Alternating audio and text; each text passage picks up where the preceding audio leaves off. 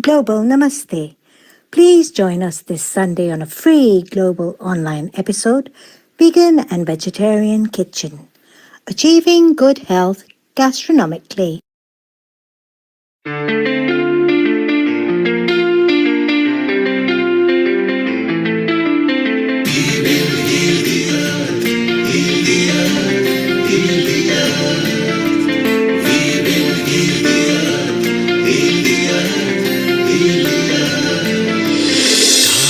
They can tell you stories which are brighter than yesterday.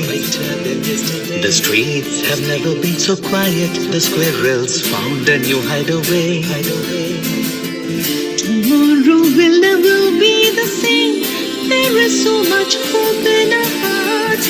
Brick by brick we shall overcome and walk right into a new start. Welcome to the brand new world.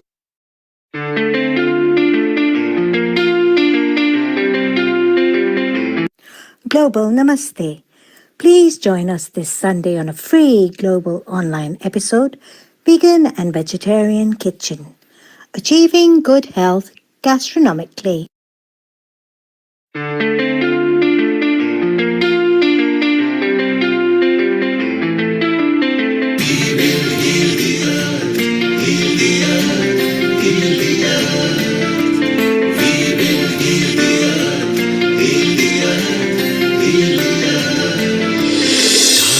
They can tell you stories which are brighter than yesterday.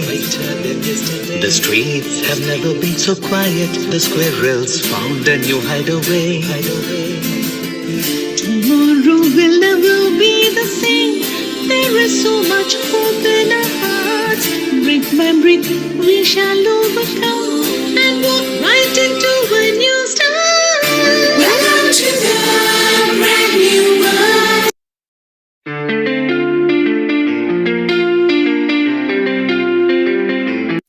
Global Namaste. Please join us this Sunday on a free global online episode, Vegan and Vegetarian Kitchen, Achieving Good Health Gastronomically.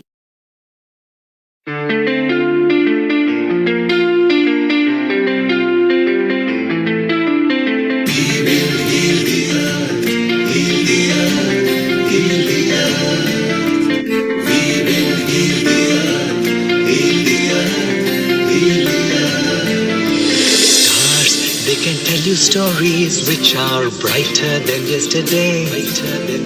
The streets have never been so quiet. The squirrels found a new hideaway. Tomorrow will never be the same. There is so much hope in our hearts. Brick by brick we shall overcome and walk right into a new start. Welcome to the brand new world.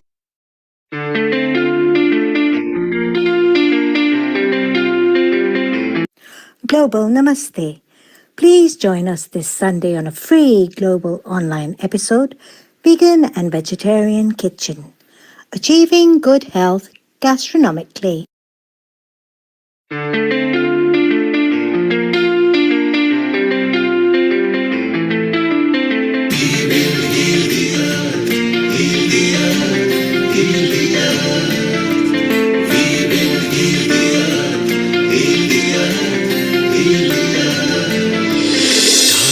They can tell you stories which are brighter than yesterday. The streets have never been so quiet. The squirrels found a new hideaway. Tomorrow will never be the same. There is so much hope in our hearts. Brick by brick we shall overcome and walk right into a new start. Welcome to the brand new world.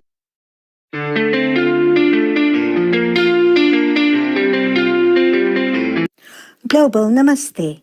Please join us this Sunday on a free global online episode, Vegan and Vegetarian Kitchen, Achieving Good Health Gastronomically.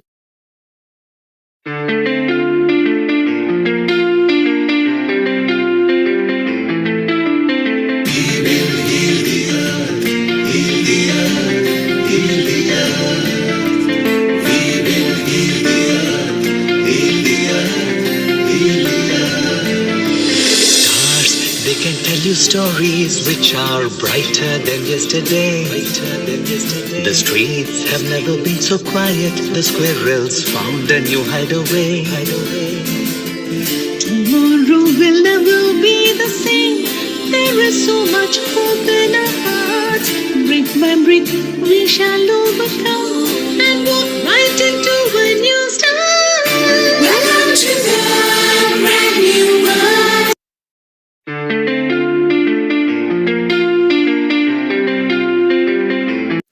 Global Namaste. Please join us this Sunday on a free global online episode, Vegan and Vegetarian Kitchen. Achieving good health gastronomically.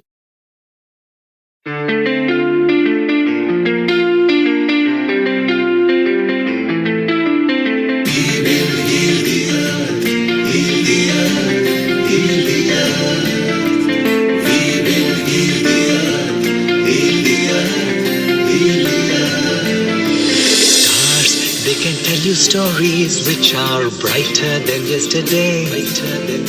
The streets have never been so quiet. The squirrels found a new hideaway.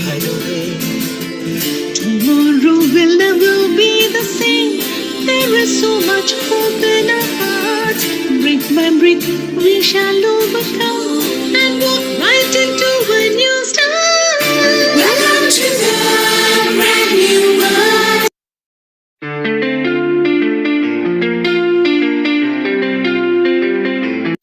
Global Namaste. Please join us this Sunday on a free global online episode, Vegan and Vegetarian Kitchen. Achieving good health gastronomically.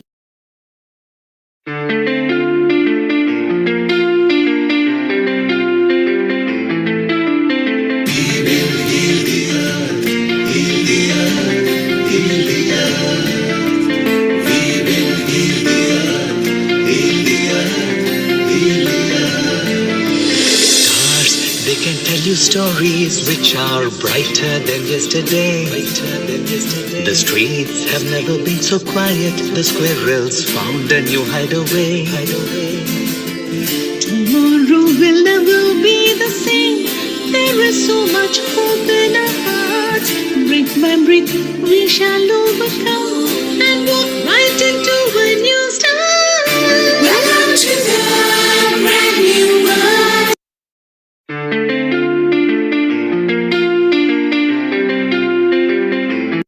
Global Namaste. Please join us this Sunday on a free global online episode, Vegan and Vegetarian Kitchen. Achieving good health gastronomically.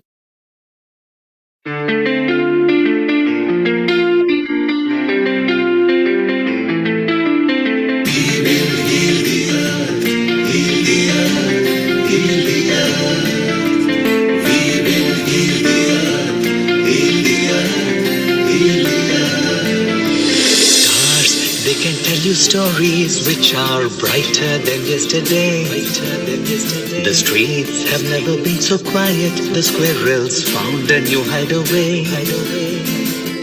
Tomorrow will never be the same. There is so much hope in our hearts. Brick by brick, we shall overcome and walk right into a new start. Welcome to the brand new world.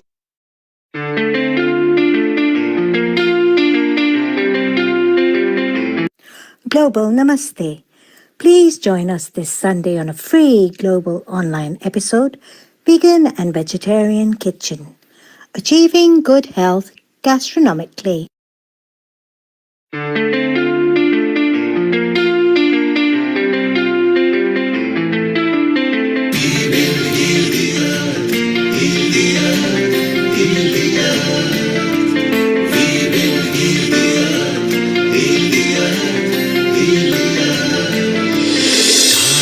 They can tell you stories which are brighter than yesterday.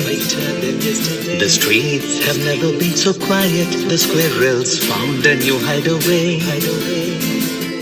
Tomorrow will never be the same. There is so much hope in our hearts. Brick by brick, we shall overcome and walk right into a new start. Welcome to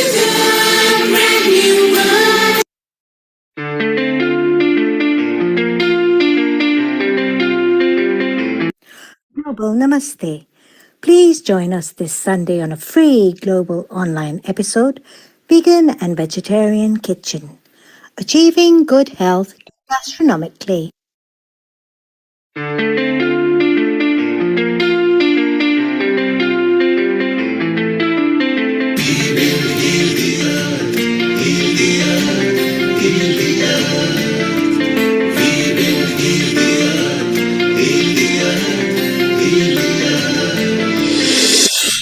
They can tell you stories which are brighter than yesterday. The streets have never been so quiet. The squirrels found a new hideaway.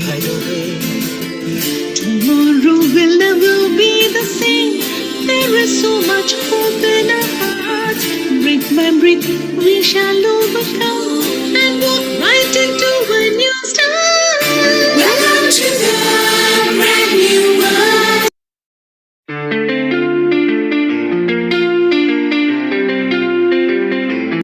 Global Namaste. Please join us this Sunday on a free global online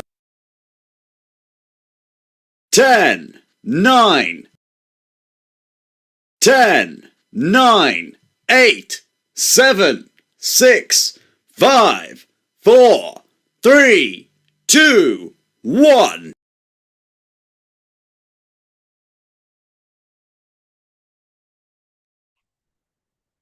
Seema, we can't hear you. Seema, one moment. We can't hear you. One of your sound is gone. 1 second.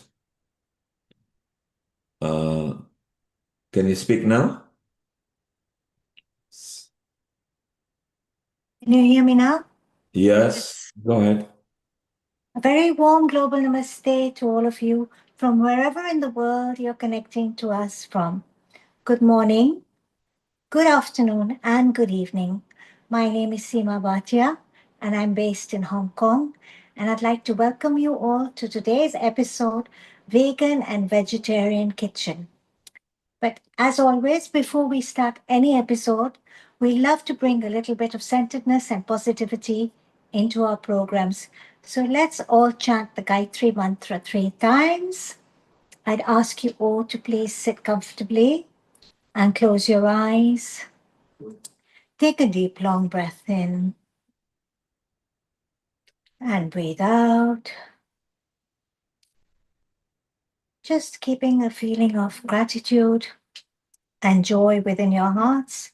Let us now chant the Gayatri Mantra.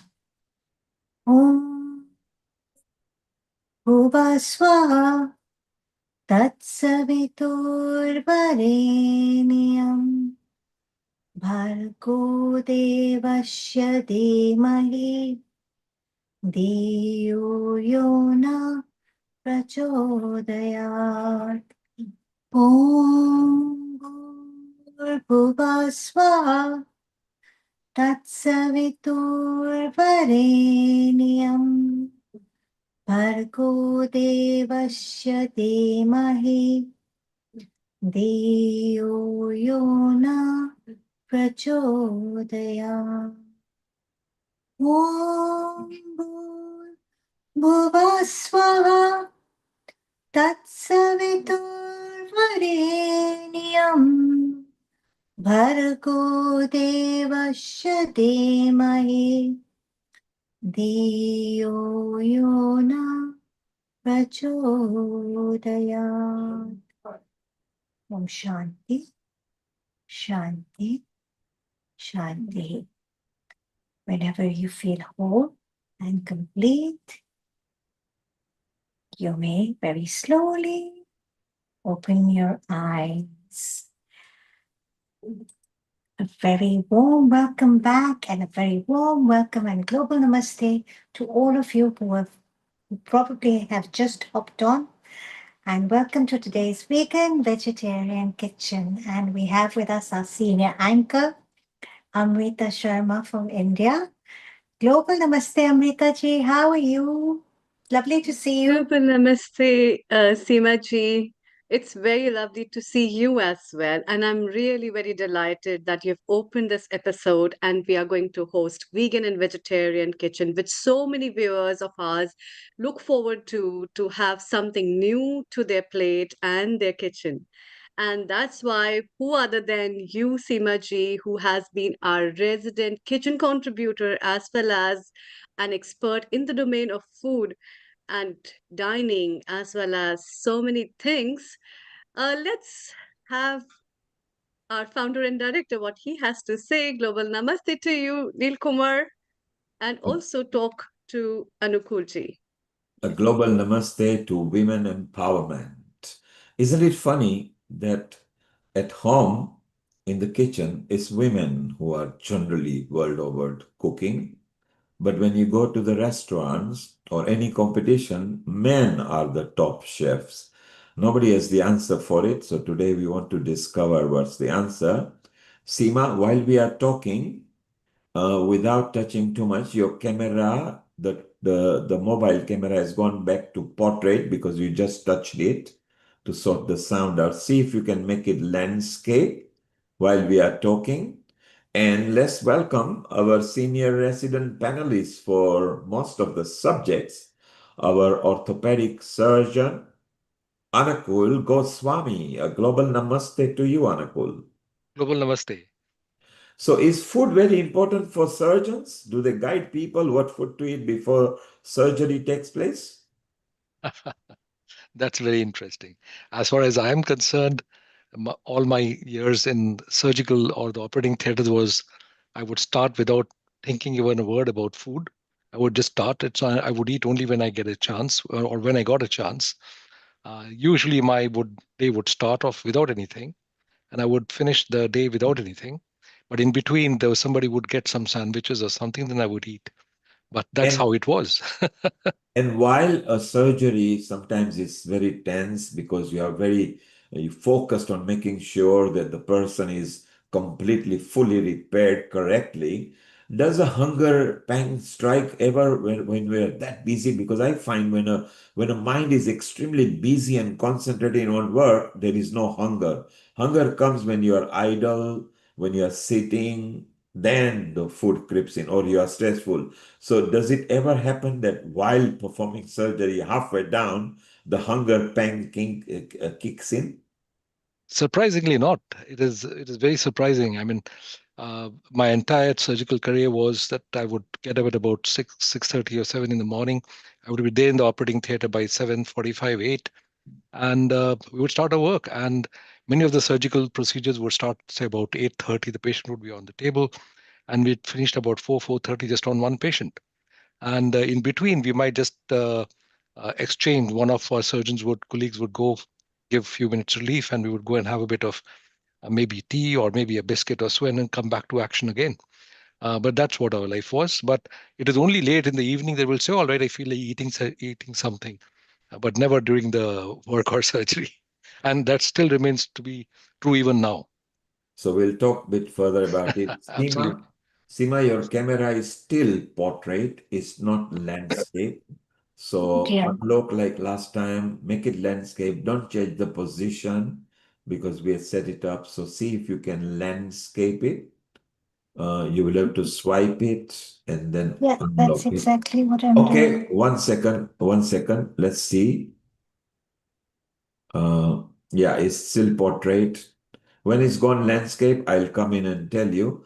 So, Amrita, food and Ayurveda. Today, later, we want to know what part Ayurveda plays or how few hundred years back, how did they teach us maybe what ingredients to use or why do we add certain ingredients or certain spices to the food? Certainly, there is some science proving that certain spices are very good for food.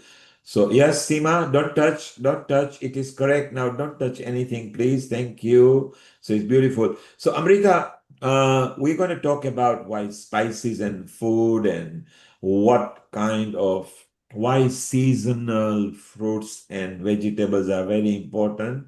People forget that in the local country, the Almighty or the Supreme Being designed foods and vegetables that were useful for that particular season. So we'll talk about that. But let's go to our waiting resident kitchen contributor and our episode producer, Seema Bhatia, who is enjoying Hong Kong at the moment, and she is ready to rock and roll and maybe tell us something exciting about autumn vibes. Over to you, Seema. Thank you very much, Nilkor. So today we have a wonderful Southeast Asian recipe, and I'm going to be demonstrating a Peranakan laksa. So the laksa is actually this beautiful noodle soup that reflects a wonderful story of integration and immigration. So before I get into the actual demonstration, I'd like to say a little bit about this dish.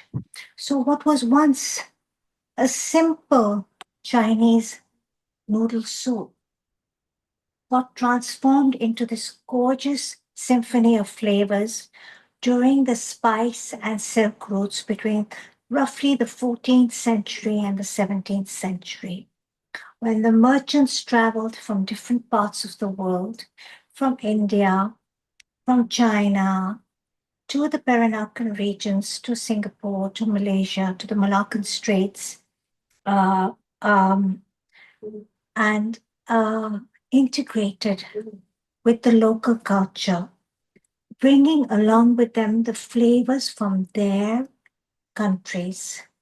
So the traditional Chinese noodle broth soup got transformed into this wonderful dish called laksa. Now, laksa has derived its name, they say, either from the Persian laksha, which means, I think it means, noodles, and or the Indian lakha, 100,000, which is reflective of 100,000 noodles. Okay, this recipe is very beautiful. It is a true celebration, a tapestry of the intermingling of cultures. So I'm going to walk you through the ingredients very slowly. Please pay attention. And I will we will be working in 3 layers: the spice paste, then cooking up the spice paste, and then developing the coconut broth, and then bringing it all together into a noodle soup. So actually we're working in 4 layers. So let's start with the ingredients. What we have here, we have 2 shallots. Okay, and please don't substitute the shallots for onions. Go with the shallots because that's how laksa is traditionally made. 4 cloves of garlic, 2 dried red chilies pre-soaked in water, and it is this water that is used to blend or pound all the ingredients into a thick paste. A generous ½ teaspoon of turmeric, a ½ teaspoon of cumin seeds, a ½ teaspoon of coriander seeds, half a stem of lemongrass. Find a lot of lemongrass in Malaysia, Singapore, some parts of India, and some parts of China and Hong Kong as well. Galangal. Now, many of you will ask me, what is galangal? Galangal comes from the ginger family. It's a fragrant, beautiful ginger, and it is very anti-inflammatory in nature. Now, if you are not able to get galangal in the UK, you could probably head down to Colindale, or to other parts, maybe even, I think it's beyond Wimbledon, but I can't remember the area's name, but it'll come back to me. And you could go into the Southeast Asian stores and buy fresh galangal or galangal powder. You'll also get it in Leicester Square in the Chinese shops in the UK. We're going to bring this all together with a vegetable broth. Now, since we want to align ourselves with the rhythms of nature, Ritucharya, autumn it is, so autumn produce we must eat. We're going to change this laksa around and add in some pumpkin puree. Now, what I've used here is I've used a kabocha squash, a Japanese kabocha squash, and I boiled half of it and pureed it, and it comes to exactly 1 cup. 1 cup of coconut milk, and we have not used fresh because it takes a lot of time and effort to extract fresh coconut milk. But this is canned coconut milk. We have a can of coconut milk here. If you just look at the general context of this soup, it's got a lot of anti inflammatory agents. So it's very medicinal in value and it's perfect for the upcoming cool season. It's got turmeric, it's got lemongrass, it's got galanga, it's got anti inflammatory spices such as cumin and coriander. I don't know if many of you, Amrita, will be able to throw some light here. In Ayurveda, they advocate that we drink a CCFT tea daily, right, Amrita? Could you tell us more about the Yes, yes, CCFT, yes, yes, the magical yes. Ayurvedic tea? Yeah, the CCFT basically is very beautiful, and I really like all the ingredients that you're adding into this because the combination of the cumin seeds, in fact, the CCFT has got the cumin, the fennel, combinations, and the herbs that you have used in here are rich in antioxidants as well. That is what I see. So it's a very good combination in a sense that it holds rich amount of vitamins, rich amount of certain special minerals that every herb specially has, and also a good combination of the um, the spice that will help in bringing up a warmth in the autumn season, and specifically for this season, which is where the winters are starting and the body is changing. In that case, these kind of herbs are specifically very, very useful. And if you have neutralized it with coconut milk and vegetable broth, which I see, it's really, really cool and nice actually. So it's that So, perfect balance of flavor because and yeah, we've got the yes, spice from yes, the chilies and then the sweetness of the coconut, right? So yes, now one thing I wanted to add is a traditional laksa has they use candle nuts, but because candle nuts are not available here in Hong Kong, I have substituted it with walnuts, but you can substitute it with cashew nuts. And should you have a nut allergy, then feel free to use pumpkin seeds or sunflower seeds. You're still going to get your healthy fats in the recipe. yes. Not only Mhm. fats, but special minerals of zinc, cobalt, these kind of minerals that specifically only few nuts have are really giving you a good nourishment and combination of absorption and the kind of sanskar, what we say in Ayurveda, to talk about how these herbs are mixed together and what you are producing out of it so that you get the best digested stuff out of this and you And assimilate them. thank you, Amrita. So we're going to start with making the spice paste. Now, what I have is I have a ready-made spice paste already, and I've walked you through the ingredients, but I'll just give you a little bit of a know-how how to make the spice paste. So first thing I need to do is wash my hands. You can excuse me for just a second.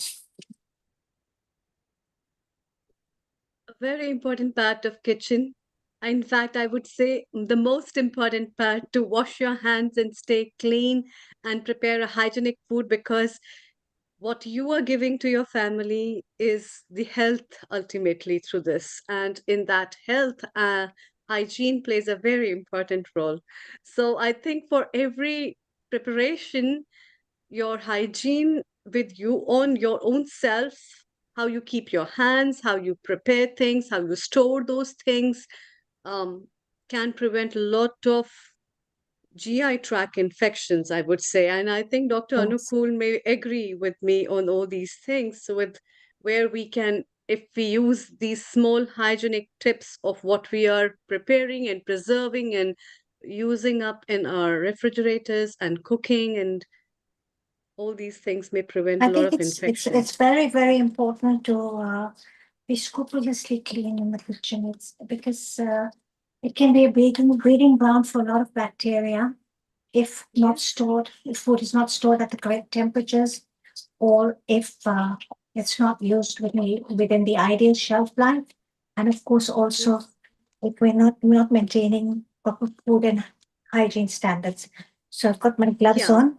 And we're going to start Simranji, with before you building move up. further, I would like to also ask you, there's a lot of importance about use of which kind of utensils we use for cooking.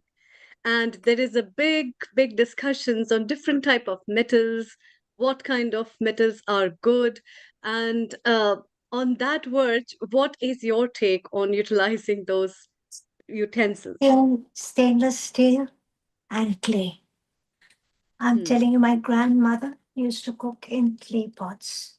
Okay, she would use a wood fire, which wasn't Hmm. very environmentally friendly, I have to admit. So where she was in Rampur and she had big koti wali gar, a big house, and she had like a patio, big angan or a patio, you would call it.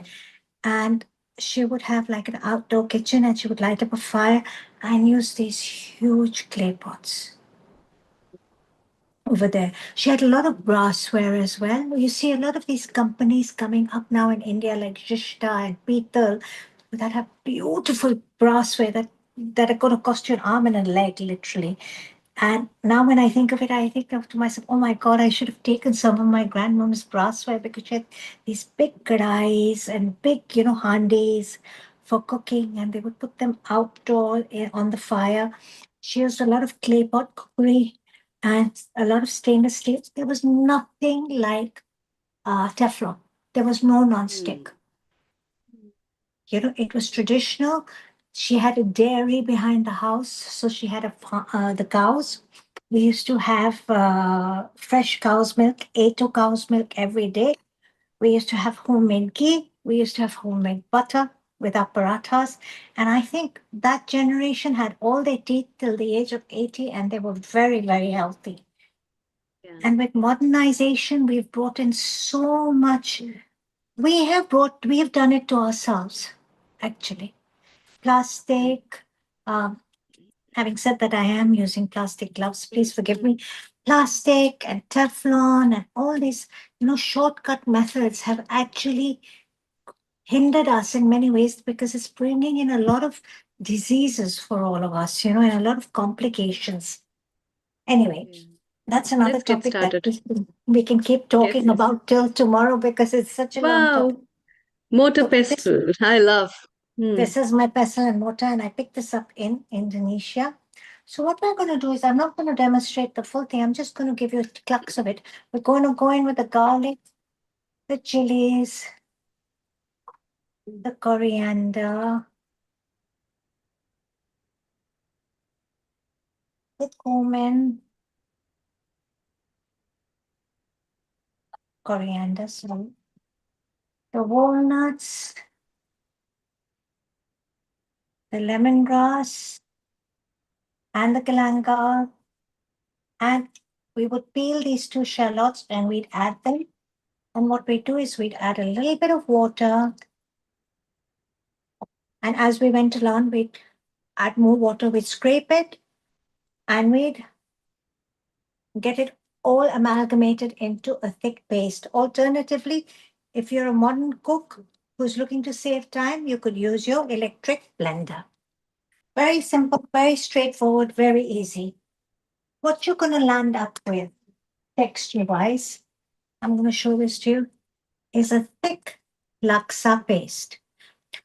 So, we always have in Thai cooking, Malay cooking, even in Indian cooking, what is the base of our curries? Very often it's onion and tomato, Hmm. ginger garlic. Other times it could be just mustard seeds, cumin seeds, and tomatoes. So basically, this is the base of the laksa soup. But we want to kill all the rawness out of the flavor of this paste, right? And generally, what you do is when you make a laksa paste, you want to make a bulk amount in advance, which you can store in your fridge. And oil acts as a natural preservative. Now, what I'm using here is cold pressed sesame oil, okay, which is a healthier version of oil to use. Please opt out of vegetable oil and sunflower oil. And we're going to be generous with this because we need to cook up this paste. So have a heavy hand, please. You may not use all of the paste, and you're going to go in with this paste. You're going to mix it all up really well. Don't worry that the oil is cooled off and not yet hot. That's exactly what we want. We want to bring it up slowly.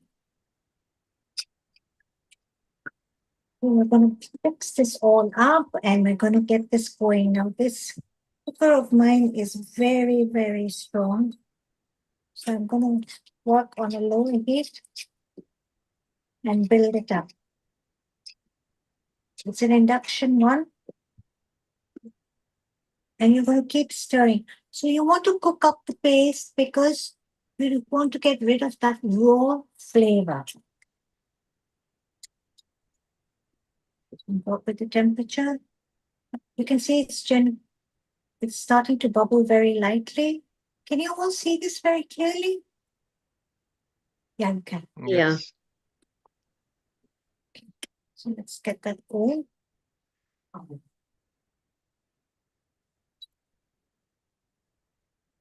We have to be patient. Cooking is something where you have to give it a lot of love and a lot of time and patience. Yes. It's very important to maintain the temperature and the timing. So a slow cooking is much more healthier than a fast, rapid cooking in many, many ways. Yes, now this doesn't seem to be happening here for some reason, and it happened yesterday. It's okay. It's While it's fine. cooking, we can chit chat. I find that cooking is therapeutic. I feel that cooking can be a very good habit. And if you can cook your own meal, then you know what you are using, what ingredient you are using. When you go out, you don't know what energy has cooked, what ingredients has been put in there. So cooking is very therapeutic. And Amrita, as you mentioned, if you can slow cook, then you retain the antioxidants and contents of the products that you are cooking as well. Sometimes fast cooking doesn't help. Yeah, and cooking has got a very big role for mental health as well. That is why you see a lot of people cooking. So, despite of women's domain to cook as a necessity, apart from that, when you see men cooking and they say after the work, sometimes I enjoy preparing this, sometimes I cook this. So when we see this thing, it's a part of their mental uh, wellness journey where cooking enhances uh, their mental relaxation, give them a better cognition, give them a better uh, work in a way that they are doing something different from their normal routines. So most of the time, these things can be very, very helpful. What have you to say, Dr. Anukulji? Because after coming from surgery, and then sometimes you feel like, oh, this is what I want to have before night, and that then you go and finish the whole day. You have something, and then you say, okay, let me just prepare this. What's your take on that? Absolutely right. Thank you, Amrita. I mean, food for me is absolutely essential because it's actually what I am. As you call it, the Annamaya Kosha in our system, Hmm. and Hmm. it is this food that gives us this body. So it's interesting how at a given time, I actually literally talk to my food. I usually don't like anybody around me. I'm very quiet when I'm cooking, and I prepare all, and I literally think what I want to eat. It is not based on a recipe. It is based on what I want to eat. So I choose the ingredients I want. Sometimes I may not like a particular spice. Sometimes I take something else. Sometimes I want to have something a little raw. So I do think about it myself. So usually what I do is I shut my eyes just for a minute. I said, I'm going to prepare this, and then I'll get those ingredients and prepare it.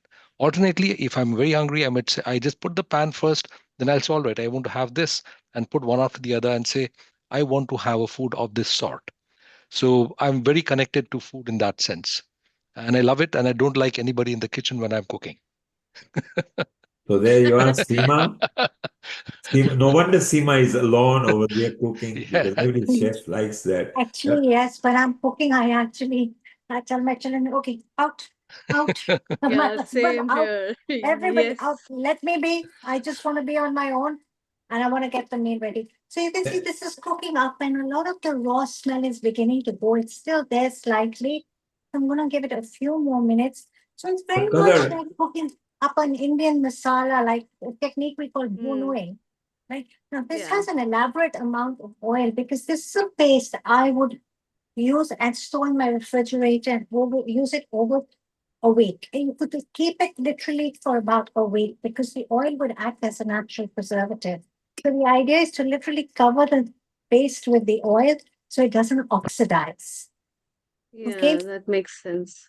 Yeah, makes sense. but to what extent will you be cooking it? Like till it's more little brown or what? We're not going to brown it. Just the raw smell has to go. Seema, I Hmm. can feel the aroma of it. Look at the way the So it's color is coming through. I'm getting converting. it in layers. I'm getting the lemongrass. I'm getting the galangal. I'm getting the jeera, the cumin. I'm getting the coriander. You see, the essential oils is pretty much, when you cook up whole spices, the membranes explode and the essential oils get released. Now, these have been pretty much pounded up, which hastens the process. And to be honest with you, I'm just going to give this about 2, 3 more stirs. And you're And getting that while, slightly caramelized flavor here. Okay. and I'm while going that to is cooking, let's show people the recipe ingredients. So you can go on the website of Healing Our Earth, go to kitchen episode, and here Seema has prepared the Autumn Vibes recipe, the ingredient to blend into a paste. Everything is there, the quantity is there, and right at the bottom is a bit of mini instructions. So this is all there on Healing Our Earth website for today's episode. And Seema, let's remind the viewers who have just joined in, what are we going to end up making today? We're going to make a Peranakan favorite, a Peranakan laksa, which is a traditional Malaysian, or you could say Malaysian, Indonesian, and Singaporean. Each area has its own recipe, noodle soup. And it's reflected of the 14th and 17th century spice route. It's a tapestry of cultures intertwined where the traditional Chinese noodle soup got transformed into this lovely, rich coconut brothy, spicy, tangy. There's so many words I can use to describe this because I love the laksa so much. Noodle soup that you can add non-vegetarian to, you can add vegetarian to, and it's a hearty meal and a very well balanced meal with lots of anti-inflammatory elements. So we've started with the spice paste, which I can show you here, as you can see. Yeah. So it very much resembles an Indian Seema, masala. Seema, can you bring closer to the camera, the mobile camera? Yeah, bring it more closer. Bring it closer, closer, and turn it down a bit. Turn it. Yeah, that's it. Yeah. So we can see the color and everything. I think the color is looking so appealing at the moment. It feels like sprinkling it over even a chalbet or something like that. Actually, this would be really nice with cream cheese and toast. Let me tell you, it's so Oh. yummy with cream cheese Yes. and sourdough bread. It And just is it lifts up your cream cheese sourdough bread, really. and Seema in its present form, is it spicy or hot It or is spicy. In fact, I've toned it down. You can make it even more spicy. I just used 2 chilies, but you can yes, make it even more spicy. So, like I said, we're going to work in layers. We're going to start with the spice paste, and we're yes. going to build up the soup, and then we're going to bring everything together, right? Now you're going to So put, at the end, you're also going to put noodles in it. So this can be like a meal come soup come. it is everything in a bowl. It is Okay. everything in a bowl. Okay. So, like you said, Leah and Rita, I'm so glad you brought up the topic about cookware and healthy cookware because I'm going more stainless steel. I'm going more towards stainless steel. Yeah, this is, I think, as the new fashion and trends change, there are a lot of things that keep coming for the cookware as well as different type of cooking utensils and what has to be used. And there's so many things that people don't know, that the science is always behind everything, and how you're cooking, what ingredients in which pan you're cooking makes a very big difference, because the cuisines have been different. And the other thing that has changed over time, in past we always use fresh cooked things, we use fresh things. Now things are with preservative, things are with a lot of chemicals. There's a lot of interaction of these chemicals with the kind of cookware you're using. The process of cooking is involved, what kind of oils and butters and fats you're using in it, and then over and above, what is your basic ingredients in terms of vegetables or fruits, what are you adding up into all the things that you take up in your meals. Exactly. Okay. So now we're going to start building up the broth. So, of course, the base of the broth is the curry paste. So you're going to take as much as you want. I would recommend about a good 2 tablespoons or three. You put the pistol. This soup you're preparing is for single serving for how many people? Yeah, it's a single serving. It's a generous single serving. You're going to go in with a cup of vegetable broth, homemade, store-bought, or made in advance. Give this a nice stir. The broth is going to deglaze the pan and bring up all the caramelized bits of the spice paste. And now we're going to go in with our lovely ingredient, which is very unique to this laksa, which is the pumpkin puree, which is a cup of pureed pumpkin.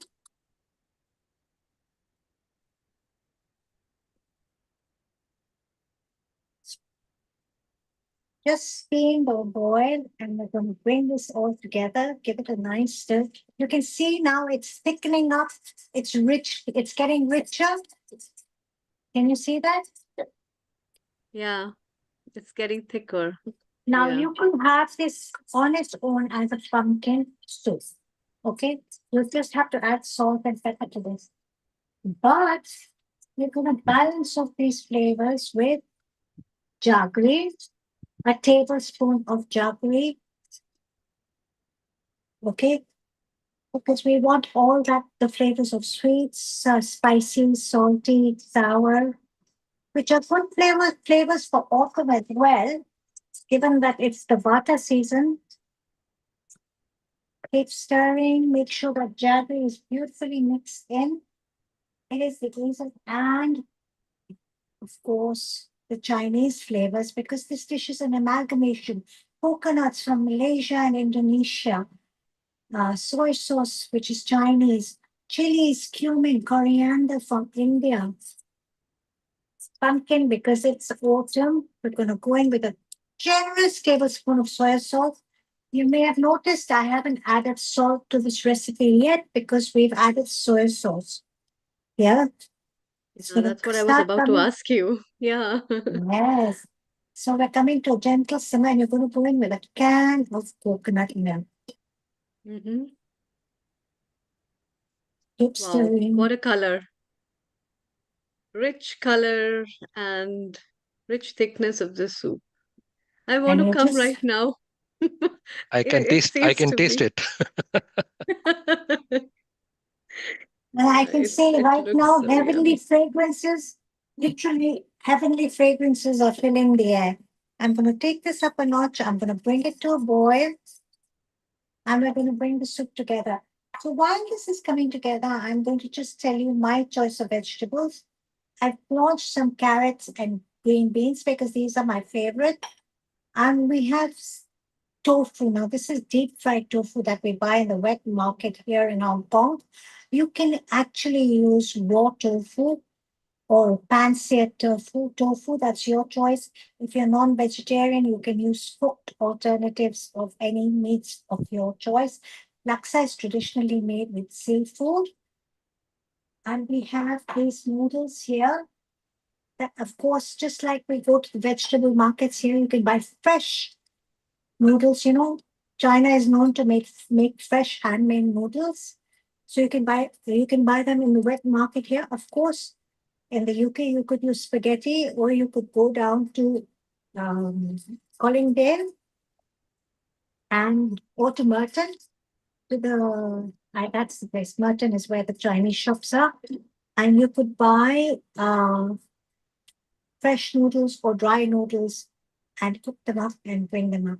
So I would say now we buy these by the catty, which is I think 600 grams or 800 grams. I would say roughly this is about 400, perfect for one serve. We have this rich, lovely, velvety soup coming along, as you can see. It's coming to a gentle simmer. Now, there's one ingredient that I want to add here that I haven't included in the recipe, but I think it's very important because we have added turmeric, right? And we're talking about inflammation. This is an anti-inflammatory recipe to a certain extent. To increase the bioavailability of the turmeric, we have to bung in some black pepper. So I'm going in with half a teaspoon of black pepper. I always say turmeric, the queen, the Maharani of spices, is always happier when her husband, black pepper, is around. And that's when she gets all happy and gets absorbed into your system fully. It's come to a Seema, gentle simmer. You're going to Seema, you switch it. mentioned Seema, you mentioned black pepper. I find that, if one wants to reduce salt in their life, black pepper with lemon or lime is one ingredient that can reduce salt. You can do away without salt, those who are suffering with high blood pressure or water retention or sodium problems. Right. Then a black pepper with lemon or lime can actually replace the salt value. Somebody from Malaysia has commented, Seema, that they're watching on a website, that they call this as a laska or a solome soup, noodle soup. Is that right? Solome noodles. Yeah, laska. They say vegetarian version Laksa. that you are making. Curry laksa. Yeah, they say this seems like curry laska soup. It's a curry laksa soup. You're absolutely correct. Aha, so they're clever that they're Absolutely sending. correct. It Yes. is Julie actually sending a comment. Thank you, Julie, for your comment. So now we're going to bring this all together. So I'm going to add in my tofu. I'm going to add in my green beans on one side here. You can add in any vegetables of your choice that you like: broccoli, asparagus, some blanched spinach. I play around with this recipe a lot because it's an all-time favorite in our home. Lift that up, and you're going to go in very gently with your soup. It's a hearty helping for one person.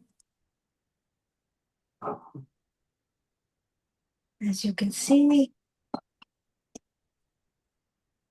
living foods with bean sprouts. Just a few on top. I like to have them raw. Need some red chilies to make it very attractive, give it some color, and give it more of a kick, if you like.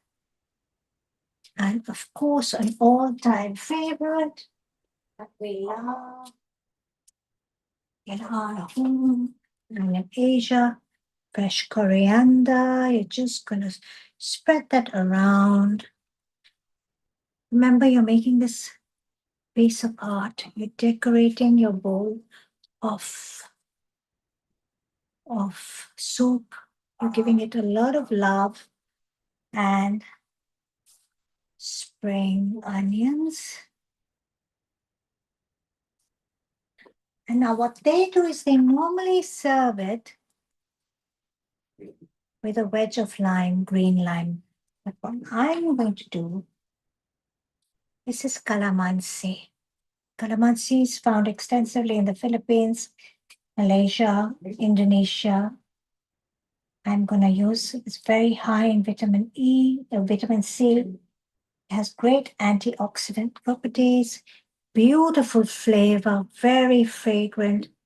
I'm just going to add some calamansi here.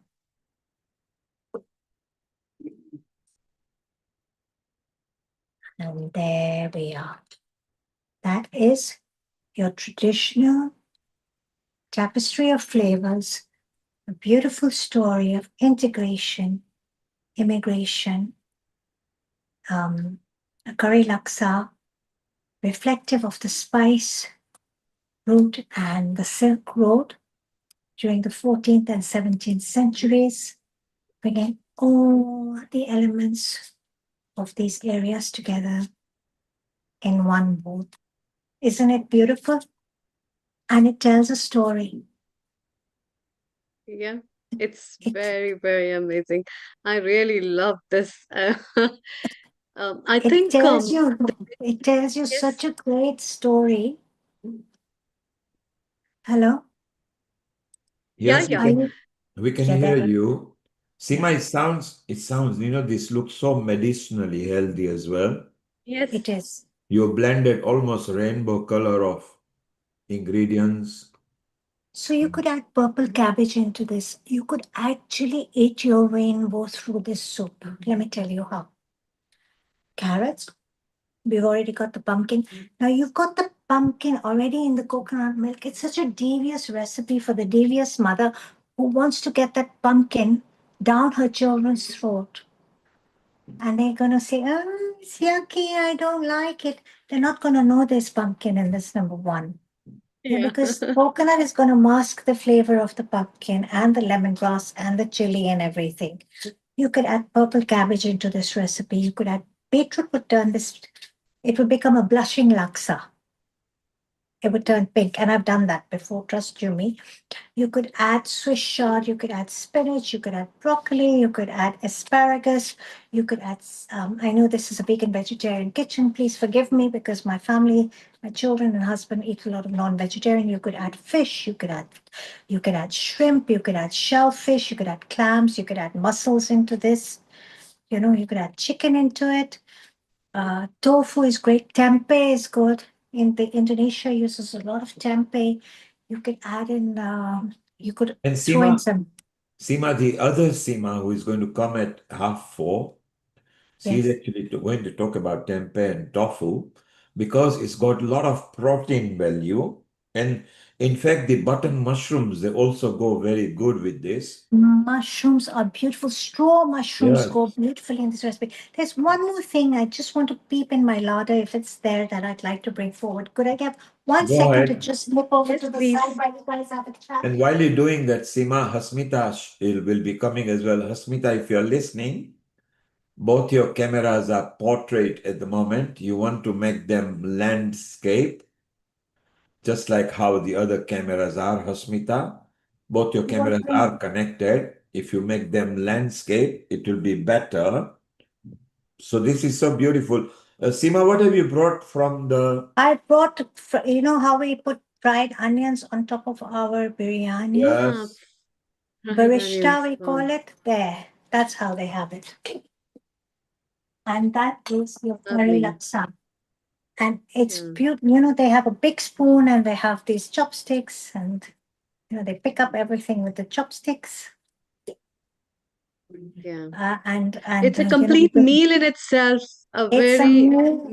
This is nutritious. this is a warming hug in a bowl, literally perfect for autumn and winter. Really. Yes. And I think, as Seema says, it's wholesome, hearty, liquidy. I think this is more like any patient can enjoy this food as well. I mean, this would be healthy and they wouldn't get boring hospital food in that case. I think the Uh, spice, you'd have to tone down the spice considerably Exactly. for the We have to patients. adjust Yeah. But the spices, maybe. but they Yes. might want to use bone broth in this, for exceeded anti-inflammatory purposes for the patients, and tone down the spices, and maybe go easy, go with fresh coconut milk So or Seema, blend let's with Seema, tender let's do coconut. something. Let's show the people the prepared dish. So if you could remove the chopstick and bring the bowl near the camera and slightly tilt it without dropping any liquid. And if you go towards your left, yes, and now come up gently and tilt it downwards so we can bring a camera. So there you are, you can see. I'm just going to make it as a single. Keep on holding, Seema, just keep on holding 1 moment. We're going to remove ourselves from the spotlight so people get a maximum view over there. Now it's just the dish, and we can see different colors there, the rainbow color. Look at the nice sauce, it's got that curry flavor. Beautiful. Thank you, Seema. Yeah, let's carry on chit-chatting. Now, I Anakul is waiting for a Uber drop for this thing. Anakul, sorry, this I, is in Hong Kong. I know, but I must tell you that all along I was just watching the dish uh, right through because I like those fresh vegetables which had been put in. The flavor of the coconut milk is just still in my mouth. Although I've not really tried it on the dish directly, but I can really taste it. It's just amazing food. I would really would. It is. It's It's really healthy, and we've blanched the vegetables. So actually, they're not mushy soft. Actually, when you bite into them, they have a bit of a crunch, the that's right. vegetables. So you really you're getting a lot of prana from this dish, Absolutely, especially if you're consuming it within 3 to 4 hours of production. You are getting a lot of prana because the vegetables are half cooked. absolutely, It's got the living foods with the sprouts, as you can see over here, these absolutely. sprouts, yeah. And it's got pumpkin kaddu, like my mom used to Yeah, call it in Punjabi, yeah. is very high on the prana index. I think Very high. Amrita would Yes, agree with me over here that Yeah, it's even in very the good. hydration point of view, it's very nice. I could see that lovely sprouts. Like these are Aren't really they amazing. beautiful, Amrita? And Yeah. look at these. They're so Yes, pretty. yes. So And great way to have these sprouts. If you've how many ever did been, how many days did you put it for sprouting? Like how many days did it take I to grow bought that this. much? We get this You bought all. it. Okay. We get moong Hmm. sprouts. We get all in the wet market, like the sabzi mandi, in Okay. in a tokery, in a basket there. So you can just go and buy it. And great way to have this is actually wash them really well, of course, Yeah. and add sesame oil, salted pepper, and lemon. So, Seema, let's remind the viewers any sprouted ingredient that you use, whether it's mung or beans or anything, one has to be careful that they are heated correctly if you are buying from the shops because they carry E. coli because You do. they have to You grow in have the to womb. wash So them very well.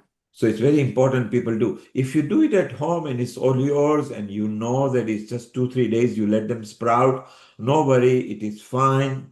If you're going to eat them raw, try to see Yes, if you can microwave for 1 or 2 minutes because then yes, it is safer to eat them.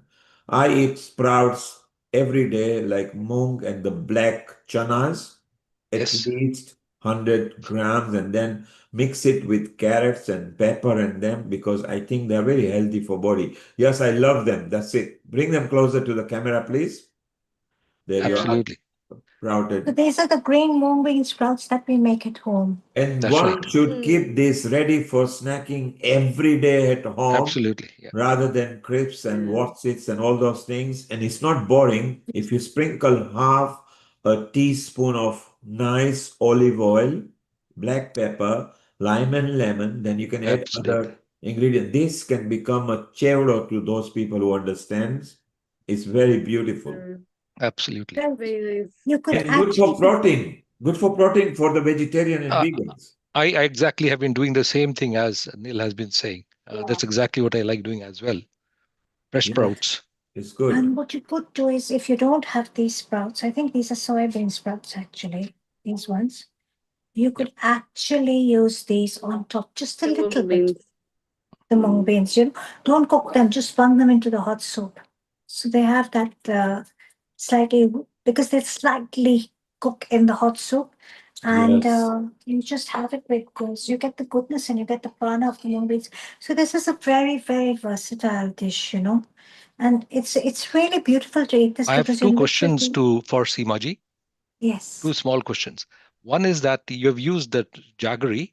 That jaggery, yes. is it sugar jaggery, what do you call cane jaggery, So or is it I use jaggery. I buy the block from the Indian store and we grate it right? and we keep But it at have you home. ever tried palm jaggery? I have actually. One Yeah, so second. the palm jaggery might add more flavor because palm jaggery is fantastic in its taste and its texture. Mm-hmm. And I, That's good to know. oh, fantastic. Palm jaggery. I use a lot of palm jaggery at home So over this is here. this is this is actually Indonesian palm jaggery as Right, well. right. So we get everything, and then we get something else in our mouth. But I This is cannot, also a I can palm tell you sugar. clear. Oh, yes, yes. But there's nothing to beat that palm jaggery that we make in our own house, in our own village, by the way. So I get it from Oh India. my, that So is whenever I go, so tasty. That is so we tasty. make it at And home. in some parts of Uttar Pradesh and Punjab, Yes, when we were driving in the car with the driver, I remember visiting with my parents. We would stop in these small farms and they would be making it and they put fennel seeds in them. that's right. So Hmm. now for The the next, ladies who are in menopause, that's right. yeah, The and next for those question. of you who have osteoporosis Mhm. and you're finding ways of adding sesame seeds into your salads, Yeah, yeah. That's what I was into about to your ask. soups. Seeds would be good to add in this. Yes. Seeds, pumpkin seeds are great in this. Ex- But you don't have add already answered my kalonji, next no question. onion seeds, no kalonji, no onion seeds, please. Yeah, You can add roasted flax, you can add pumpkin, small amounts of roasted flax. Pumpkin, you can add halim seeds, alsi, which are, Yes, yes, I yes. do, watercress seeds. They're very good Watercress. for your hair, for your hormonal health. You could add in, if you're seed cycling, you could use pumpkin, you could use sunflower, you could use sesame Hmm. for calcium, especially if you're of 40, 45, you don't want osteoporosis to settle. So there is so much you can do with this recipe and bring it into this literally this rainbow bowl if you add in all the colors of the vegetables of nutrition. And Hmm. like we said earlier, it is a vegan vegetarian kitchen, forgive me, but if you are someone who needs really strong anti-inflammatory elements, then go in for the bone broth Yes, because bone that broth. works. Doctors recommend that, especially in some cases of cancer, etc. So, and besides the spice paste, and of course the healthy fats with the coconut and the walnut, it doesn't have much more oil. If you think of it, if you look at the proportion of the spice paste that we used in the soup, it's not that much of oil, you know. And Yeah. so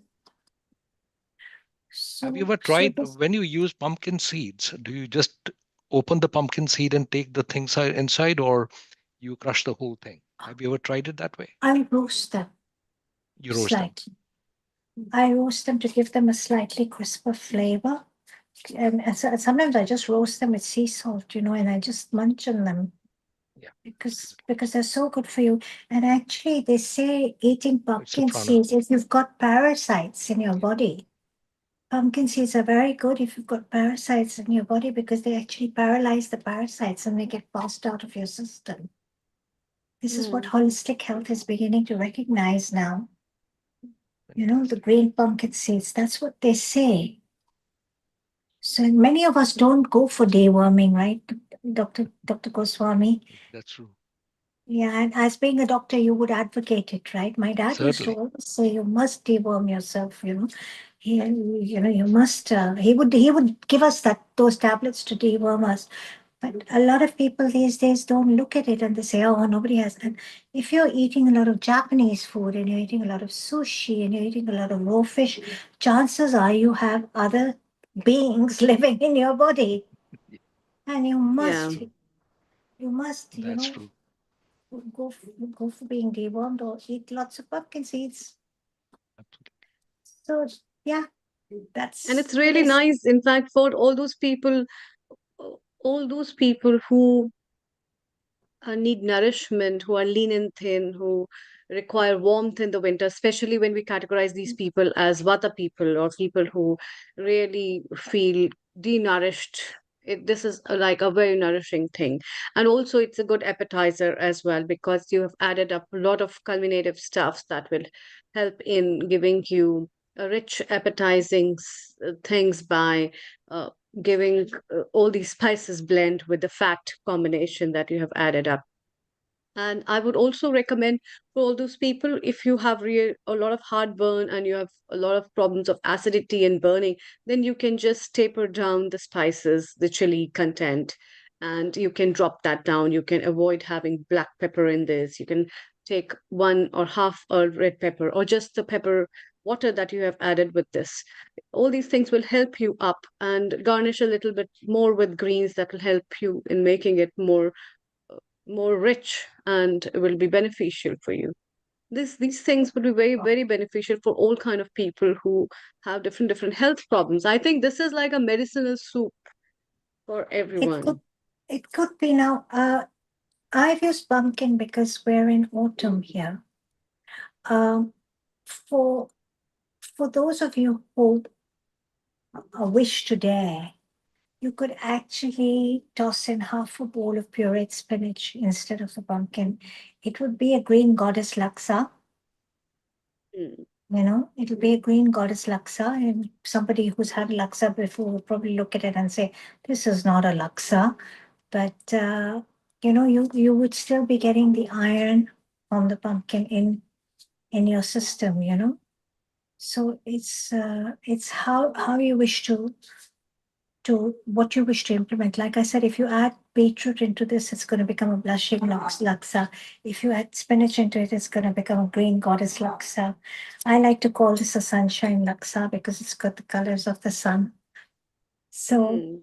there's so much you can do with this recipe, really. So please, for all of you who are watching, try it. And should you have any questions or anything, do reach out and I'd be more than happy to answer them for you.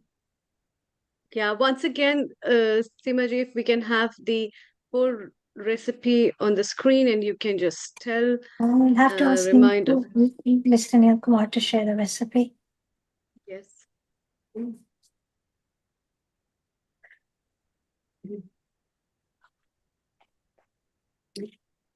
So you can go to the healingoverearth.com website, go to the kitchen episode, and when you scroll down, you will see all the ingredients. And we've already discussed that if you feel like putting zucchini, you do that. You want to put baby bok choy, you can put that. Spinach, you can put that. Beetroot, you can put that. Peas, green beans. I mean, you can add literally whatever you like in this too, because the base spice and the sauce is so beautiful that the rest can be healthy ingredient. If you got nut allergy, then avoid. If you got seed allergy, then avoid seeds. And if you got allergy for both nuts and seeds, then you can put maybe tofu or maybe what about putting paneer in this? Because again, that's You can put paneer in it. Yes. If you don't want to be vegan, you can put paneer in it. I'd like to share a lovely story while we're talking. My mom-in-law. She shared a very beautiful story with me in 1997 when I got married and moved to India. She said I used to go to this one auntie's house for lunch sometimes, and she says every time I went, all we got was Loki and Dodi and Dodi and Loki. She said, and I don't know the English names. Loki, Dodi is Angel chicken. Loofah or Tori, right? Tori and Loki is bottle gourd, right? That's And right. she said, But actually, these two vegetables, Loki and Dudi and Loki, work beautifully well in this recipe. Oh yeah. And You know, both are medicinally so healthy. All the exactly. food that people don't like, so if it's very bitter, like methi seeds, karela, they are the best for the health. I would So not put everything, Karela into the soup though. everything you are supposed to not like is the best, and the one that you like chocolates and creams and cakes and everything, are not necessarily healthy. And that's how the food manufacturers have attacked people by creating things and brainwashing them. Not all foods by food manufacturers are bad, because they've now started adding ingredients or spices that help. So if it's something very bitter, it's good for body. Eat it. Eat it in a right way and it'll be very good. So it's beautiful. So, So this is what we have made. You can put your own ingredients in there. You can swap them. You can change them. The important thing is to do the broth and the base sauce, that is very useful. Once that is done, you can add your extra spices and ingredients. So Anukul, mouth is watering. Absolutely. I just can't keep it aside there over there right now. I want to hit it straight away. So Anukul, in the hospital, why Yeah. is it the soups are very boring and liquidy? Is it because it's easy to digest? It's consuming just like a maybe tasty water?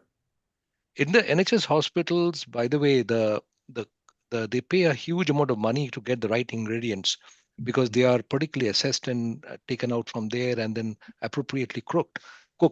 But I'm not convinced that the way of cooking and things are always necessarily great, because I think we as people from our part of the world, we are very much conscious of the type of food that we're going to consume.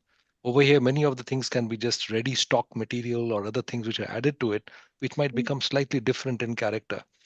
But amongst all the places that I visit, you'll be quite surprised. The food in the cafeteria and in the kitchen in the hospitals are possibly the best and the cheapest as compared to that you get outside. You'll be quite surprised. If I am hungry anytime, I don't go to restaurants very often. I just go to the local hospital cafeteria and order a very nice, pleasant food. You can choose whatever you want, and the staff knows you, and they say, "All right, here you are. These are good. This you like this today. It's not spicy."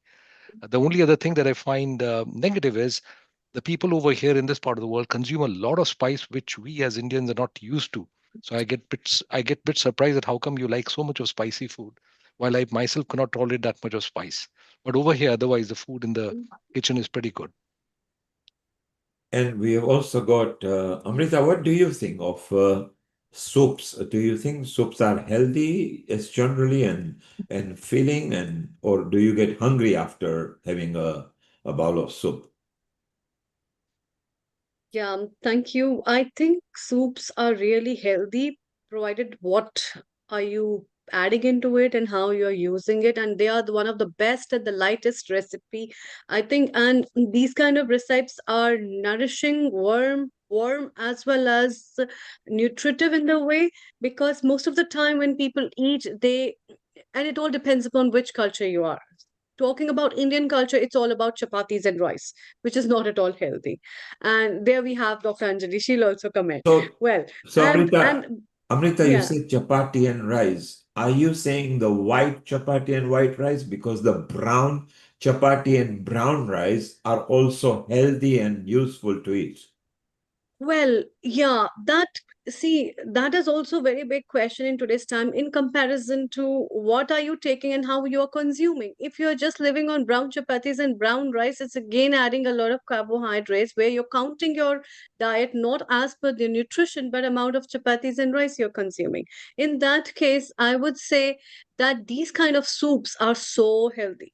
So So you are healthy. talking portion control is important, whether it's brown or white, but cut out whites as much as you can because they are not gut friendly. They are actually sitting like a dough in your body as Yeah. opposed to the brown Seema one. ji is with Tima brown is trying rice. something. red Yeah. rice. Red Red rice, rice. you're so Red rice. nice. This is But Nice. this is actually known as red matta rice. mata rice. Right. Yeah, Rice. and it's eaten extensively in Kerala, I believe, and Yes. it's Yes, Right. apparently yes, yes. We have a very, special kind of rices variety in Ayurveda, which is called as Shashti-shali dhanya. Among the dhanya vargas, there are so many called Rakta-shali dhanya. This is Rakta-shali dhanya, which is red color. It's which called as, is and very good for you, all I of believe, them, right? Does yes, it yes, apply to all of black them have rice their as own well? beauty.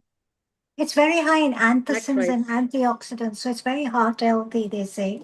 And Hmm.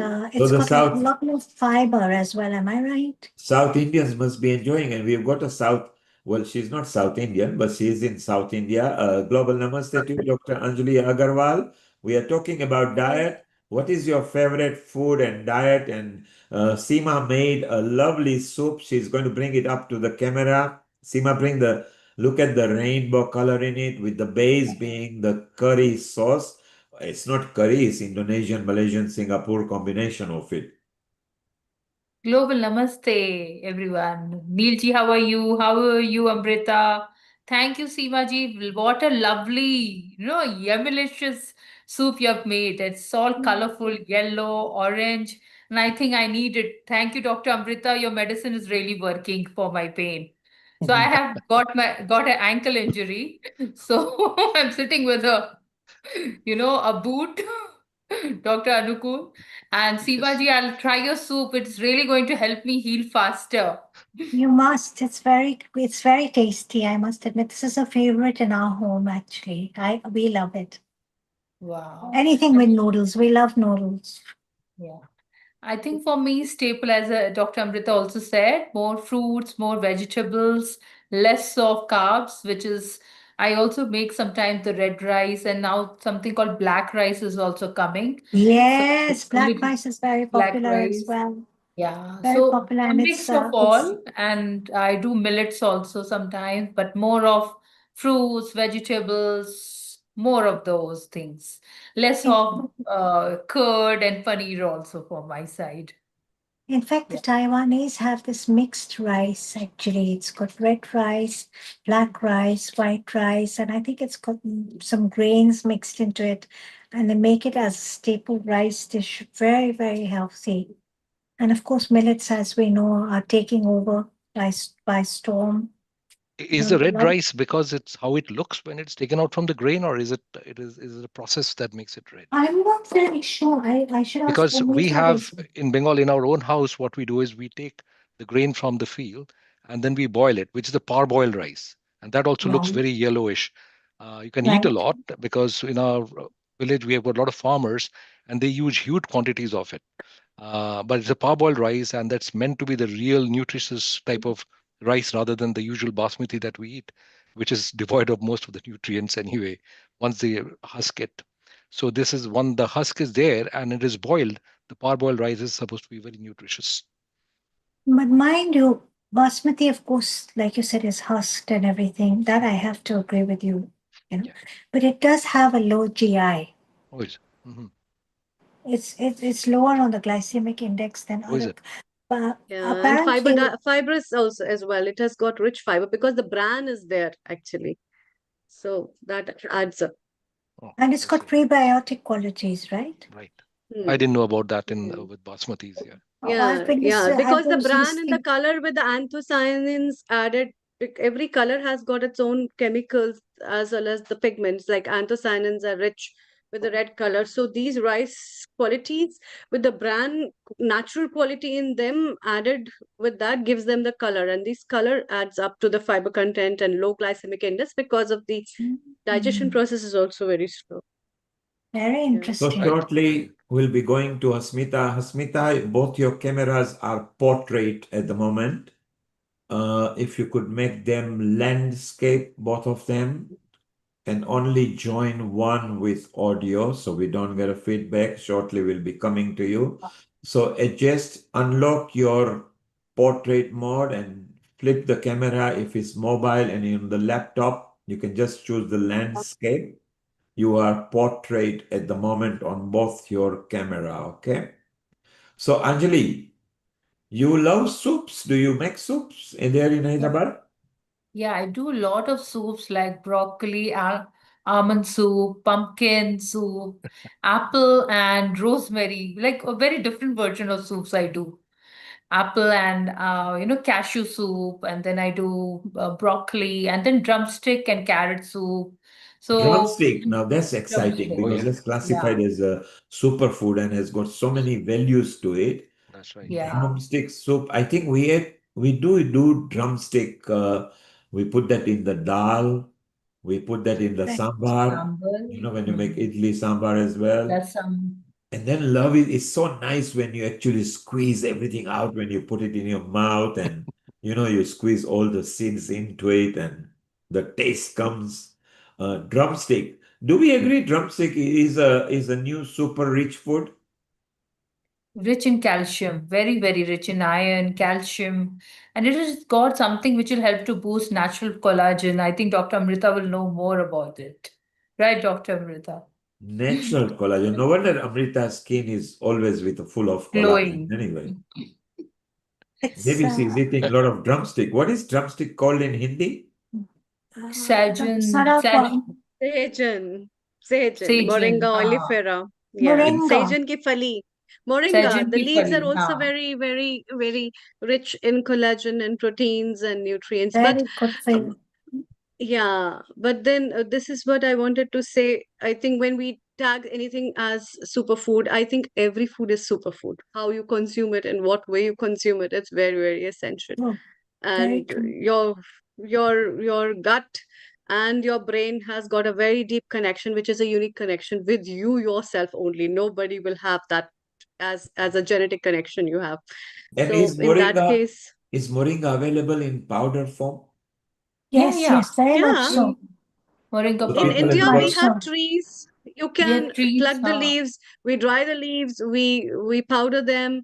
So you can use it in different forms. Even the fresh beans also can be taken. It's available in the markets. You can wash Yeah. them properly and then cook them. and Ayurveda maybe tells us that a powder form is more stronger and faster than Hmm. in its natural form. Is that right?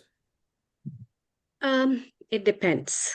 There are so many forms. We ask people to take the extract of it. The leaf extract is much more stronger than the powder form.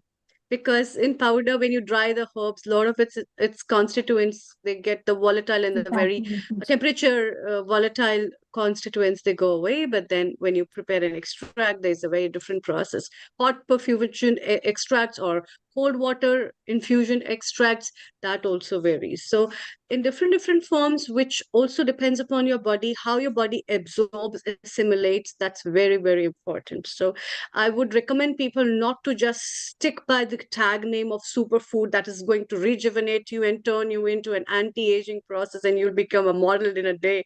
That will never happen because that is what people are crazy about. And this is how people come to us with all these things and give me something that will make me exactly like what they see in social media.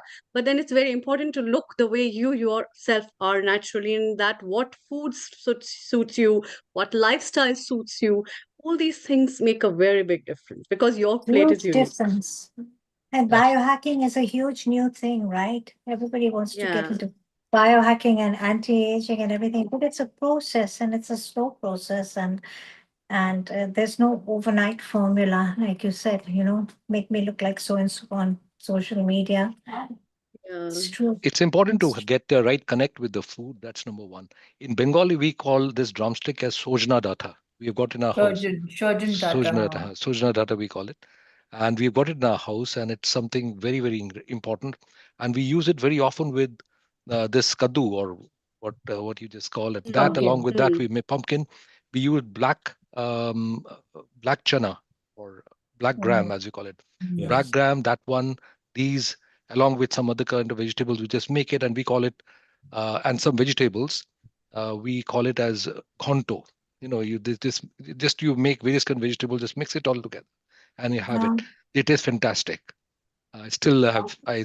They make it even in the Durga Puja anyway. Here in UK Yeah. also, we make it in our puja's time. We will make it in the last day in particular. So Shuk must be very Mangal. tasty. let's go around the screen and let's actually name 10 foods or ingredients or method that daily, if people had limited choice, then what is the 10 best habits or foods to eat? I'll start you off. I think warm water daily, first thing when you wake up, or water with slices of cucumber in it, or a pinch of methi seeds and soaked overnight with a couple of black peppers could help you. Happiness, looking into the sun, apple, kiwi, and orange, and broccoli or Brussels sprouts or spinach should be part of your daily consumption, at least, then you should see lots of difference. Over to you, Anjali. Be specific. Only 10 limited foods that one should eat. I'll go with tulsi water because I have pots of tulsi early in the morning, and I also add little bit of jeera and ajwain. Ajwain is bishop's weed, and raw haldi. Raw some days, not every day I do it. And I also have neem plant, so neem leaf stew. So once in a while, it's not like a daily thing, but I do have soups and I have lobia, rajma, chana. Sometimes that's a breakfast meal also, and definitely do lot of cucumbers, apple every day, and if not, at least a pomegranate once in a week or twice in a week, or some days kiwi. Now I have had an ankle injury. Pineapple is my best friend. So pineapple has bromonail. It's really helping me ease off the pain. I don't do medicines. The other day I called Dr. Amrita, please give me something, healthy, wealthy way to reduce my pain. I know my pain management, but you also tell me. So pineapple is best thing I feel. And I do also do little bit of red rice and millets also I do. And Loki, I love Loki a lot. You give me Loki all 3 times, I can eat it. So it's that, and it's very detoxifying, I feel, the Loki. Just if you've had a lot of food outside, or you've met people and had a grand feast, you have Loki soup, it just detoxes, I feel, at the end of the day. That's the only thing I need. Uh, that's about it. Thank you, Dr. Neil. Well, you mentioned neem, tulsi, and Ajwain. Loki. Ajwain. Ajwain is available in most of the country because they come in a packs, right? The other things like tulsi and neem is not readily available in every country. And I was trying to get to a point where what is readily available, apples and oranges are readily available. Turmeric is one that you mentioned, and not every day because it's got curcumin, so some people actually do react to it. You've got a knee pain, so immediately you must cut off complete sodium in your diet for a while, okay? Because if it starts retaining water and builds up on the knee, that doesn't help at all. Of course, you have not been inspected, so it's difficult to do. As you see, you need to see. You've seen your doctor Amrita there, so she has had a chat to you. So remove sodium. Being a woman, of course, women should avoid a lot of sodium consumption, but then you can't ignore it. You need to take it in some form as well. Then you will get low blood pressures and things like that. So wonderful. Tulsi, I think, is a very common that people like wanting to put in the water. Anukul, your favorite 10 readily available habits, ingredients, food, or spices that wouldn't cause convenience. You don't have to run out and buy every day. It's already there as a part of your ingredient. Over to you, Anukul. Yes, at home, what I normally like to have in the morning is what do you call? We use chirata, chirata leaf, and the stems, which we keep overnight, and then have it in the morning. But how What is often do chirata? uh, it is a plant which has got a stem, and it's very, very bitter. But it's very bitter, and it's very often used in our system. When we studied pharmacology, it has actually been used for as an appetizer, interestingly. Yeah. But it's basically anti-diabetic, so called. And Mm. I don't, of course, I'm not having diabetes, so I'm not really bothered. But it is a food that was essential in our at essentially at home. My mother and father made sure that we had a chirata at least once a week. But I can assure you, I used to be closing my nose and tried every attempt not to take it. But now I take it. That's Mm. number one. Number two, Yes. soup of any sort. Soup of any sort. Simple dal soup is good enough for me at any time. I'm happy with any soup anytime because it compensates. I don't have to drink normal water. I just take normal soup. That's good enough. Any kind of type of vegetable. Tulsi, yes, fantastic. I like to hear, but tulsi we don't get so very often over here. So I think these are the main thing that I have. But the what do you call the sprouts that you're talking of is something that I really enjoy, and I have it with the typical palm palm Mhm. jaggery. That's usually I take it slightly. So I just mix it with a bit of palm jaggery and bit of lemon, and that's what I like most. And that's what I do. But otherwise, they're possibly once in a day, but I never have more than one meal in a day normally. But very rarely do I have twice. Jaggery as well. Amrita, what are your Ginger. favorite readily available foods that you know one doesn't have to struggle to go and find and look and is readily available? Yeah, so if you talk about the spices in terms of coriander, in terms of cinnamon, in terms of CCFT, which we were talking about, which is coriander, cumin, and fennel tea, or we talk about lemongrass, or we talk about rosemary. These kind of decoctions are always healthy that you can take off and on. Where people get addicted with teas and coffees, I would not deny tea is bad, but limitations of coffee is important. And in that case, you can always substitute them with some healthy drinks that you can add up in the whole day of yours, which will help you giving hydration, which will help you giving a wellness harness and from form of aromas in the form of some herb volatile oils that will keep you away from the cold, cough, flus, fever, and the seasonal changes that comes, as well as certain things like mint everybody has at home. You can sometimes also mix aloe vera gel and have a little bit with some honey. That will also be very beneficial. So these kind of small things and mixing up with some almond milk that you prepare or the coconut milk, as you said, all these things are very beneficial on day-to-day basis that you can take in. People, most of the time I see if people avoid drinking water, and hydration becomes also a big problem because that is the basis. And in that way, these kind of soups, taking herbal decoctions, are one of the very beneficial stuff for every age. If you see children, they avoid drinking water.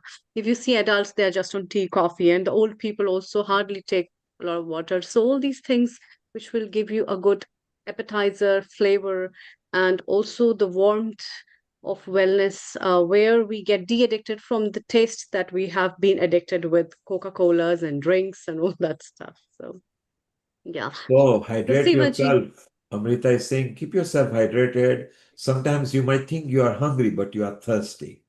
And yes. therefore, when you think you are hungry and overeat, instead of drinking a glass of water, which is the best juice, the best alcohol, the best drink, the best milkshake in the world is water. And we can't live without water because 60, 70 to 80% of our body, depending on our composition, is made up of water. Seema, quickly, Asmita is ready now and she's going to show us mutias, Okay. your favorite foods. Berries, raspberries, strawberries, blackberries, blueberries, pomegranates, avocados, chia, flax, um, sesame seeds, CCFT, khichdi, just like you said, going outdoor in sunshine for me. Sudarshan Kriya, a must, non-negotiable every day. Lots of high fiber foods, bajra, jowar, ragi. Lots of ragi because it's very high in calcium and I'm over 50. And yeah, and all the Ayurvedic spices and ginger. Lots of ginger to eliminate ama, accumulated toxins that live in our shrotras in our system, along with fresh turmeric and her husband, black pepper. And I leave it at that. And I'm just going to say thank you all very much for today. I'm looking Lovely. forward to Hasmita's lovely recipe today. Say hello to Asmita. Let's say hello to her. Asmita, your the camera that you are facing, the ingredient camera is landscape, which is beautiful. the one that you are facing is still portrait. If you could make it like others landscape. I can't change it. I've tried. Let me try it another It way. seems like a mob. Yes, perfect. Don't touch it now. You've done it. You were Okay. just waiting for Neil Kumar to tell you so you could To tell tell it. me. Global Namaste, Hasmita. Let me just say why Hasmita is doing Muthia. Last Saturday, some of us friends got together, and one friend who doesn't like even discussing Muthia was not told what it was, and he had the whole lot of it. And then we told him it was Muthia you ate, and those muthias were made by Hasmita. So they were so beautiful. So global namaste to you, Hasmita, and of course you Global become namaste. regular in the kitchen episode. How are you? I'm good. Global Namaste to everybody, and thank you, Neil. And I hope you're all well. It's been wonderful listening to all your thoughts and I suppose inspiration. And Seema, as usual, wonderful dish and very Thank you. inspiring. So, as Thank Neil has you. said, my recipe for today has been inspired by Neil enjoying Gujarati muthias. And the theme for today is vegan and vegetarian. So one of the things I think is good about the muthias is that you can actually it's quite versatile. You can put various other ingredients that you want. So I'm going to go through and show you the standard basic one. I'll follow the recipe later on. But muthia is a Gujarati recipe which is steamed. We call them dumplings, and the ingredients that we use is what we call is gram flour, which is besan. I'll follow you through. I'll put the ingredients in shortly, and then we call this dudi, which is also a very good vegetable. So and cabbage, shredded cabbage. I'm going to put some methi in, some coriander, some semolina, and you can use bajra for this recipe also. You can use wheat flour, but I actually use cassava flour. Some people can't eat wheat, so this is a good substitute. It's very good in terms of fiber, protein, and also you can add other flours that you choose. So I'm going to start with putting the ludi into the bowl. What I have done is I've shredded the ludi, and what I've done is I've drained the water out of it. And the reason we do that is when we actually steam the muthias, they don't become saturated with water because the ingredients that we use do have water in all of them. So cabbage also. So I've got 2 cups of the ludi. I've got one cup of the cabbage, and I've got methi. I think we've talked about all these ingredients this afternoon. You can add carrots, you can add, some people do put onions in. I'm going to add coriander and ginger, garlic, and chilies. So I'm adding to this. Can you push the main plate slightly away from you? Yeah, bit more. There you go. Yes, it's Is that more better? central now. Yes, brilliant. And so I noticed cassava flour. So for those people who don't know, it's a luxury family of tuber. It's more premium than a potato, but has got more good value. And if you were from born in Africa particularly, or sub-African continent, cassava is what we used to eat almost daily. There you go. Thank you. Sabudana is also made out of that, by the way. Your favorite sabudana? Sabudana, yes. Yes. Yes. And Seema, I've got my gloves on. There you go, my hygiene. Right, so and then to this I'm going to add some salt. We've covered these ingredients actually, a lot of these herbs and spices that we've covered. Salt, bicarbonate of soda, and I'm going to put citric acid in.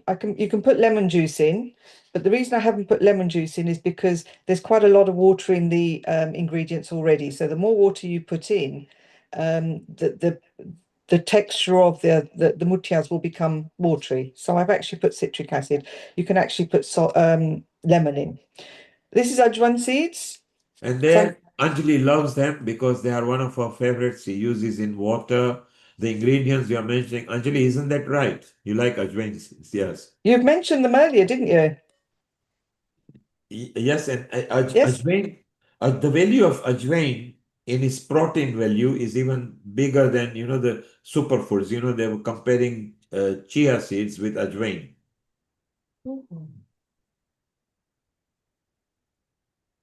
And then I'm going to put some grounded jeera also. So the ajwain, what I've done is I've grinded them slightly, so they're not so coarse. Going to mix this together. Just one question I want to ask. In place of citric acid, is there any chance we can use imli, that is tamarind? Yes, you can. I've actually never used it, but yes, you can. You can also use yogurt as well. Right. So, and the reason, yes, you can use amli, but yeah, I've used you can use yogurt, sorry. But if you want to have it as a vegan dish, then you take the dairy out. But Why did you add ajwain seeds? because it's Easy to flavor, digest. the flavor, the digestion. I think ajwain is very good when you also when you have So I'm looking at the Indian mindset here. It's a new series, and it's comparing chia seeds, which is classified as a superfood. Then he's laughing and says ajwain seeds are really superfood because they are 0% fat, wherein chia are 30 grams per 100 gram. And then it comes to protein, and it's better than chia because chia is 16 grams as opposed to 23. Then it comes to fiber, again, it's 47 grams on ajwain. And it comes to iron, it's 16 micrograms. So oh wow. ajwain seed beats chia seeds quite well. But more than anything, it's also very anti-inflammatory. It's got lots of other positive events. Absolutely. It's good for digestion, and I think that's one of the things that Very good during the winter months for cough and cold also. Sinuses gets cleared off. What is ajwain in Hindi? Ajwain only. Ajwain, yes. Acha, so that is Ajwain. Hindi name. Then in English, what is his name? Bishop sweet. Bishop sweet, they call it. So there you are, those who are listening and they are not of an Indian origin. We do translate for you because you are from different countries connected to us. I can already see Muthya coming along over here, Smita. Can you see the texture? And now I'm going Yes, to add yes. now I'm going to add the besan. So what Now, is how healthy is kasuri? this dish, Hmm? Smita? How healthy is it? It's very healthy because you've got the got the vegetables, you've got the healthy ingredients, and not having the fat content, and you're steaming them. I'm actually going to put, this is a tablespoon of oil, so you can use sunflower oil. So again, you can use the healthy oils. Is sunflower oil healthy? Sunflower oil is healthy and it's good for the heart, isn't it? So I use sunflower oil. Would you use hing in that? Hing. Hing, I don't actually put hing in this, but when I'm going to show you how we can temper the mutias once they're steamed, and in that I will put the hing. Okay, And so because I put bicarbonate of soda in here, that's why I do not put the hing in. I can see. So as you can see, the texture is now binding together. So it's turning into a meal now, sort of, when it Yes. is there is no liquid, it's fairly dry. Yes. And I'm going to put you will have to be a bit flexible with adding the flour, because depending on the water content in the vegetables that you put in will really measure how much flour you need to put in. If you put too much flour in, then it'll be too hard. You don't want it watery. So this is now coming together. So I find steamed muthia are exotic version of steamed idli, which is a different ingredient. but one has got different crunch to the other. One is completely rice-based or besan-based, and this is different, isn't it? Yes. So Italy is, yes, absolutely rice-based, and this is besan-based. Anjali, do you make muthias or any form like this, or do you call it different, or do you still call it No, muthias? no. Muthias only, and I do make it with bottle gourd and little bit of methi, and I put sesame seeds as seasoning on the top, like Yes. white sesame seeds and little flax seeds also I added a little bit. And that So was I, one way of getting children eating the seeds, wasn't it? Long way back. Yeah. Our parents used to feed us somehow with. So how did you learn? Did you have Gujarati friends who taught you muthia, or where did you pick it from? Yeah, a lot of Gujarati from like aunties used to get these for me in London. So Ah, I got used to eating it and London then I started making influence. it. Yes, because London was full of East Africans here. Seema, you like muthias as well, don't you, Seema? I do actually, and I'm watching Hasmita's wonderful recipe, and I'm remembering my mum's very close friend today. She used to make mutia with leftover rice also. Exactly. yes, you Oh, can Nothing put is. leftover rice in. Absolutely, Yes, yes. Bhat mutia, bhat mutia. yes, Atmuti. yes. And then she would actually pan fry it and with a vagar, tempering of Vagar, sesame yeah, seeds temper. and curry leaves and everything. Absolutely delicious. We used to love it. I can So when see. I grew up eating that kind. I mean, I grew up eating this kind of food my whole life. So, so yeah. So now it's ready. Yes. So I'm going to now, on the side here, I've got a pan, if you can see here, which has got water and a tray, and I've actually put water in the bottom, and you start warming it up before you actually put the mutia in for steaming.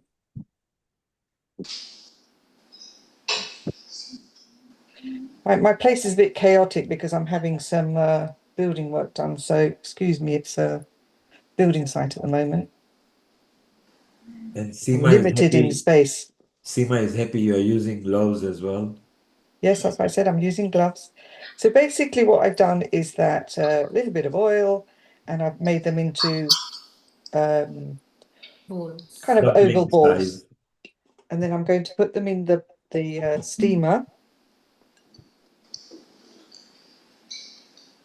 And use a little bit of oil. Use as much as of oil you think you need, Yes. but not too much, obviously. And why is the oil used so this gently simmers and cooks, or it just doesn't stick It in? doesn't stick. So Aha. in the pan, Okay. you put some oil at the bottom, Yes. so that it doesn't stick. So this part of it is just so that it doesn't stick, and they're easy to roll.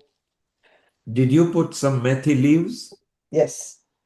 We can see. I did the methi, I did coriander, cabbage, and dudi.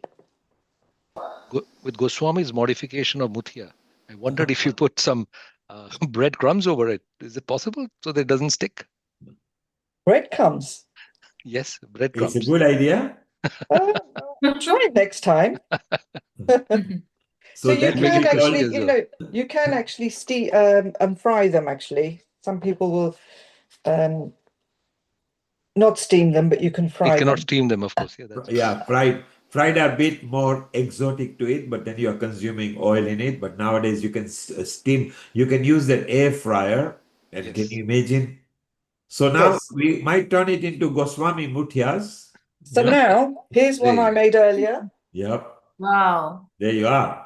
So Oh. So yum. this is how, once you steam them for 25 minutes, 25 minutes, this is how they will appear. And what I'm going to do is I'm going to cut them into slices. I made a little round one because this is just to show you that you can actually make them round. You don't have to do them in a specific shape. It's your choice. You Seema, know, does this remind you of Africa? absolutely. I'm remembering my late aunt now. You know, I told her she'd make bath mutia, but she would also make these kinds of mutias. And she would just take a little bit of oil and add in some mustard seeds and asafoetida and curry leaves and freshly ground tomatoes, dana jeera powder, haldi, red chili powder. Just make a vagar, and add in all kinds of vegetables like tori and she'd soak her cashew nuts and put them in, and she would add the mutia and make it a whole mixed vegetable. Look at the It's color. interesting you talk about tomatoes. So if you can see the texture, Yeah, bring it to the camera. Asmita, bring it right next to the camera. With the More tomatoes, it towards gets right. really Yeah. soft, Look at it. Look at oh, it. I mean, this is beautiful. Wow. it's lovely. Anakul is wondering that. Can I Content. get the I'm move I'm on? just And wondering, how does it puff up so much? How is that? so How I does think it get because aerated like that? Baking soda. the It's not bicarbonate bicarbonate of Yes, soda. yes, the that's right. bicarbonate, That's right. but also with the dudi and the cabbage, it does soften it, and the texture does aerate, so it's quite good. It I fluffs would up. put some tamarind sauce over it and just have it. Oh, yeah. Well, actually, if you want the healthy version of it, what you could do is just put it in a bowl, put some olive oil, put whatever you want, chutneys. I do have some chutney here, so you can have it just with chutney and some oil. Oops, I've just topped it. Or I'm going to show you how you can temper it as well. Even without anything, it's so delicious because in itself has got intrinsic taste in it. Yes. So it's very tasty to have. The healthy part of it is you don't have to temper it. You can have it with a little bit of olive oil, and as you said, with some tamarind, with some chutneys, whatever you feel comfortable with. You mentioned earlier about the sesame seeds and the hing, so I'm going to show you how we can actually temper them. And so I'll just show you in 2 minutes how you do that. So I make mutia similar to yours, but I've never put cabbage in it. This is wonderful. You can put any ingredient that can be Any ingredient. sliced into or grated into. And this was a healthy, another way of our mothers feeding us dudi, particularly for that. And it wasn't just so no leftover rice is ever destroyed in Africa. It's either made into a spicy rice or mutias. And those our parents and our grandparents were so clever. They never wasted any bit of food. Absolutely. no, Yeah. there was always something you could do with it. It's amazing. I mean, we need to learn from them. The Another thing rice that I would pudding. use is possibly what do you call capsicum? Not capsicum, sorry.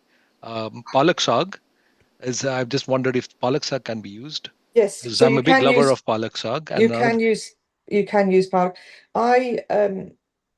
If you notice, I haven't put a lot of the methi in because methi can sometimes be bitter. bitter, yeah. So spinach is the palak is a good option also. Some people put carrots in. You can put whatever you want in actually. Beetroot. Actually, you can put beetroot in. Yes, you can put any vegetable. It's a very versatile kind of recipe. You can put whatever you want. Even the flours that you use, you can actually mix and match. You can use bajra, you can use wheat. I've used cassava. So whatever flour that you can experiment actually also. So that's one of the good things about this. Sorry, I didn't mean to interrupt you, but you've used only cassava flour here? No, I've used cassava, I've used semolina, and I've used besan, gram flour. So I've used three. Yummy. Yes. Very And you yummy. can This was so yummy that last weekend she had made a starters for a whole party, but we had enough food. Then on a Saturday we discovered this. So us men got together and we just coughed it all up. It looks really yum. So I'm just going to show you what I'm going to do is I've warmed some, well, I've heated the oil up. So I'm going to put some mustard seeds in. And sesame seeds. Oh, yummy, yummy. And then some curry leaves. Curry leaves, sesame seeds, these are all healthy. So for those who are Gujarati, this is the vagar she is making. Okay. And this is fresh coconut. And for those who are in Hindi understanding, this is tadka she is making just for it. And Anakol, this is where the hing and things can come, and she's making it so exciting. This is where this is where the actual mix. What's that white thing that you put? What's that white thing? Coconut. Coconut, right? Yes. Yes, I put coconut in. Yeah. The grated coconuts, or they are the moist coconuts? Fresh coconuts. shredded coconut, yes.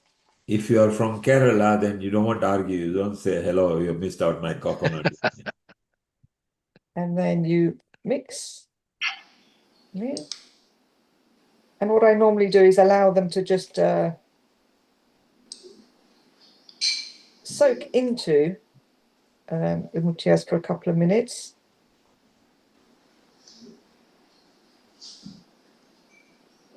And I'm just going to put them back on the stove with the lid on. And then I'll just get a bowl. So you can see they become like fairly solid, easy to slice. And this is also easy gut friendly when it's consumed. There you are, look, they're already sprinkled up with there. So rather than frying, this is a tadka added without frying. Yes. And there you go. Yes, there you bring it more right. More Like right. a one pot Yes. meal. Perfect. Look at that. There's Very only yummy. a small distance between that plate and my mouth. That's what I Yeah. It's ready. Very small There you distance. go. And it's very quick. It doesn't take long actually. So steaming is 20 minutes, and to mix it, it's very quick. So if you have Neil coming around the corner and he's giving you 10 minutes notice, then you know what to prepare. You can make it There you faster. go. Neil for you today. Yep. And everybody else, please do come and join. And I've got coriander chutney to go Well, with it. I Anjali, don't you're have the not tamarind. Anjali, you're not very far. Assuming you were working at the Northwick Park Hospital, then you would have been Oh, near us, wouldn't you? yeah. There you go. Come along. But she's in India, in Hyderabad. But India. she studied, part of her study took place here in Northwick Park. And Seema, after your soup, can you imagine having this? I mean, the meal goes hand in hand. I'm in food coma right now, just looking I at all. know. And it's healthy actually, And isn't I it? love Yeah. mutia. And we can Anakul, carry it in the box also, right? Easy to carry. It is Yes. easy to carry, and you can eat them cold also, so you don't need to heat them up. You can make them and then take them for a picnic, take them traveling, and because they don't have any dairy in it, so you can store it as well, so it will last for a good few days.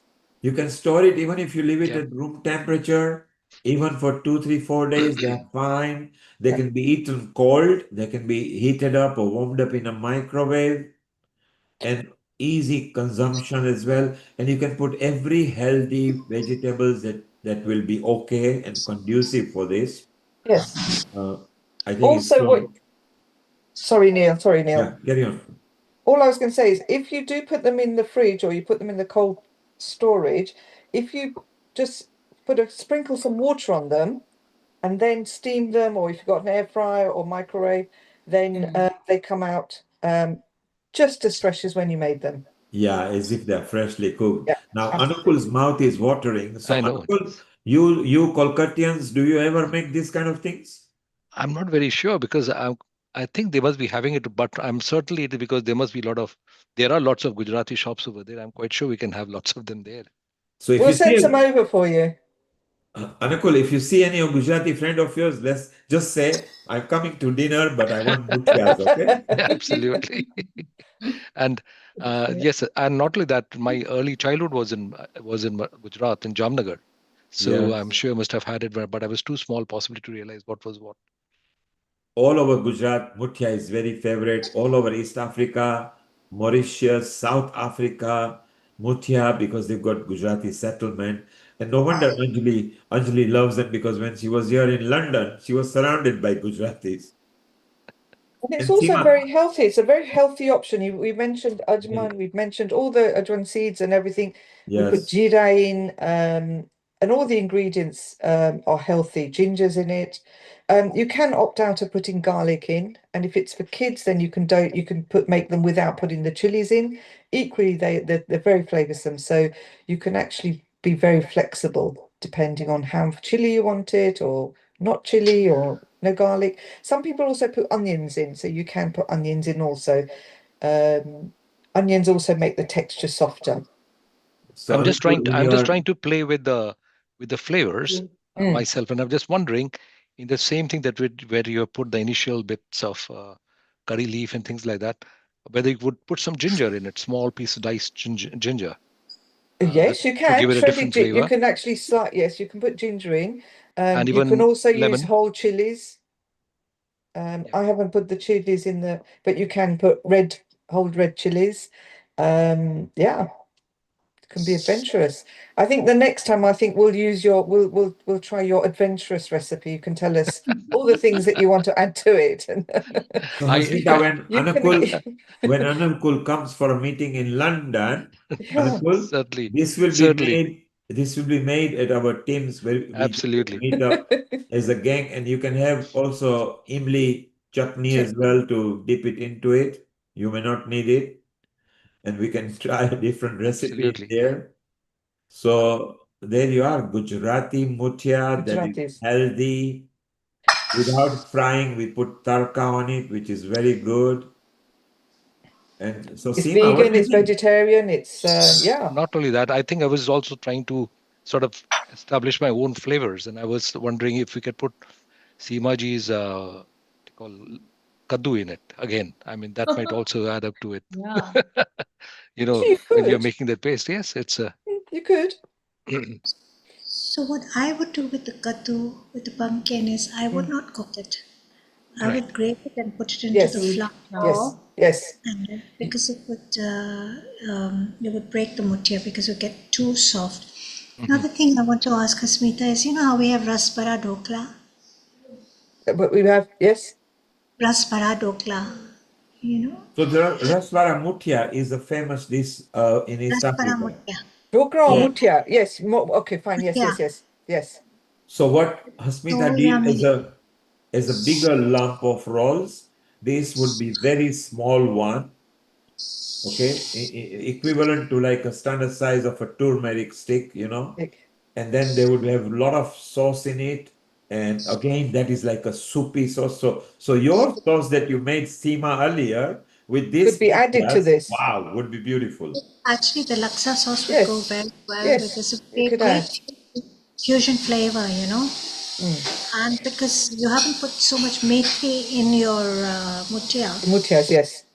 so it wouldn't overpower the dish because the methi would alternate the flavor slightly. Yes. But I think that would go really well.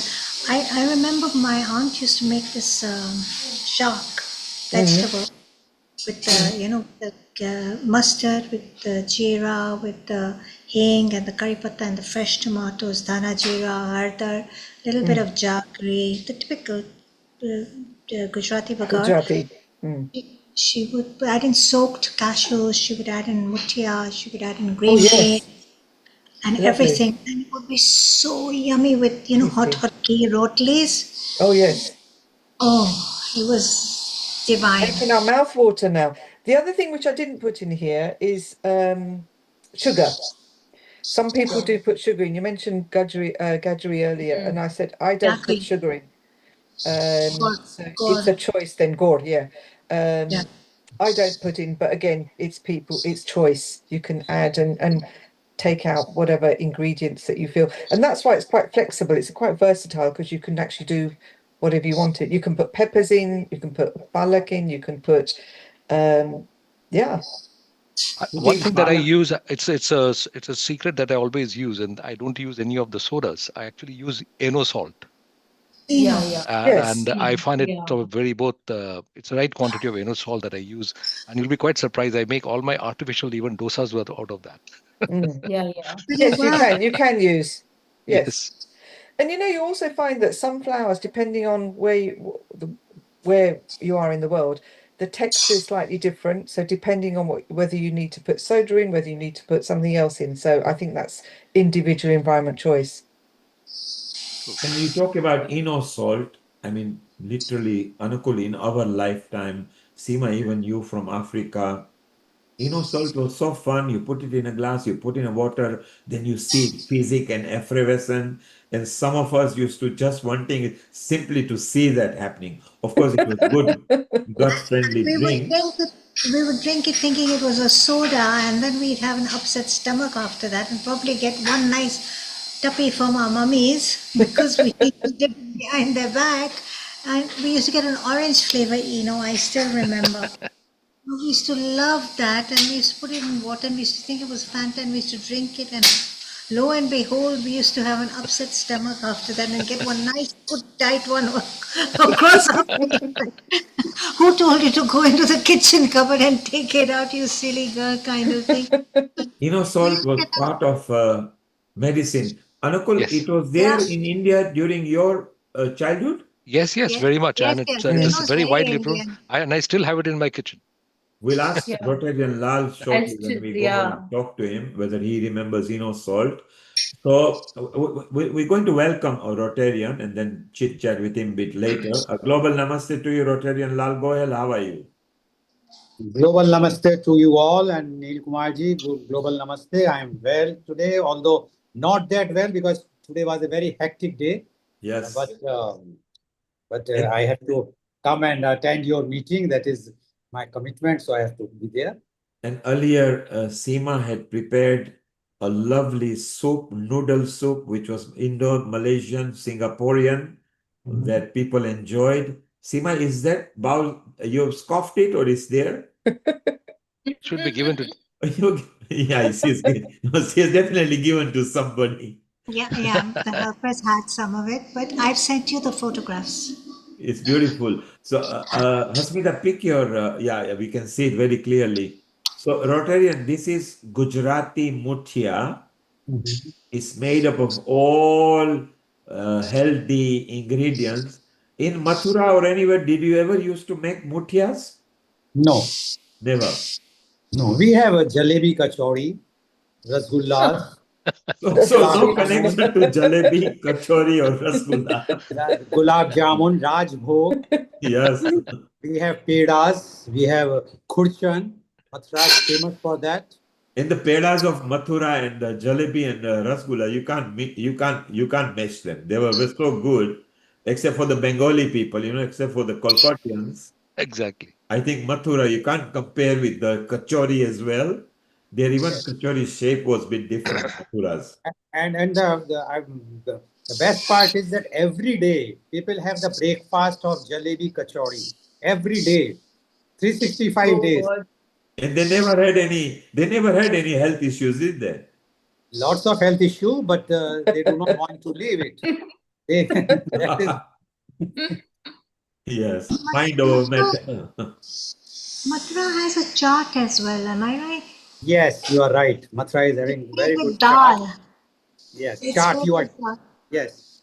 So please visit Mathura. Whosoever wants to visit, all of you, I am giving a open invitation. Please do come. I have a home there, so you can be my guest, and then you can enjoy real Mathura because Mathura is nowadays otherwise very difficult to go for darshan there. It's too crowded because of religion tourism, which has now developed in India in a very big scale. So every day it's lakhs and lakhs of tourists are there. So please visit and we will organize everything for you people. And Rotarian has got almost every state, he has got a friend in a right position, and he has also got a resort over there. At some point, we should have a. Anukul, you are going to meet him anyway this time when you go to India. Yes, I will. And I think Sudhir was introduced by you, wasn't it, Rotarian Lal Gohil, to Healing Our Heart? Sudhir Sharan, yes, I have. Yes. And Yeah, I he's introduced. he's regular. He's almost in every episode now, and he's in talk with Anakul and Amrita. So they Yeah. are going to connect you shortly within a couple of months with a curriculum and everything. So Anakul, say hello to Rotarian because he's the one you are going to meet up there. Yes, absolutely. I mean, I was just wondering that if he's not feeling well, he should have been having Seemaji's soup. Soup. She would have No, he no, would have he's really always recovered. feeling well. There is never, he's And not. I must Dr. caution. Anukul, where you are coming to Mumbai any chance or going towards north? I'll plan to go towards northeast. I mean, to Kolkata first. Then I would Okay. plan to go to Banaras, and maybe I'll come down to Mathura. But I'll be Please, also going to Delhi and all. so whenever you are coming, just let me know. We will organize Sure. everything for you. So And you are But coming again, alone or with your better half? yeah, absolutely. And I will be particularly. You have to give caution all the people over there who make jalebis, because I'll finish all of them. I can No, no guarantee. issues. Mathura has got enough jalebis. Yes, Every, yes, yes. Wow. Don't worry. every area has got enough jalebis there. So Anukul, Rotarian Lal Goyal is the founder and a charter lead for the organ donation I know. for Rotary. But apart from that, he is also very much completely into organ donation. So shortly, he is going to discuss about diet or a food which is organ friendly. And Rotarian Lal Goyal, Anukul is a very senior, basically retired from practicing surgeries, but orthopedic surgeon here in United Kingdom. He still now advises compliance and legal requirements, but is very staunch follower of the Indian Sanatan way of life and Indian knowledge system for what he's going to talk. And Anukul, Rotarian Lal Goyal is also some of his friends. They still practice even the mantras and pravachans and Ramayana and Gita following and everything. So that's why Sudhir and I were very insisting that you meet up as well, because in person, and he comes to London as well. So again, that's good for us. So it's nice that both of you are over here. So Rotarian, let's Mathura is particularly start. important for me because, sorry, I just need to. Yeah. Mathura is particularly important for me because, again, it is what do you call? We are from Jiva Goswami's clan, our family, and it's one place where I'd been in contact with the chief Swami from there, who came over here asking what we should be following in our systems. Although Puri is our main place of activities, but Mathura is another place where Krishna consciousness has really emerged from. We're a big follower of that. Because Mathura, Yes, Krishna born in Mathura exactly, only. exactly. Yeah. So it will be a beautiful connection. And Rotarian is not just very versatile about Mathura, Vrindavan, Mumbai, Delhi. You go any part, because he goes and gives as a visiting faculty. He particularly takes care of anything to do with organ donation in society, organ donations with the gender bias, organ donation compliance. Compliance is the bit that Anukul, you too will love talking. You Yes. may be able to share some British style of how you plan and things which will help Rotarian there. It's one of the aspect that he's planning. He had a couple of nice lawyer friend in Ahmedabad who was helping him as well for that. So it'll be beautiful.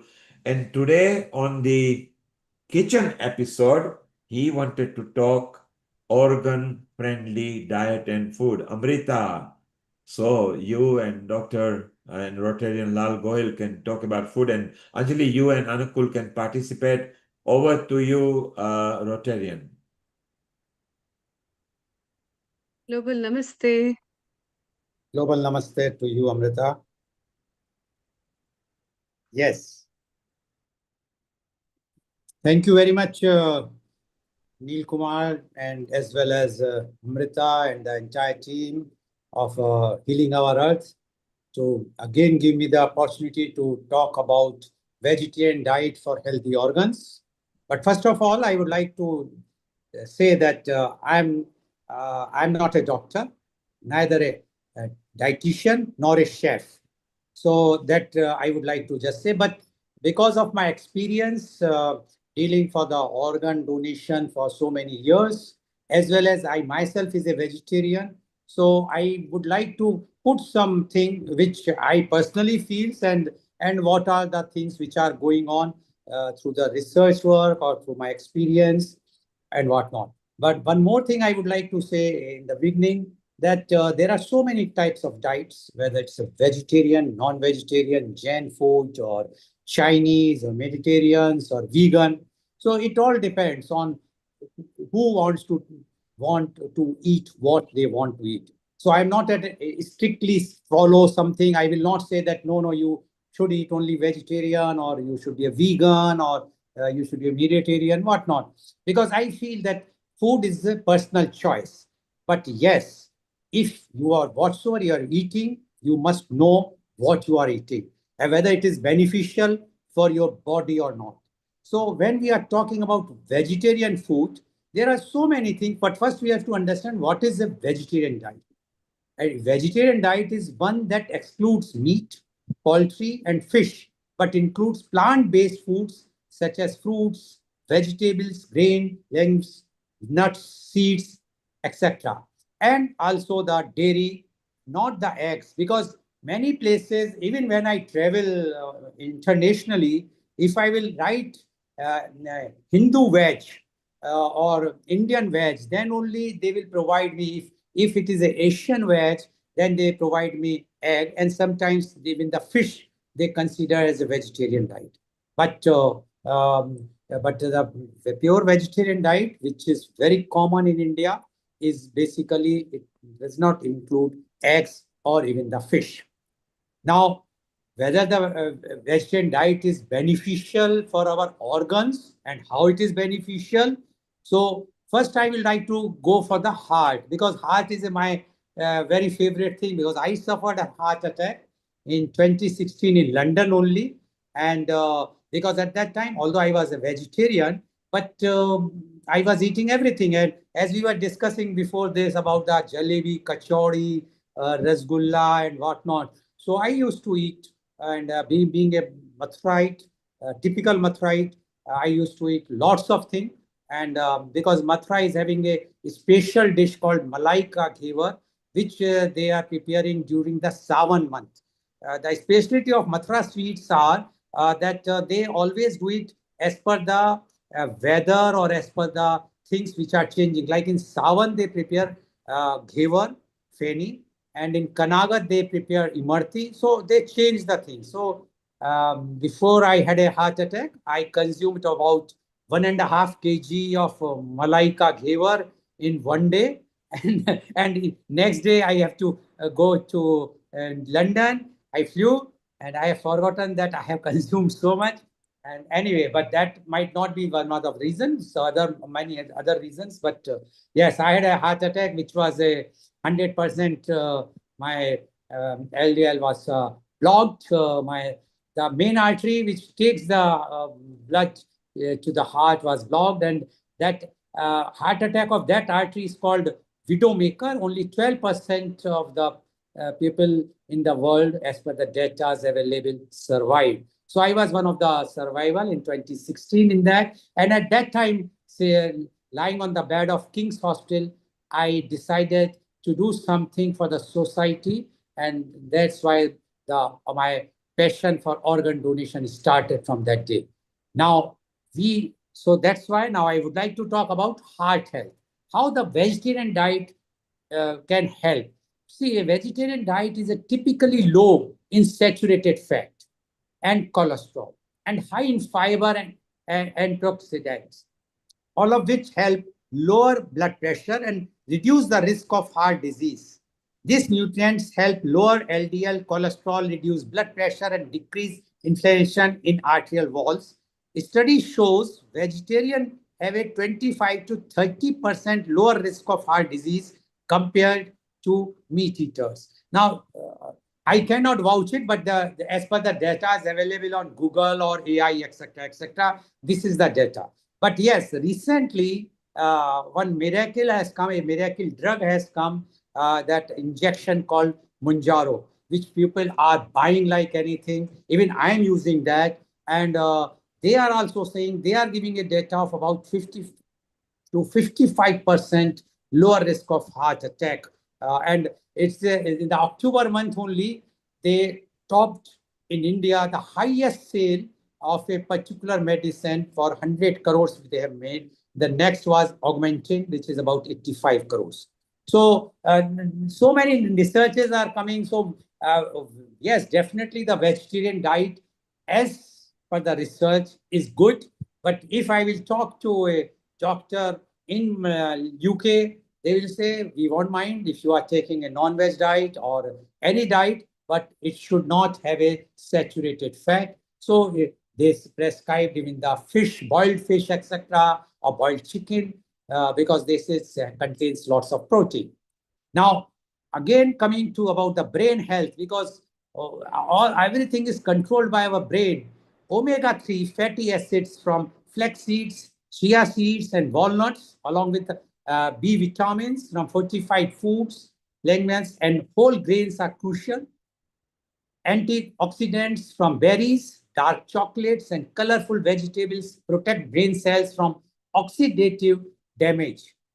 DHA supplements from algae can also support cognitive function. So this is as far as the vegetarian diet is concerned. But again, I read somewhere that chia seeds is not good for a patient who already suffered with a heart attack. I cannot vouch for it, but it is there in the AI or the Google. So again, I am saying whatsoever I am talking, please consult your doctor and your dietitian before following anything, because I'm not a doctor and not a dietitian or nor a fat, nor a chef. Now, how does a vegetarian diet impact cholesterol? As I told you, plant-based diets are known to lower LDL, the bad cholesterol, and total cholesterol level due to reduced animal fat intake and increased soluble fiber from foods like oats and beans. So, and that is one of the main factor of a heart attack, where the cholesterol level goes up and the artery start having deposits, and then the heart attack can come. So that is one of the feature of the vegetarian diet. Now, when we talk about lungs, now again, how does a plant-based diet protect the lungs? Now, plant-based diets high in antioxidants, particularly vitamin C and E, beta carotene, and flavonoids, protect lung tissues from oxidative damage and inflammation. Foods like berries, citrus fruits, tomatoes, and leafy greens have been associated with better lung function and reduced risk of respiratory disease. So this is one of the reasons that the lungs can be protected, because we require such type of diets for the healthy lungs. Now, when we talk about liver, now vegetarian diets rich in cruciferous vegetables, broccoli, Brussels sprouts, cabbage, garlic, beets, and leafy greens support liver detoxification pathways. These foods contain compounds that enhance the liver ability to process and eliminate toxins, while their high fiber content aids in toxin removal through the digestive system. Now, here again, I will say, because nowadays WhatsApp universities, as you all know, is very active. And there are coming that please drink in the morning, take these things. Please put 1 spoon of turmeric every day in the water and take it empty stomach.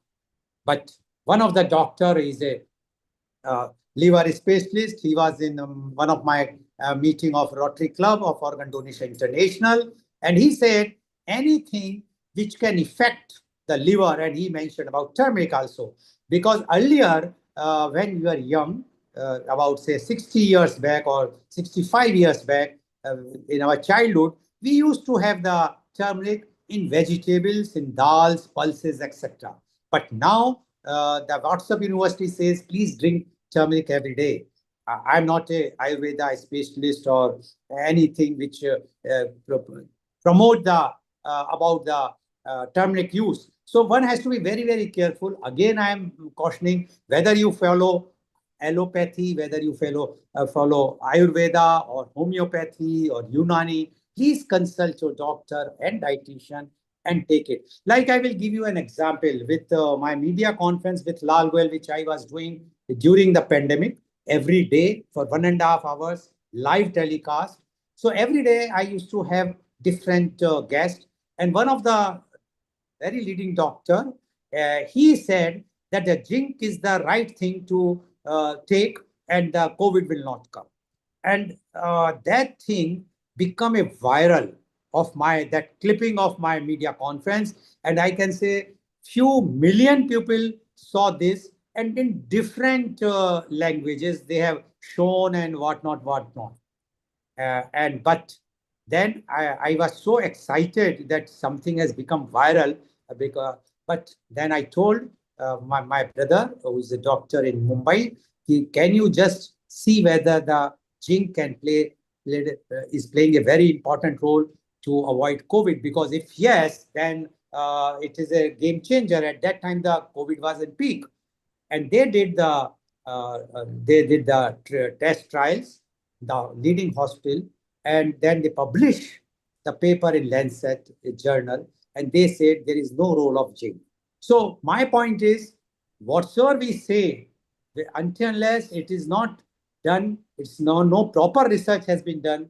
Please don't follow the things which your doctor, to whom you have faith, or your dietitian says. Now, when we talk about the say that how can vegetarians maintain healthy muscles and organ functions without meat? Because everybody knows that muscles require proteins, and adequate proteins comes basically from the animals, whether it's a fish or chicken or whatnot, but or the egg. But by consuming adequate proteins from plant sources such as lentils, beans, tofu, tempeh, quinoa, nuts, and seeds, one can have proteins.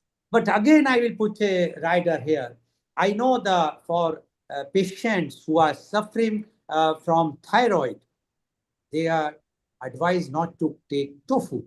So something is good for somebody, but it cannot be good for everybody. So one has to be very cautious. But yes, as a vegetarian, and I have no thyroid thing, so I was taking tofu for last many years, and I'm very happy with that.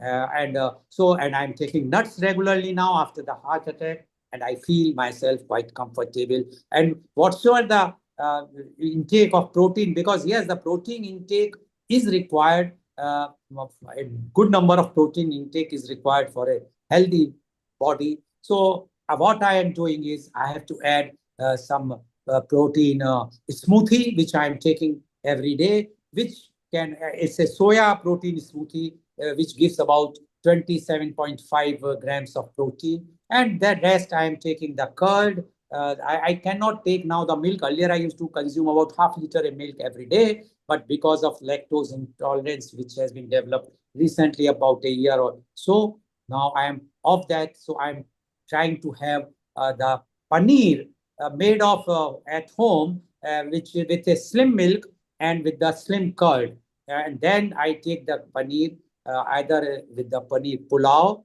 or with the paneer paratha without oil or without ghee. And I am maintaining my weight and maintaining my protein intake also. So this is a very important thing one has to understand. And then their question comes, what role does fiber play in organ health? Because we know that the fiber is something which is a very integral part of a vegetarian diet. So fiber supports gut health, regulates blood sugar, lowers cholesterol, and help detoxity it detoxify the body, benefits the heart, liver, and digestive organs. So organs like heart and liver, and once your gut's health is good, it also give a relief to all other organs, because that is very important. And everybody knows the fiber plays a very important role. Now, again, a question comes, can a vegetarian diet prevent kidney disease? Yes, study shows that plant-based diets may reduce the risk of kidney diseases by lowering blood pressure and improving blood sugar control. Leafy greens, berries, apples, cauliflower, and whole grains support kidney function. These foods are lower in phosphorus and potassium when needed for kidney disease, while providing antioxidants that reduce oxidative stress. However, those with kidney disease should monitor potassium intake and consult healthcare provider, doctor, about specific dietary needs. So again, I'm giving this caveat that please consult your doctor. But yes, if you are following a vegetarian diet, there are lots of things in vegetarian. Now, millet, because as Mr. Neil Kumar mentioned, that I have a resort in Mangalore. There, there's a belt which is having very millet growing area. And millet is very good, like quinoa is good. Similarly, the millet is very good. So we can have all those things in vegetarian diets, which we can have. Now, vitamins. Now, the question about the vitamins, because vitamins are essential for organ repairs and maintenance in vegetarians, whether it is there or not. So, vitamin A, C, E, and B complex, especially B12, help repair tissues, support immune function, and maintain energy metabolism for organ health, which are available. Plenty of them are available in a vegetarian diet, we all know. Now, how does a vegetarian diet affect the digestive system? Because it improves digestion due to high fiber intake, which promotes regular bowel movements and supports healthy gut bacteria. And once our gut system is good, digestion is good, all our organs functions very well. What are good vegetarian sources of iron for healthy blood and organs? Now we all know spinach, lentils, chickpeas, tofu, quinoa, pumpkin seeds are excellent sources. Pair them with vitamin C rich food to enhance absorption. We can also have beetroots. Here also one thing which I would like to mention, that nowadays in India it has started, I don't know about the other countries, that we are growing the vegetable on hydroponics. Now, hydroponics is a new technology where the vegetables are not grown on the earth. What they are doing is they are putting in on a height, and they are just putting the artificial chemicals in that, in the roots of that, and they are not seeding it inside the rope in the earth. But the problem with that is that we are losing the vitamins, we are losing the minerals. Even for the beetroot, which we are growing by that, we don't have iron. So one has to be very, very careful when you are purchasing from the mall or even you are ordering online. Please see to it. It should not be hydroponic. If it is, you have to talk to your doctor whether it is good for you or not. Because if it is not, then please don't go for that particular thing. Although it looks very good, it's neat and clean, and people would like to buy. Even I was buying initially, but then I was told that please don't go for this. It is not good for the health. So I have changed that thing. So this is one more thing which I want to tell you. Now, about the immune organ health, like spleen, thymus, etc. How vegetarian diet will support, because it provides antioxidants and neuronutrients and strengthen immune cells and reduce inflammation. And that's why our immune organ health will be far better than sometimes far better than other people who are eating meat, etc. Now, when we talk about oxidative stress in organs, whether the plants food can protect there or not, yes, berries, green leafy vegetables, nuts, seeds, and green tea are rich in antioxidants that protect organs from damage. So we have so many things in vegetarian. It is not like this that if I'm a vegetarian, my health will not be as good as a meat eater or somebody who's a Mediterranean or a Chinese food eater or something. No, I am as good as others, rather sometimes better also. So that is one. And one more thing which has always been asked, how can vegetarians get enough calcium for bone and organ health? So fortified plant milks, tofus, almonds, sesame seeds, kale, and broccoli.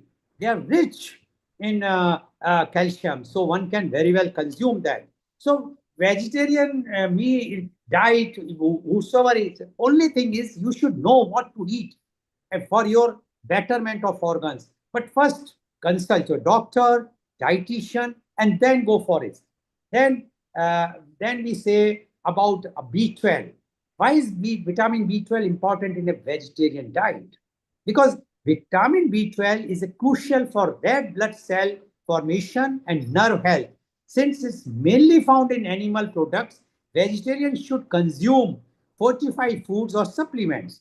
So one has to go, because we have to understand there are something that we can't have everything. So we have to take supplements, some vitamin B12, like I am taking Centrum, one tablet a day.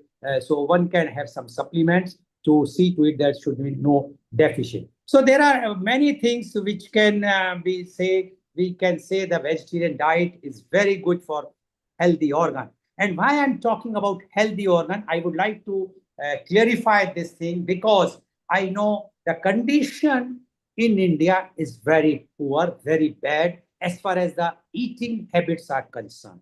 And today, because of that, our the organs failureness here is more. I will give you just a reference. About 3 months back, Economic Times published a news item, and this says in Bangalore, which is the IT hub of India, 20% plus IT young youth are now suffering from organ failures. It's a very, very alarming condition. Why it is happening? One reason is definitely the lifestyle. Because what we are eating now and what we used to eat 60 years back, totally different. Because at that time, no farmer, because there is no fertilizer except the gobar khad, which we used to say, that we used to put.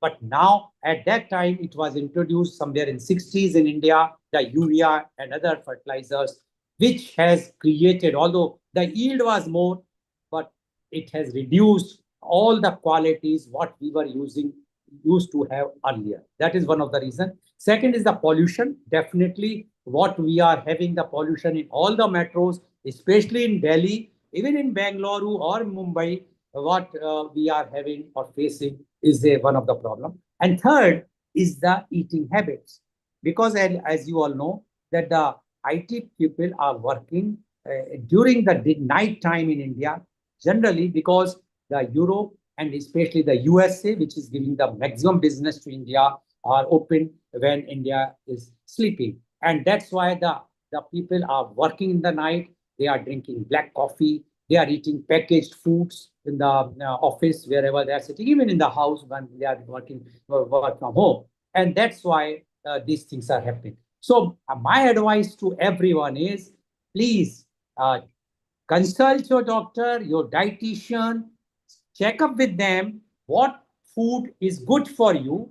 Don't listen only things now this, because what happened, the WhatsApp university is throwing every day. Somebody says you must take a fish oil, somebody says no, you take only tofu, somebody says no, because what is suitable for you might not be suitable for me, or what is suitable for me might not be suitable for you. So it is very, very much important to understand. And if we have to keep our youth healthy and not see that we should not go for organ transplants and organ donation, we have to go for a healthy diet, vegetarian diet. Yes, I can vouch for myself. I'm a vegetarian for last almost 30 years. Earlier, yes, I used to have non-veg, etc. But in childhood, it was purely vegetarian.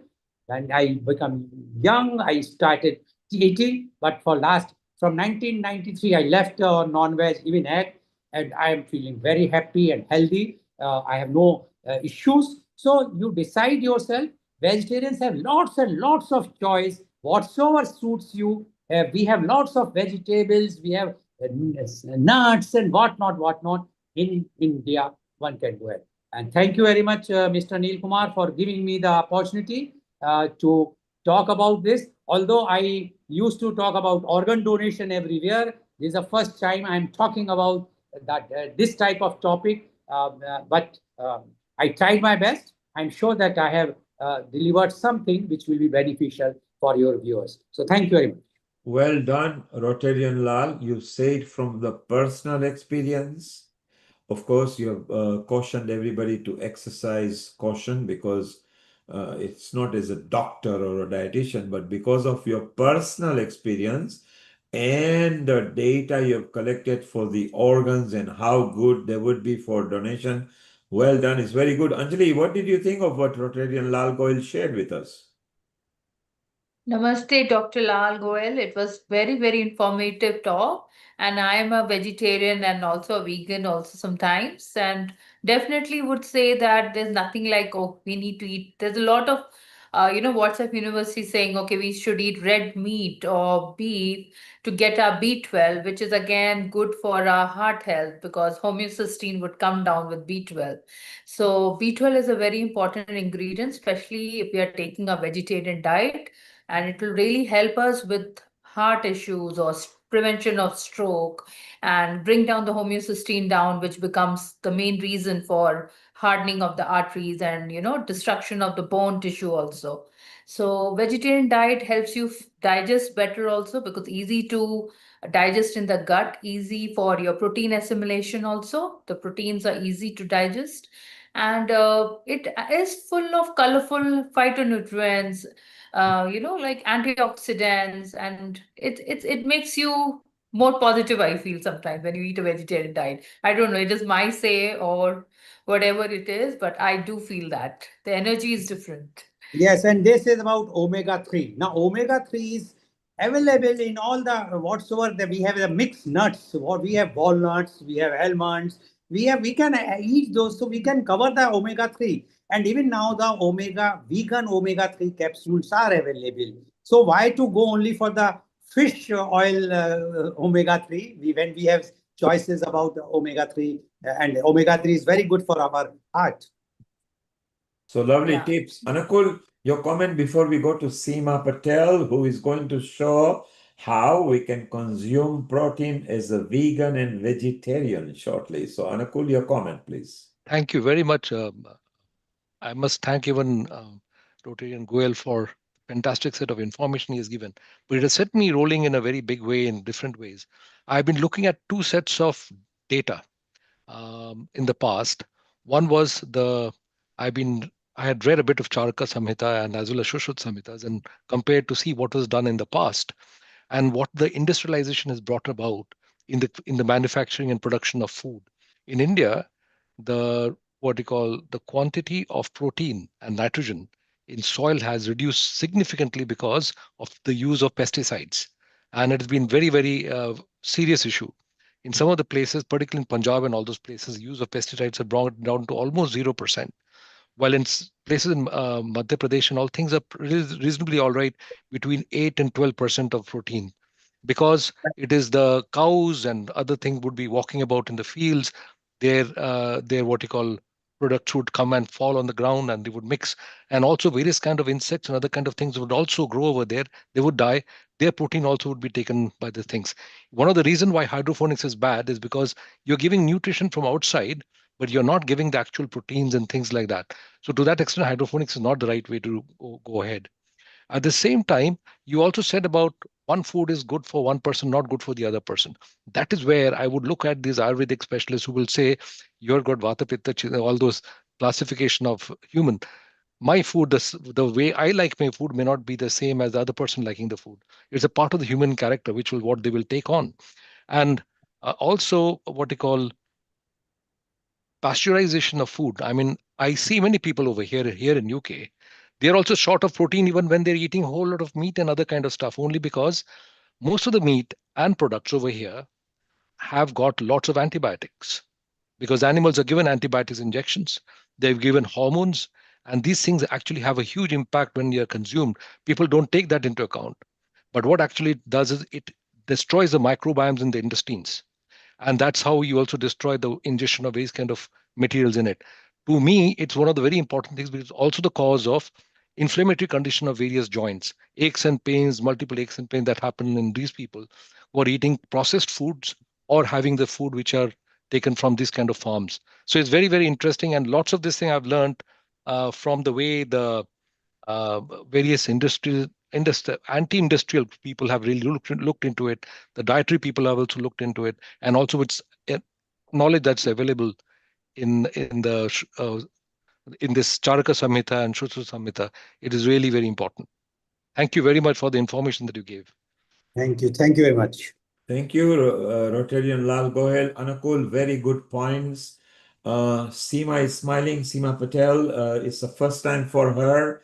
She's going to bring a Rotarian. This might be useful for you because she's going to show the benefits of how to consume protein through tofu and other material. Seema, a global namaste to you and welcome to Healing Our Earth. How are you?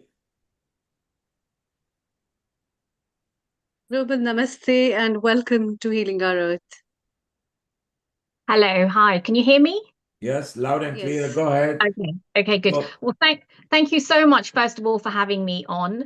Namaste, everyone. It's an absolute joy to be here and to listen to the last two speakers. Actually, I joined just after 4 o'clock, so I heard into the last two speakers. So really important information that you've shared, and also the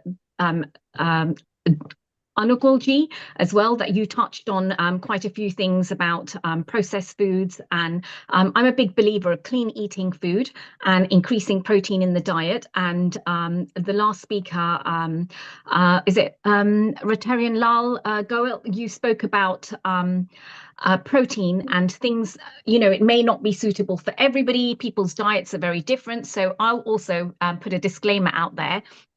I myself am not a nutritionist or a doctor of any sort. However, I live my life and I cook for my family this particular way, and it's worked well for us. And we are big believers of clean eating, seasonal eating as well. Eat what's in season, organic. And I like to increase protein in most of the meals that I cook at home. Takeouts are fairly less, purely because of this reason, for the inflammation and all sorts of reasons. And I have not young children, but 18 and 17-year-olds. So I like to increase the protein, and we're vegetarian. So I thought I'd touch on certain foods that are slightly underrated today. So I'll begin with why protein really matters. It helps repair tissues. It keeps us strong, energized. It keeps our kind of hormones balanced as well. For women, especially around the perimenopause and the menopause time, protein becomes a very important factor as well. So, and during that stage, our muscle mass and bone strength naturally decreases. So protein helps maintain that muscle, reduce some sort of fatigue, and also stabilizes our hormones as well. So for men too, it kind of supports stamina. It helps with the metabolism and recovery. So really, protein is important for everyone, and also at all stages. So there's a common myth, really, that you can't get enough protein if you are a vegetarian or a vegan, and that's absolutely not true. We just need to know where to find it and how to intake it as well. So I'm going to start with my favorites, which are tofu and tempeh. They both come from soybean. They're quite different in texture and flavor. So tofu is made by curdling milk, a bit like paneer. It's soft, it's gentle, and it absorbs flavor quite beautifully. And tempeh is made by fermenting whole soya beans. It's firm, it's quite nutty, and it's got a nice bold kind of flavor. It's also full of probiotics, so it's quite good for gut health as well. Okay, so if we look at some nutritional facts, 100 grams of tofu can give you 10 grams of protein, and 100 grams of tempeh can give you around 18 to 20, almost double. Tempeh is kind of like a higher grade. Both are low in fat, rich in calcium and iron, and are low in cholesterol as well. So they're quite good to add in. One thing I would say is, again, like the previous speaker mentioned, is do consult with your doctor or your dietitian, because like you mentioned, some people are on a a certain diet, whether they're thyroid, then obviously you wouldn't take tofu and tempeh in such quantities, because it doesn't help with the medication that you're taking. And also, if you're on, if you suffer from some sort of kidney disease as well, then the amount of protein intake may be too much, and you've got to balance kind of like the potassium as well. So these kind of things and various other things. So I would put that other disclaimer out there, that if anybody is looking to increase their or change their diet, do speak to a physician. So how do we use tofu and tempeh? Tofu can be tasteless if not used correctly. What I like to do with tofu is I like to freeze it first, then I defrost it, squeeze it out, and then I'll either scramble it into like a scrambled tofu, or I would cube it and marinate it. And then I'd either air fry it or pan fry it, and then I'd add it to different curries. I use different forms of tofu, so I also use a silken tofu as well. With silken tofu, it's really good in the sense that you can blitz it up and add it to different curries or sauces. So if you're making an Italian dish, you can add it to an Italian dish, a pasta or a risotto. You wouldn't even know it's there. If I'm making like a Thai green curry, I would blitz it up and add it to my Thai sauce, along with some coconut milk and all the aromatic spices as well. Again, a katsu curry, or whether it's an Indian kind of like a makhani sauce or a kind of gravy sauce. It's very, very versatile. So silken tofu can be hidden quite easily, and you can quite easily increase the amount of protein that you're taking in that way, along with the additional tofu that you'd add in like a solid form, like a firmed tofu as well. So you can happily add those pieces, tempeh pieces as well. How else would I use it?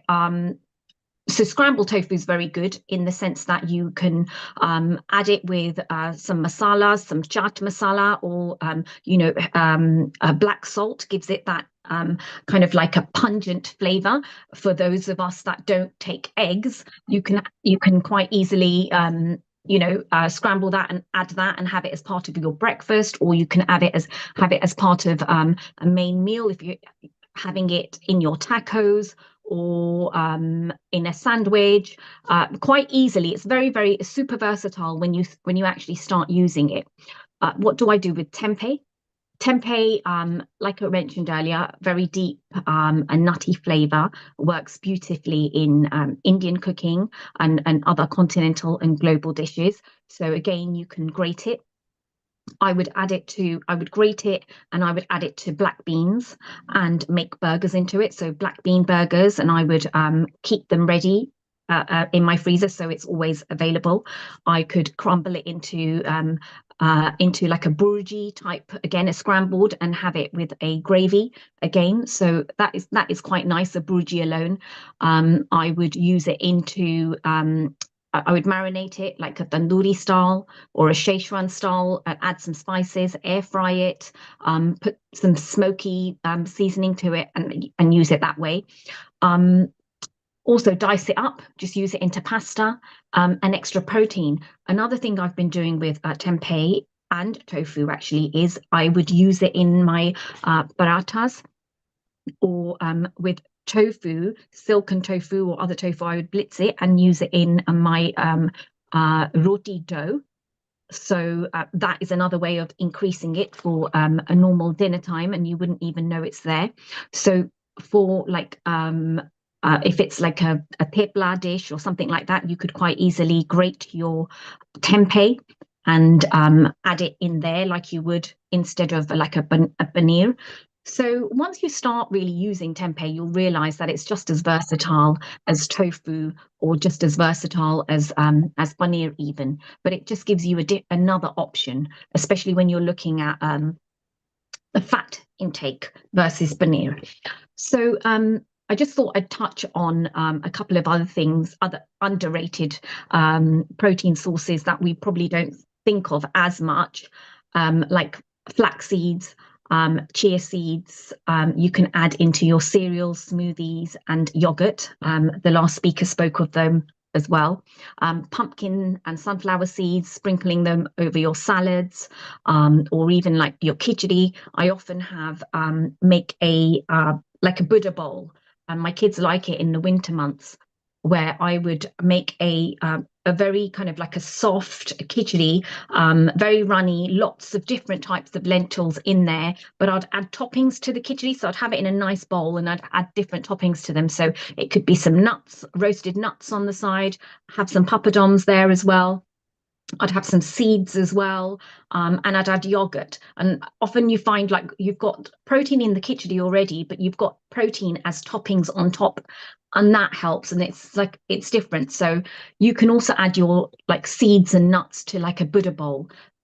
Also, in my khichdi, I would swap half the rice, because for Gujaratis, we use khichdi, half rice and half lentils. So I'd have a various amount of lentils, and it would be like whether it be split moong with the skin, and some other lentils as well. But I wouldn't use half the rice. I'd use like a quarter of the rice, and I would use a quarter of quinoa as well. So that way I'm getting a lot more different varieties of protein in there as well. And obviously the glycemic index isn't going to shoot up as quickly as well. So looking after how that sugar comes up in the body as well. So quinoa is a good one to add. It's also got 9 essential amino acids in it. So it's really good to use instead of rice. You could add it into your risotto as well, along with your silken tofu,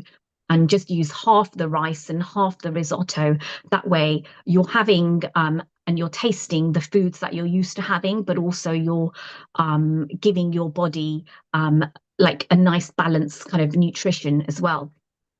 Soya chunks is another one, soya granules, a bit more processed again than the tofu and the tempeh, but in moderation when you're having it now and again, it's fine, and it's super high in protein. We're looking at something like about 52 grams of protein in 100 grams of soya. Then you've got your normal lentils and beans. Again, combined with grains like dal and rice and rajma to make it complete proteins as well, with a yogurt as well. So this is how we bring all this into our daily kind of routine.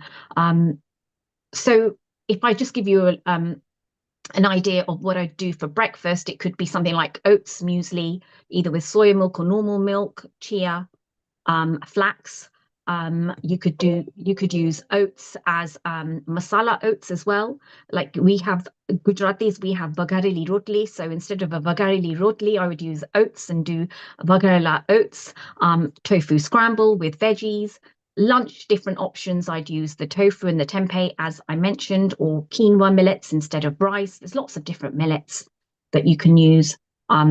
Snacks would be like things like roasted chickpeas, nuts, hummus, veggie sticks, avocado, a kind of like a dip made with the silken tofu again. And dinner options, I gave you quite a few, like you could use like soya mince, a bolognese, a stir fry with tofu or the tempeh or the dal or the, like a Chinese, or whether it's the Thai or the katsu. I think it's not all about perfection, it's about progress. So even small swaps make a really big difference. So I would just say protein isn't just for bodybuilders or for fitness lovers. It's really more, like for your well-being, for vitality, for strength, and I guess for just healthy aging. So by adding these kind of options like tofu, tempeh, seeds, and legumes, we kind of nourish ourselves a little bit better. So that's basically how I would do some small swaps if anybody's interested in using these kind of items like tofu and tempeh. I also thought I'd touch on, I have my own brand, which I've been told that I'm allowed to speak about. It's called Simran's. I don't know if you can see it here. probably can't see it very well. It's called Simran's, and this one's called Tofu Burji. So it's, you may have heard of them, you may have seen them. They're freeze dried. They are kind of like NASA meals, aero. People take them to space, these kind of meals where they last for about 2-3 years, but once rehydrated, it lasts for about 24 hours. Good options for when you're on holiday or when you're away on business and you don't want to have so many takeouts, or you don't want to eat in restaurants regularly. It's something to think about when you're looking at your nutritional values. So this is something I came up with just to give people a different option. Okay, so So, Seema, just so that the people who are listening to you, and while you were talking Gujarati stuff, there's hardly anybody Gujarati here at the moment. Majority of the people out who are listening are from Philippines, Indonesia, East Africa, South Africa. But she meant khichdi was a hodgepodge, which is a mixture of rice and lentils, and she said vagareli rotli. So she was talking about chapatis when they are left over. They are chopped into pieces and put into spices, and then nothing is wasted. So way back, nothing was wasted. So new recipes were discovered. Here is Seema's website. While she is not from a nutrition or a doctor's point of view, because of her personal experience and gaining, she has come with some nice recipes, and you can use these. They've got long shelf life. You just have to add some water to it. There are the recipes are already made up. It gives you a cooking instruction. And presently, there is a special offer. All Simran milk pouches are just £1 59 pence each, which is, if you are in India, just below 200 rupees. If you are in America, just below $2. If you are in Euro area, again, just below €2. And it's a perfect for student life on a budget. So it's like a complete meal. If you are a student, you don't have to miss your state in India if you are from India. And whilst most of them have got the Indian touch and a taste, some are so neutral that you can eat. I can see a dal makhani there, and tindora potatoes. That's exciting, Seema. What is yeah. tindora potatoes? So tindora potatoes in for us Gujaratis, it's a staple one for in our like a meal. Tindora we call gilora. Tindora are baby kind of like cucumbers, and they go really well with potatoes, and so it's like a green sabji with potatoes, and we normally have it with a dal, rice, and roti. So, but it's an absolute staple. So a lot of Gujaratis that are students, they would really appreciate something like a tindora potatoes, and it freeze dries super well. Freeze drying process is again underrated. You can save the nutritional value. You've got a high nutritional profile. There's no added preservatives or additives or chemicals in there, because the freeze drying process is such. So it's something that we're not used to using, but it works, and it's I personally, I've looked at the nutritional profile of all of this, and I've tweaked the recipe as such to increase the protein in these products, and also to make sure that the fat content is extremely low as well. So that was my idea, because this is the way how I cook for my family. I wanted to make sure that I bring something out there for people to have, and for people to order, and if they're working professionals, or they're busy, or they're going on holiday and they don't want to eat out all the time because they're looking after their diet, and sometimes it's nice to be able to have something in house.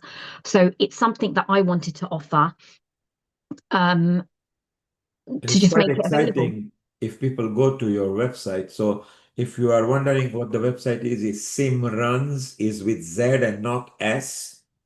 So if you just put in Simrans, you will see the food. There are offers as well. If you buy multiple pouches, it becomes even cheaper.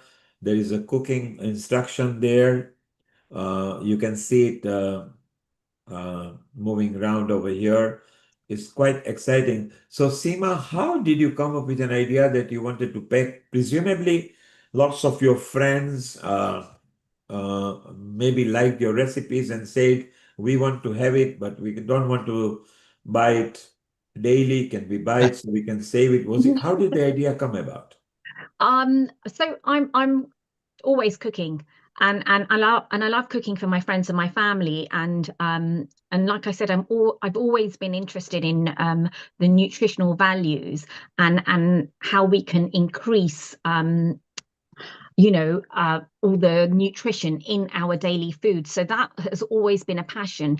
And being a mother of two, and I used to work as well. So actually, my degree, I'm a pharmaceutical scientist. So I this is kind of like in my head, like scientist. I'm a scientist in my head. So it's something that I've always had at the back of my mind that I'd like to develop something that I can put out there. And cooking is my passion. So I kind of like combined it together and thought, well, let's give this a go. Let's try this. So anyway, so this is how I've developed it, and I've put it out there. We're not sure how it's going to take off or how it's going to go, but it's something that's available, and I'm hoping that people that do use it, they do like it. So far so good. People that have used it, they really like the flavor.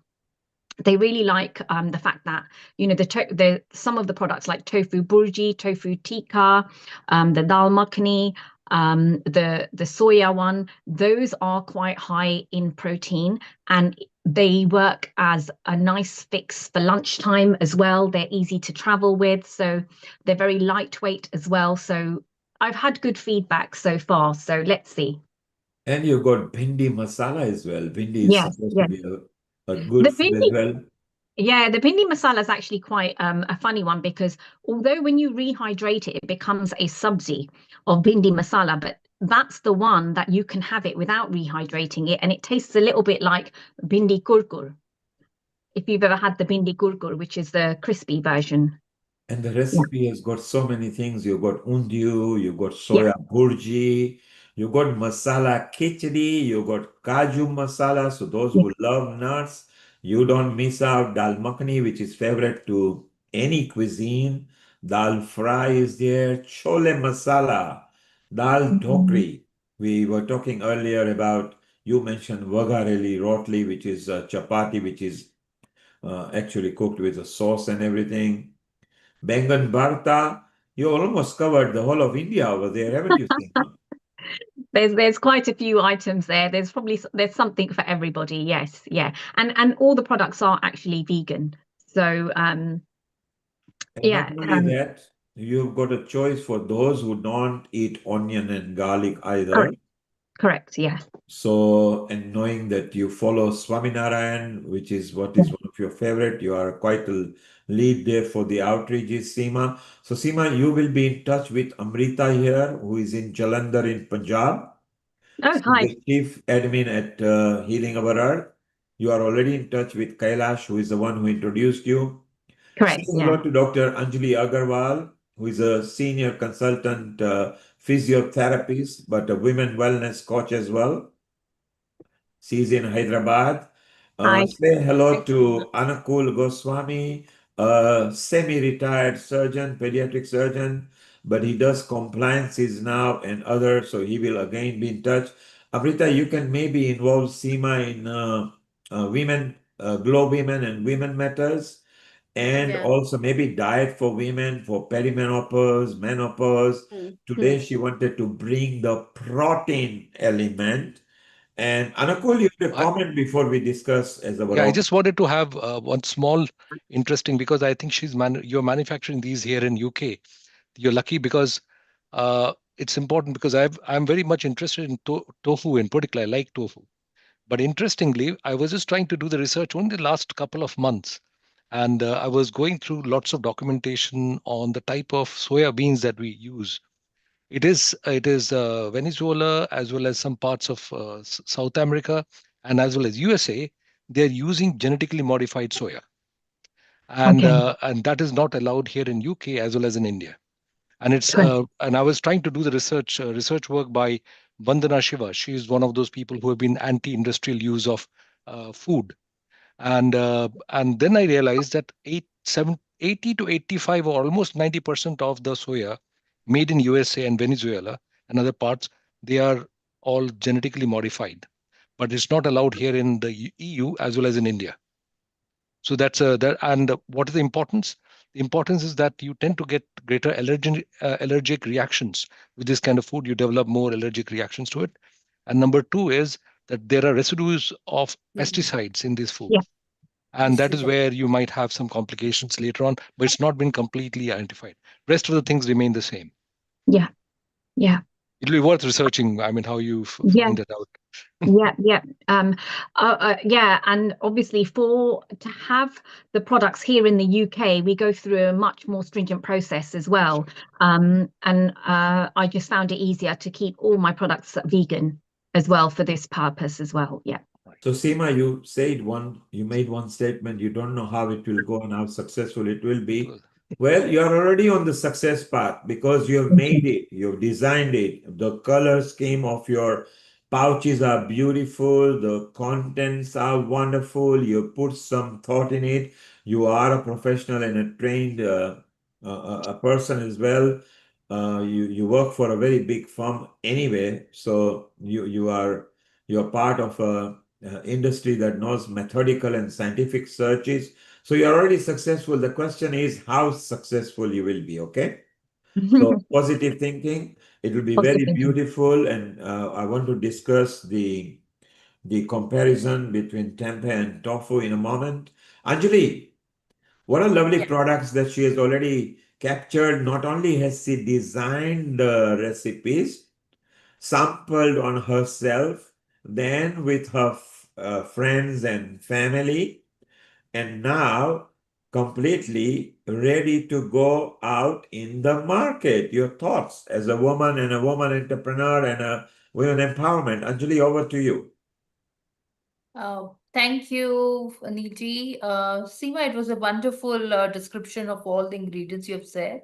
And great to know that you got so much varieties of proteins to be given to the family members and people out there. And you've done these, what dehydrated, or what do you call them? Kind of, Freeze-dried. yeah. So that food ingredients, I just wanted to ask you a question about like how good it is to, eat it for people like college students or students who can't, they don't know how to cook, or they just boil it and they mix it and eat it. What is it like that? So yeah, you're right. It's super easy for college students or professionals. And this is one of the things that I thought of when I was actually preparing it, because even whilst I was at university, I'm quite hands-on in the kitchen, but even when I was younger, so I was able to cook. But I often found that a lot of my friends, they just either ordered food or got takeaways, or they used to have super noodles. There's hardly any nutrition in that. So I knew that there would be a market like this. And especially now in this country, a lot of Indians and Asians are coming, overseas as well. So there would be a market for this. So these packs, it's literally just open the pack, empty it out into a bowl, take out the oxygen absorber, discard it, and there's a correct amount of hot water that you just add to it. So once you've added that hot water to it, you give it a stir, close, put a lid on it, and that's it. You just wait for about 5-6 minutes for it to rehydrate. You can alternatively put it in a pan, add the hot water in a pan and simmer it for about 2 minutes, and it will reabsorb and become a curry or a rice or a biryani, as you'd like to have it. Yeah. So it is as simple as that. And then, like I said, some of them are full of protein, but you've got other ones like the biryani or the khichdi or the dal dhokri. So you could just have it with yogurt, or you'd have to have something else with it. So if it's a curry, you'd have it with a rice. So the student is making something, or having a naan or a bread. They are having it with something, but at least they've got something nutritional, something that's quite easy and convenient, and it gives them a flavor of home as well. Yeah.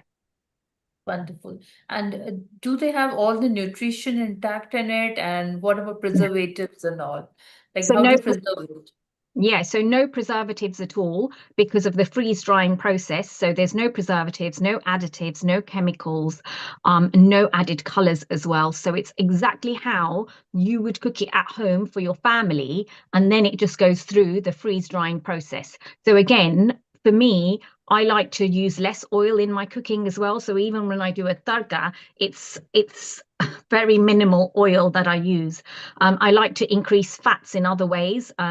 Good fats, but when it comes to oil, yeah, even in my darga, it's absolutely pure minimum, and the freeze drying works well with less fat anyway. Wonderful. Thank you, Seema. It's beautiful and they are professionally packaged. They've got the calorific value. They've Yeah. got British standard approval on it. So, Seema, you're already a winner. You just have to decide how high you want to climb.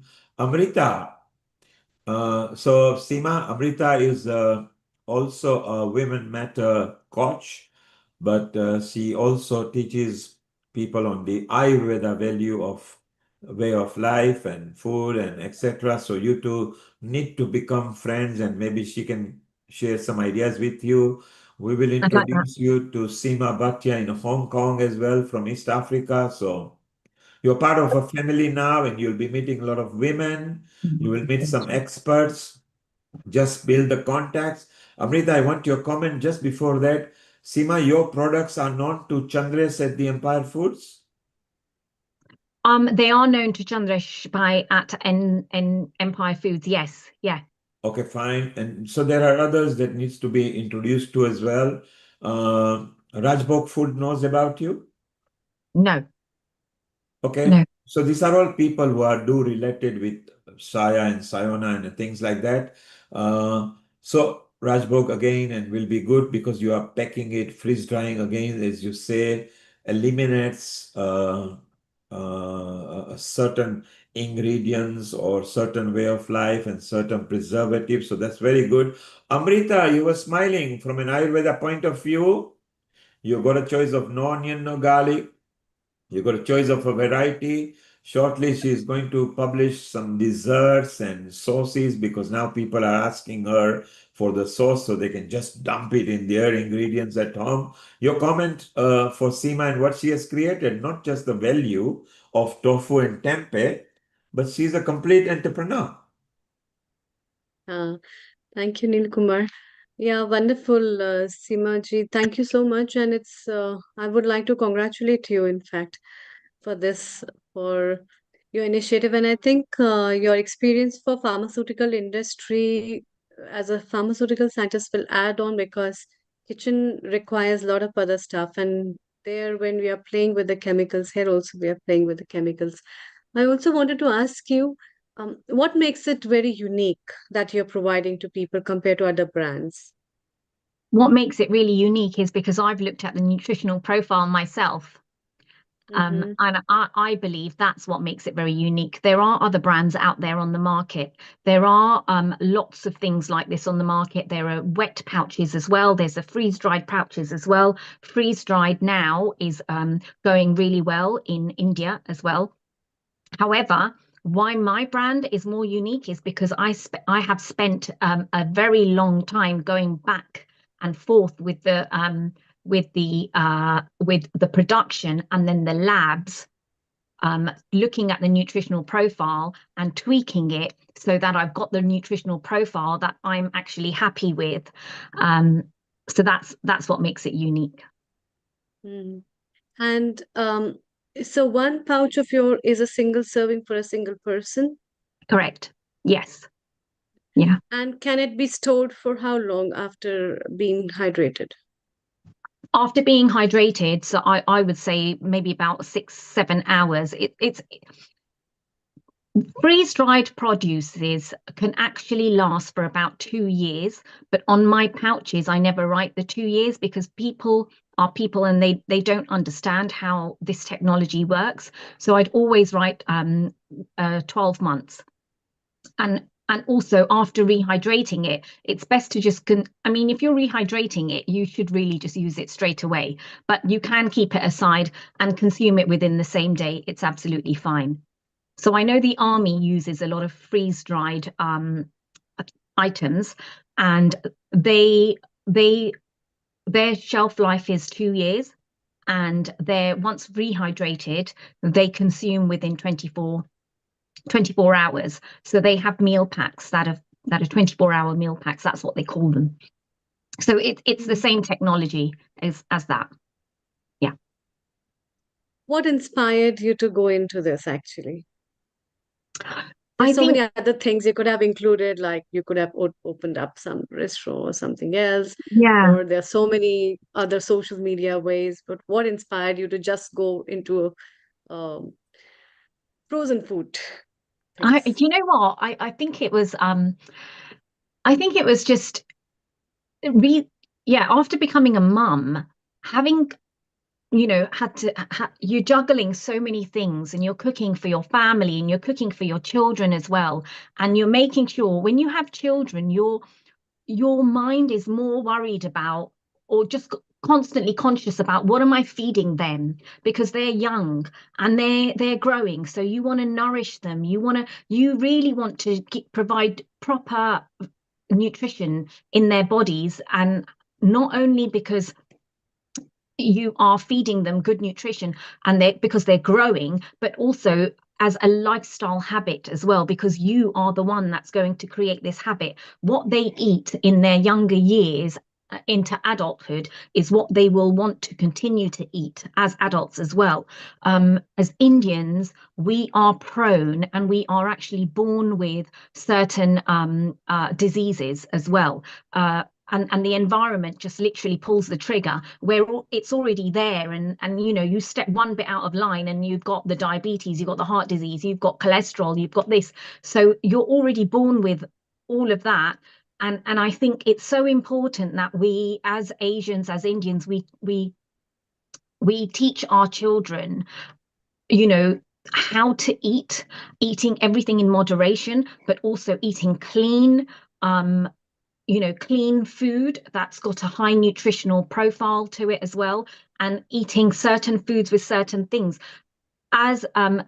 So I've just understood that you're into Ayurveda, and you promote that as well. But for us as a Gujarati, I was brought up eating like a Gujarati thali most evenings, and the Gujarati thali would consist of a roti, a green sabzi, a lentil kind of a gatur, and we would have a rice, and we would have yogurt on the side.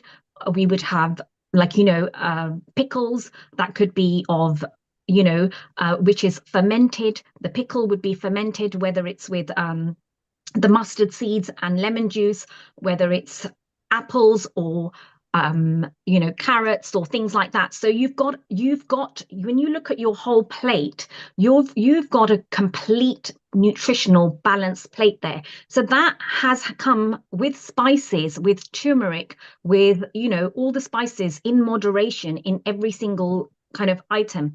So those kind of things, they're there for a reason. They're there to balance everything in your body. And I think it's important to carry that on forward. And our younger generation should actually know about it, learn about it, and be able to consume it, even if they're so busy that they can't cook it themselves every day. But it's there, readily available, without having the additives, the processed, whether it's the chemicals and preservatives. So it's available. We make it easy for them. So I think this is what inspired me, that it's probably my children, and feeding my children good food inspired me to actually be able to want to feed other people out there as well, that it's available and you should have it. Yeah. And it's our culture, and bringing it into this country and making it more available. I have one question to ask Seemaji in particular, because coming from the pharmacology unit, uh, there is it's totally off the line, by the way. I'm going to ask you this awkward question. People are now asking for increased protein levels by taking things like insects, etc., which are being now processed in a way where you can consume only insects, and they've been manufactured in big quantities. And it is shocking to me. I further find it disgusting, but I'm sure there must be some sort of thing in it. And I just wanted to take your opinion about what do you think of that, and I, where does it go in terms of pharmacology and various kind of research? so I have heard of it. I have come across it, like these WhatsApp universities where these things come up in your reels. It is absolutely disgusting, but I know that they are producing it like that. Personally, I haven't come across it. I haven't read any reports about it or any clinical data about it as well. It's not something that I've read on, because being a vegetarian, it's something that I would never consume anything like that. So it really doesn't interest me. And obviously, it wouldn't. I read all the ingredients of everything that comes into my house. So even something that has like palm oil in it, because we know that adding protein, you get these protein shakes, and a lot of us have them as well. But again, you get different varieties of protein shakes. So I even look at, the palm oil kind of content as well. And if there's palm oil in it, it's something that I'm probably reluctant in having. So yeah, something like that. I'll be honest, I haven't come across it. I haven't read any clinical studies or papers with that, but yeah, not interested. That's a very interesting thing, Dr. Anukul. In fact, I think this whole stuff has come up from the place where many tribes depend upon having animal insects, and the the survival sustenance criterias, and it has been a part of their culture. If you ask somebody how much, it's something like people living near the seashores are having seafood. It's just very similar to that. And I think, based on that, the gut is also very much aligned with what you are having from the very childhood, and you grow up with that, and you continue with these kind of things, and specifically with the kind of consumption of insects and living a lifestyle in a very different way. In totality, what is my point of view as uh,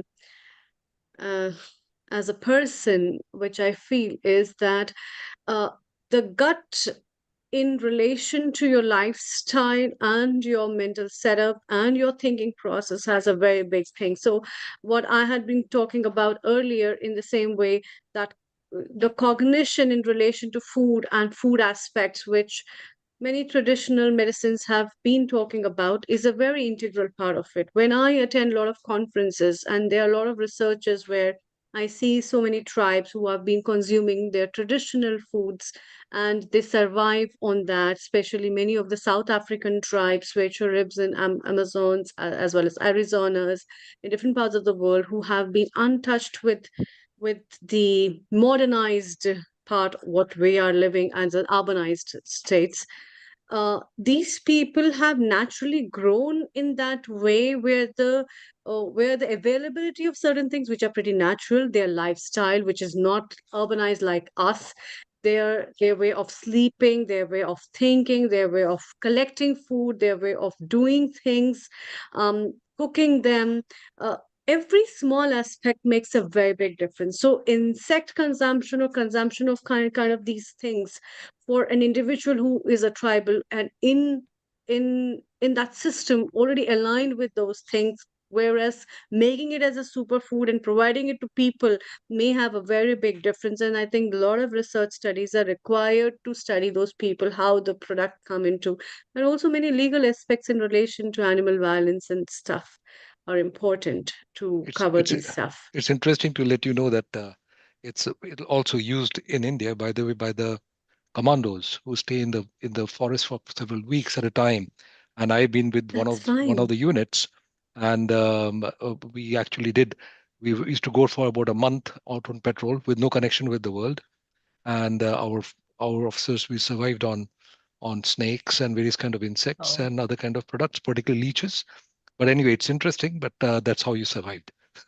Yeah, So yeah, yeah. But Yeah, it's that's what commonly I'm used saying. yeah, in Thailand as well. In yeah, yeah. Thailand, it's a delicacy for them in Thailand. So that's why in Thailand, if it is, so in some place it can be a cultural stuff, in some place it's a survival stuff, and you're not going whole Out of the life way. long with it. Yes, you're taking it for survival as a medicine, as a diet for your nutrition for particular years at a particular time, which is very specific. And in that way, bringing something as a brand and then releasing it is in a very different state compared to what is as a culture, which is used as a delicacy or it's been used as a survival food. So that makes a very big difference. How you take the foods in your life is ultimately very different, actually.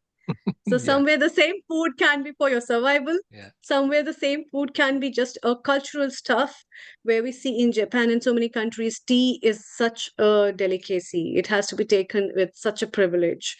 Whereas somewhere it is just a normal stuff. So the food, it's conditioned, its relation, in what way, which country, which place, how you're consuming has got a very big difference. Yeah. That's right. And Amrita, here we have lovely Sharon. Yes. Amrita, time to welcome our Sharon, our senior Yeah, resident global host in United namaste. States of America.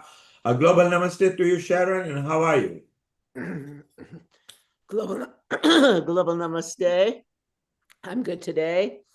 Getting better. I had we had a strange virus going around here. And the virus not only affected your gut, but it affected your mind. And so So, many Sharon, people in that have got, in yes. future, when you get a virus, just order these special foods from Simran's. And you can see Yeah. there, look, these are the favorite Maharashtrian food, pohas, isn't it right, Amrita? Oh, right. Maharashtrians, they love poha. Wow. And she has The branded Tanka and poha. given all the values. And look at that, another Oh, sumptuous I'm dish, you hungry. know. Seema, is it there in the US also? It's not in the US, but I'm happy to ship it into the US. So you just let me know, Sharon. And Neil Kumarji, you are my biggest ambassador. Thank you so much. So Seema, you need to get in touch with Sharon and Amrita's friend Danada and Hitendra Rana, who will put you in touch with the local food people out there. And Anukul is there in Manchester. He already likes your products. So when he's in London, he'll come and see you as well. And so, Seema, I want to just to tell you, because somebody pointed this out, that tempeh compared to tofu has got on average 20 grams of proteins per 100, wherein tofu only has 9 grams. So Correct. Yeah. already tempeh is twice. Although high in calorific value because it's got a lot of carbohydrates, but it has got fiber, which is again much higher than tofu. Average is 6 grams per 100, wherein tofu is below 1 gram. Yeah. So again, good value. And from probiotics, because tempeh is a fermented food, it contains more probiotics, and tofu is not fermented. So here there is a massive difference. Although I've also found out that tempeh is more pricier than to buy tofu. But like for like, much superior to tofu and got good, because when you average about 9 grams, I mean, when you average it from protein point of view, about 20 grams 20 for grams in 100, 100. Yeah. that's very high. That's beautiful, Correct. because just have a 200 grams and average woman's daily protein is there. You will be a muscle bounding a woman of Six there. packs, So, six packs. No yeah, six 6 pack packs, happening. yes. The six pack actually doesn't happen that quickly, so that's a myth. But it's so important to have that like for a woman, 20 grams is just it isn't enough even really. Yeah. Depending if she's weighing about 75 kg, about 50 grams, I would say, of protein, and you're not going to get the muscle. You're just going to get a nice toned body, really. But also you've got everything that you need. But yeah, for a 75 kg, I'd say Yes. about 50 grams. Yeah, so even if they're getting about 40 grams, it's good enough. But yes, you mentioned it all. cholesterol think- free, but fermented, and it is a higher grade. It's a very superior grade of protein. Yes. Yes, it's quite useful. So it's so nice that so there are alternatives. I mean, vegetarians have lived on the earth for several millennia, so it's not as if that is a crime or anything. It's beautiful. Here are an option, and Seema has come out with not just from a protein value of view, but the spice value. Those who like spicy and they like scrumptious food, so it's over there. So well done, Seema, on that. Thank you. Thank you so And much for having me. Thank you. Sharon, in America, do you like tofu? Well, it depends. It's not, I don't like it particularly. No. Tempeh I would prefer. Um, but, there are a lot of Chinese people here who love tofu. There are a lot of people who are, strict vegetarians who love it. But, it just depends on the person. And Chinese love their tofu quite a lot, don't they? In the 70s is when it really started becoming big in this country in all the health food stores. But I want to tell you what we're doing here now in Crestone. Yes. And I'll be seeing the person in charge of it this week, so I'll get a report for you. But Hannah, who we all know, Hannah Strong from Crestone, has a dream of building greenhouses so that we can completely feed everyone in Crestone and maybe even in the valley. So they're starting to work on putting together greenhouses to grow our food, and it will be such that if people have money, they can give money for it to get food. If not, they can work all kinds of different ways that we will be able to feed our community here. And it's going to be in association with our Japanese center here. Japanese center called Shumei International that it's totally into.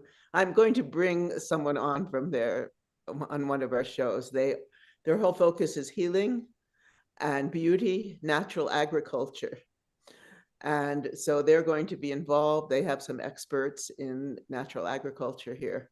So maybe I can do a little piece for you to bring in on all of this that's happening in Crestone, because the food situation, if you don't know what's going on here in America right now, all of these people, I would say in Crestone, which is, we have a lot of people who are on this supplementary SNAP program from the government, and they have kind of cut it out until they bring the whole thing back, stop this, what they're doing now to hurt people, I think.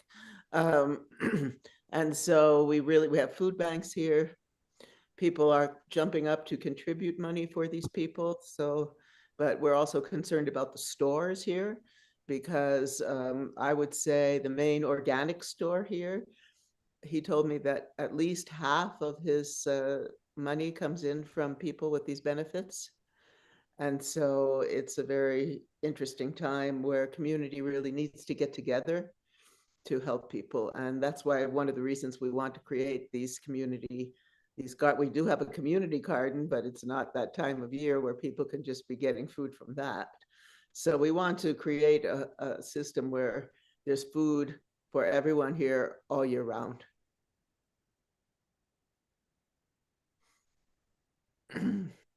And also on the subject of inflammation and gut, to me, so much of it has to do with your emotions.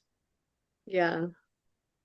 I mean, I've had myself, it's one of my areas of concern. And from childhood, being a dancer, an artist, a composer, all those things is an unusual thing to be in this world. And we tend to be very sensitive, hypersensitive. And I mentioned that this illness came around. So the people here, there are a lot of artists here, that one of the things we've been experiencing is just out of control fear. I mean, we're all meditators. We all have many practices. And there's something about this strange illness Now, Kim Engard, the naturopath here that we've met, she's studying it and she creates, I'm on one of her remedies for that. But she says that they're engineered. She thinks these are engineered to really put you in fear states. And everybody I've been talking to who's had this, it's like they're having acid reflux. Some of them had to go to the emergency room because they were vomiting and diarrhea so bad. And then they were telling them all kinds of strange things, which like they had, oh, maybe you have pancreatitis, maybe you have this, but it was this virus. But the hardest part, I think, besides that, my immune system isn't that bad. So I got it mild, but the mental part for all these people, they're having, dreams that beings are attacking them. I had nightmares where these dark beings were attacking me and I was doing all these mantras, and the mantras of the like Durga, etc., would dispel in my dream. It would dispel all of these negative entities. So this is what's going on right here now. I started using Manuka honey. And that it's a prebiotic and it's been very helpful. So this is my kind of Crestone update. And it's also strange because our weather it's now, November, and the temperature has been 60 degrees Fahrenheit, which is very unusual. Usually by now we're down in the 40s. So this may play a role in what's going on here. So the climate change is definitely taking place very rapidly, isn't it? Just in the last 3-4 years, we have seen complete different climates in the world in most countries, haven't we not? Yes. Yeah. And maybe that will affect the crop and the food, and then maybe the diet will change as well. It's very possible. And our body might have to change our composition. I mean, literally from 50 to 80 years, some of the countries will not have fresh water to drink. Well, how about Iran? What's going on there right now? Tehran, they have no water. Yeah. And they're talking about evacuating the whole city. I mean, it's actually becoming true. South Africa, look at that. They were planning to see how they can annually buy so much water. And I think we might see the need of this in our lifetime. Yeah. It's just amazing how things are changing. So coming back to food and diet and stuff, Sharon, you in your childhood days, from what your mom used to cook, and your mom lived quite long from that generation. She was over 90 years old. So what kind of food did she used to feed you, or how cleverly or craftily would she blend the ingredients and spices so you eat healthily? Do you remember anything? Yes, I remember. Well, you have to understand, my dad owned supermarkets. So in the quality of food, we had really high quality. Right? Organic. Well, as close to that as I don't think at that point, at those years in the 50s, 60s, they were thinking so much about organic. But I mean, we were meat eaters. We ate egg, we ate chicken a lot, and but it was a time in America of like canned vegetables, right? Canned peas, canned corn, canned everything, and mashed potatoes and iceberg lettuce. And since we were Jewish, we had no shellfish. There was all these restrictions. We couldn't have meat and butter at the same time. But it was a very American diet. I didn't start changing my diet until I was in college. And that was in the late 60s, 70s, where health food stores started coming in, and there was a whole movement towards vegetarian diet and very healthy food. So all of a sudden I was eating things I had never experienced as a child. And so the mandatory fruits, 5 fruits and 5 vegetables, mix of 5 fruits and vegetables, was it still at that time taught in the school and required? Oh yes, it was taught, but it was the understanding of diet was very, very different from now. Completely. We've got so It much was very processed meat food. based here in America, very meat based. Yes. Right. And I In mean, I didn't know about romaine lettuce or any yes. other kind of lettuces, I love and romaine lettuce because fresh vegetables. Really, it was a whole thing when a childhood of canned everything, right? So I didn't really learn about all those things till I went to college. romaine lettuce is one of my favorite. Me And too. every third day I would bring it. So they come in 2 stems. It can last you 3 days. And they're very crispy, quite healthy. If you can eat lots of mixed salad before you eat any meal, then your body has got good food to break down any naughty foods, etc. In my childhood days, what we remember, milk was compulsory. So Oh I yes. was born Oh, in Africa, and in the classroom, small bottle of milk for every student would be left in the classroom, and everybody consumes. And now milk is a taboo subject. So what do we believe? Do we believe the scientists? Do we believe the nutritionists, the doctors? So it's such an amazing turnaround. Anukul, you remember in your childhood days in India, you had to have milk in the morning? Absolutely. And yeah, that's absolutely true. It was there in our school, also in our lunchtime.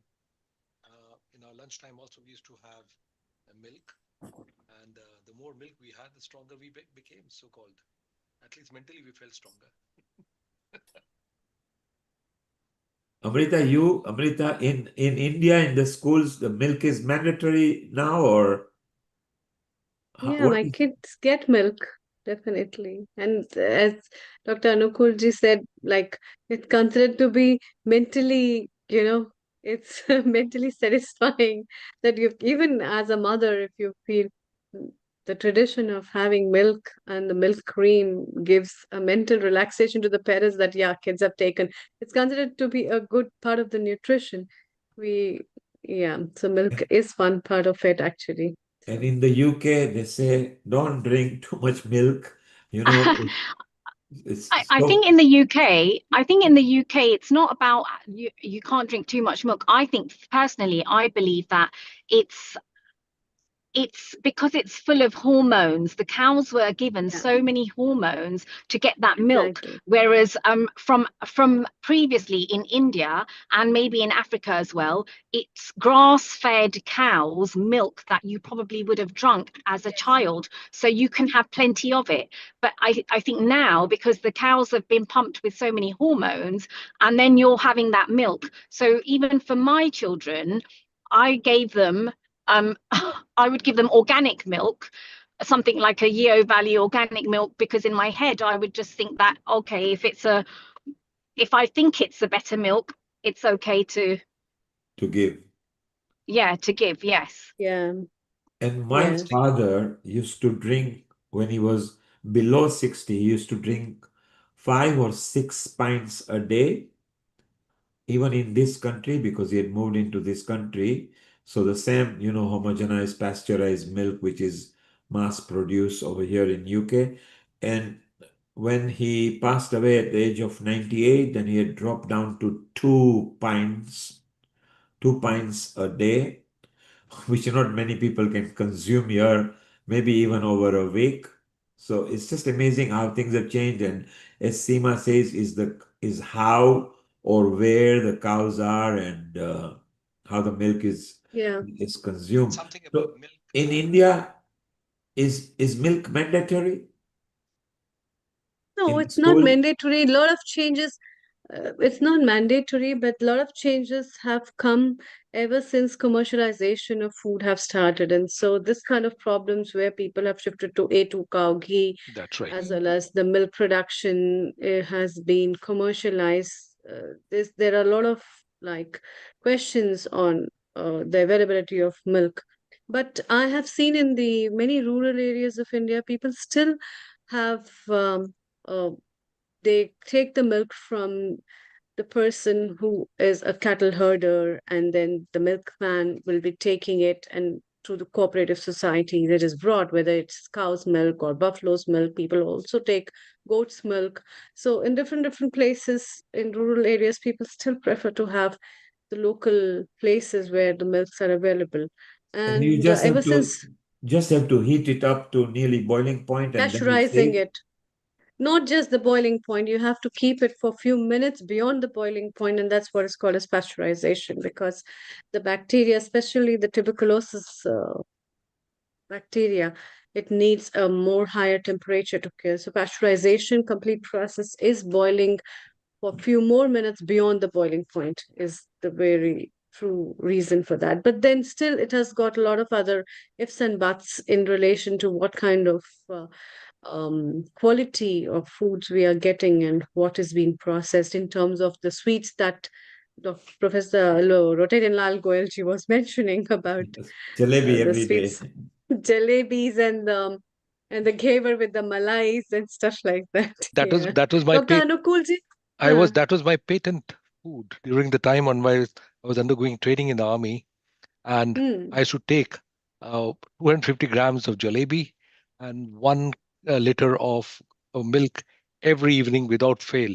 It was my normal meal, and So the and Wow. can you believe that? And now I look back, I said, why did I do that? But yes, I used to feel on top of the earth with that. Yeah, because Hmm. Yeah, yeah, yeah. the mood will improve, isn't it? When you have jalebi, you feel good for a while. Milk actually dilutes the jalebi's sugerness, so Oh it's more yes, like a jalebi milkshake inside. Abs- Maybe if you're younger, you can fight certain things better and faster. It yes. does catch up. I think I the diet I was changes with 23 or the 24 age. that time. Yes, maybe there was Yeah, not yeah, yeah. enough knowledge, but I think diet does change with the age as well, doesn't it? Yes. Yeah, yeah, definitely. And Neil Kumar, we are now landing up with Sabudana Khichdi with Dr. Anukulji in Oh some time. right. And what I wanted to add also is that the taste receptors also change. So the taste receptors are pretty much developed when we are young, and that is why we need a lot of palatable, tasty, spicy things which we love. And if you see, as you grow older, at the older age, people are very comfortable with a very simple, bland diet. They are into porridge. They are into a little bit of millets, boiled food, steamed vegetables to a very greater extent, even if you don't give a lot of spices to them. It all varies from people to people, but then the taste receptor physiology also changes with aging. And that makes also a big difference, actually. Absolutely. But Let's hear from Anutukulji. Let's hear about your Sabudana Khichdi that we are waiting for, and then we talk to Sharon. absolutely. I could not show that. I could not demonstrate the whole cooking because I don't think I have the right setup to show it. But No anyway, problem. I'll tell you. First of all, so Abhidana Khichdi is something that I really love, and my Mhm. friends also love. So we'll be quite surprised as soon as this meeting is over. I'll be making the same Sabudana Khichdi right now, and take it to my friend who has just been discharged from the hospital. And whenever they want any, and whenever I make Sabudana Khichdi, I make it in very good quantities because all my friends like to have it. So I make it for at least 14 to 16 people or maybe 20 people at a time. So it is bit of a, so I have to make it 3 4 times to complete the process. But today I'm just going to make it for 2 people. Basically, So, he's been discharged. So I'll show you. Anukul, what is the biological or the English name for sabudana for those who don't understand? Well, it is what do you call what is that? Is it sago?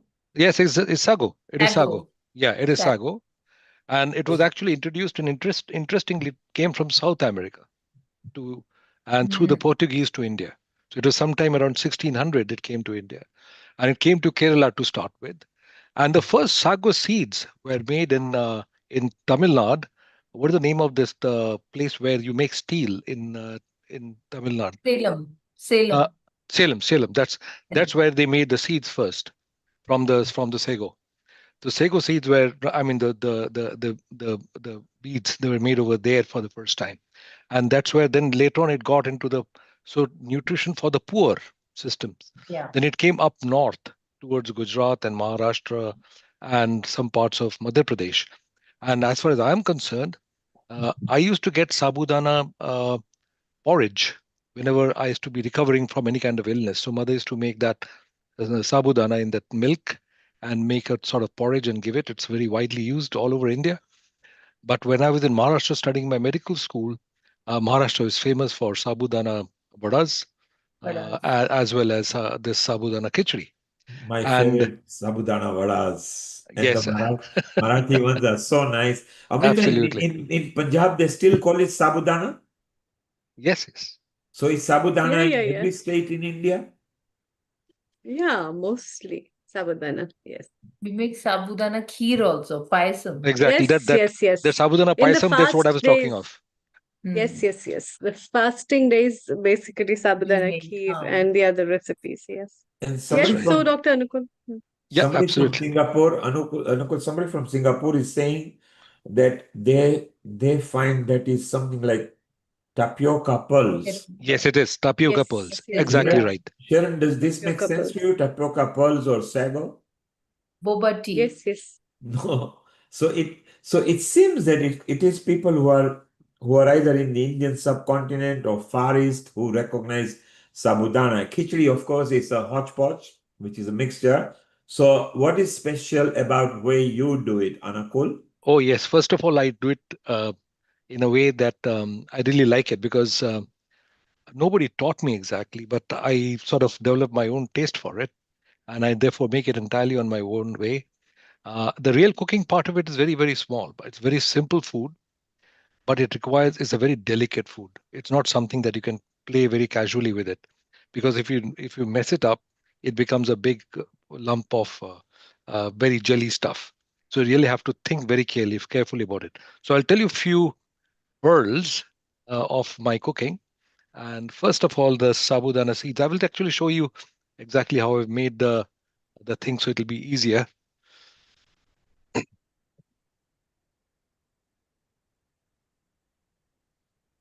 Yeah, the sabut. Can you see this?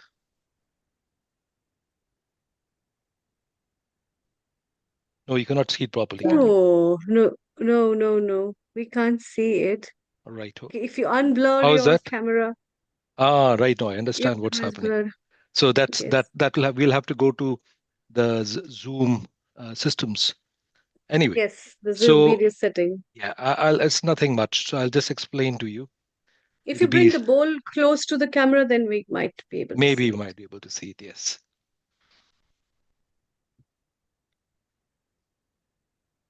How is that? Yes. Well, Wow, super. All right. Hmm. The first thing I do is quite unlike putting a normal sabudana things. I really normally they say just clean it 2-3 times, but I promise you I do it no less than 8 or 10 times or even more. Yeah. The point is when you're cleaning up with water, with I don't like any bit of milkish look in the water, so I just clean it up as best as I can. So there is no starch attached to the sabudana beads. That's number one. Then as soon as that's over, I make sure that the water that's should just be in line with the seeds, is not more not less. If you have it more, it becomes a very messy stuff. It becomes less, then you're left with hard things. At the end of it, when you take the sabudana seeds, they should be get nicely crushed like this, completely crushed. That's you see this, it shouldn't really melt completely, gets crushed and you squeeze it. The next thing that I do is, once that is done, i've I mix it with two things on top of it. You can see these are groundnuts, which Peanuts. are the peanuts, sorry, the peanuts, which are crushed, and as well as in a mixer, I make it is partly sort of ground, and there are fairly big pieces. That's number one. That's Then after that I add salt over it and a bit of sugar, and I nicely mix it. And then after that, the main cooking starts. Main cooking is very simple. It is jeera, a little bit of jeera. I use that first, and I use ginger, and I make them all prepared because the real cooking takes only 2, 3, 4 minutes. And this is ginger, which I sort of dice it. Then I put green chilies. It's very, very simple. And at the end of it, of course, I use some curry leaves. curry leaves are not used everywhere. So they are the only ingredients I put. Just put them on, fry it a little bit, and then I put diced potatoes, which have been boiled, very nicely boiled, so that some people in the at home, I've just kept it with a cling film so that it doesn't get too dry, because I'm going to cook it very soon. And that's nicely boiled and kept ready. So as soon as the ginger, the green chilies, and this seeds, the cumin seeds are heated up, I put the diced potatoes, heat it up, and as soon as it's done, I put the mixture of the sabudana, as well as the peanuts, as well as sugar and this thing. I put them all in, mix it nicely in such a way. Now the point is, I've got to make sure the heat is not too high. It has to be lowered. Otherwise, the sabudana gets burnt. So it is to be kept. You should immediately start stirring it, move it very nicely, and then cover it to steam for nearly 2 minutes, no more than 2 minutes. Even that time, I get very restless. I have to move it and then again make sure I've stirred it so that it doesn't get burnt. As soon as that's over, then I put pure lemon there, enough of it. Then I use grated coconut and then steam it again a little bit, and then put coriander leaves and have it. Wow. It's as simple as that. And that, Wow. but I mean, enough of salt and all the kind of things are all made sure. But I just cannot resist to continue tasting in between as many times as possible to make sure it is to my taste first. If I like it, then I'll give it to the others. Mm. So that's as Yeah. Oh, simple as that's that. lovely. And Yeah. I've been trying to lure some of the what do you call all my friends say that they have stopped taking any of these from anybody else. It's if you're going to make it, you're going to make it like Anukul's. So I've been trying to get some attachment with some of my what do you call restaurants over here, and they're very keen to. They say, all right, fine enough. I don't mind taking a job as a chef to make sabudana khichdi's. Just sort of, this is just a joke. Yeah, that's fine. Wow, that's Wow. amazing. I'm going to prepare that. Dr. Anjali, what have you to say about sabudanas and khichdi's? Oh, it's my favorite, this khichdi. I do make it when I'm fasting and all, almost festivals and all. And similar way, but I just don't put peanuts, lots, little peanuts and potatoes, little bit only. But lot of pomegranate I put in the end. Oh yes. Yeah, I never so tried pomegranate before. That's fascinating. That's absolutely the pomegranates are very fascinating fruit because somebody gave me pomegranate in place of gulab not this what do you call that, golgappa. And one day I went to one of our friends' house and they did not have there was no watery thing, but there was some potatoes, and they put pomegranate seeds. I said, and I had it. It was wow, exactly like golgappa. This is amazing, cool. and it's a beautiful sourest and very nice sour and sweet taste, exactly like golgappa. This thing, it's amazing. But as far as peanuts thing, I use the again. There's a lots of interesting things about peanuts. I use full peanuts, which have got even the covering on it. Oh, Oh, Peanuts combination with sabudana combination goes well.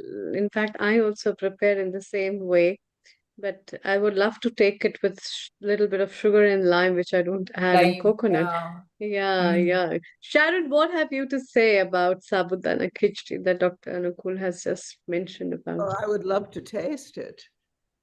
One thing wanted to bring up is the allergies that are happening in this country. I don't know in India Hmm. and other places, but so many people are allergic to wheat, and they're Hmm. all and but then they have this gluten-free bread, but they put so much sugar in it Sugar in it. Hmm. that it's ridiculous. So I think it's just, you're talking about the milk and the processing of it. It's what's happening with the wheat. My husband got a whole bunch of organic wheat berries, and then he grinds them and he makes his own bread.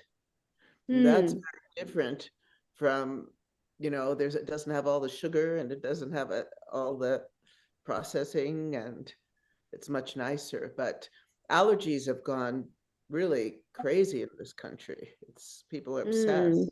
Oh, they can't eat this and they can't. You go to a restaurant and and they have a menu says, okay, this is peanut free, this is gluten free, this is, it's yeah, it's sad really that the processed foods are creating these problems for people. I read Yeah, that, what's in your kitchen garden these days, Sharon? well, at the moment, nothing because it's winter. Well, we could have kept growing actually, but no, this year I we can see so decided, many indoor plants at your home where you are right now. oh, this is my So many studio. indoor. This Wow, is that's lovely. my studio where I work, and I like to have um, all this around me, especially in the Yeah. winter. Yeah. And I remember once you had so many gooseberries, and once you had so many Oh, tomatoes, and then you had so much of tomato sauce that you prepared and we distributed to well, this year everyone. we There was we a lot didn't of basil. do the garden because we were both so busy. But we had a gigantic elderberry bush. So we Mm-hmm. had a lot of elderberries. The gooseberries, well, it was very dry here this summer. And so in general, people who did grow, the mice and the animals were eating their plants. It wasn't like a big harvest this year because I see. people were really complaining about the mice. The animals were very hungry and they were eating everything, all the people's garden they Mm. would bring in.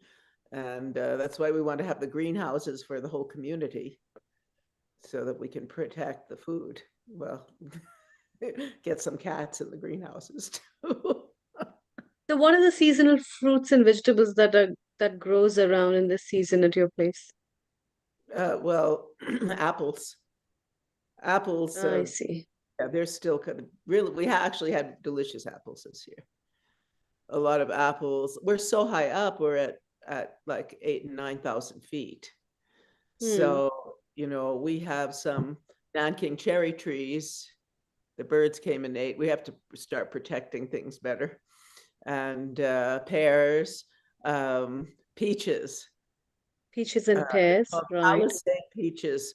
And yeah, they do really well around here, but only certain things because we're so high. And the growing season is not that long. Hmm. And Sharon, And which veg? do you have to use pesticides?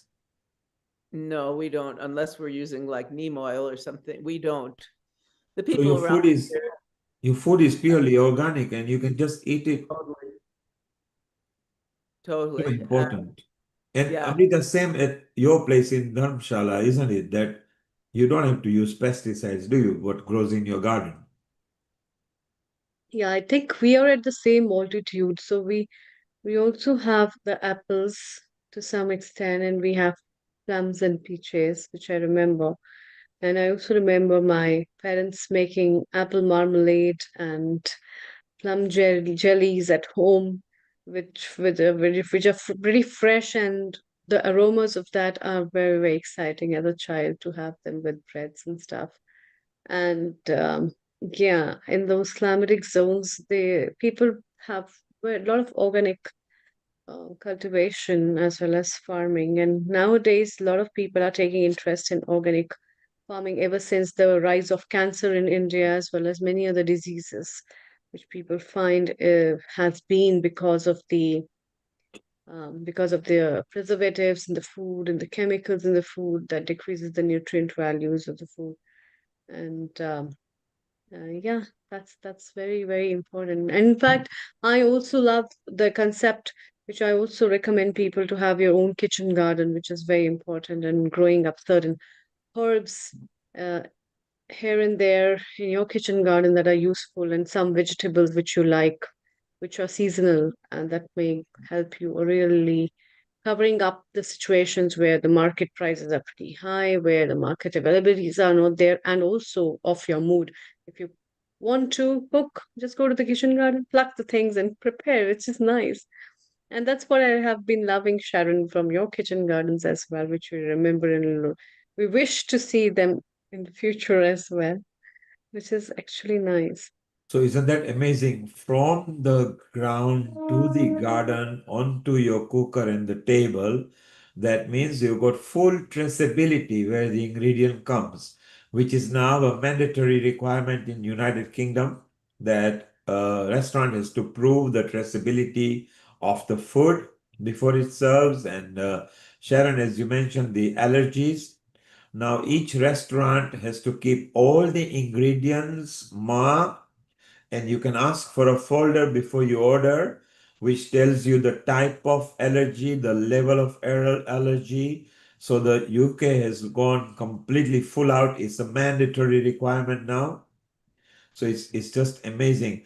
But growing your own products and you don't have to use pesticides, then so fresh. And I noticed that Amrita has got apples, UK has got apples, Sharon, America has got apples.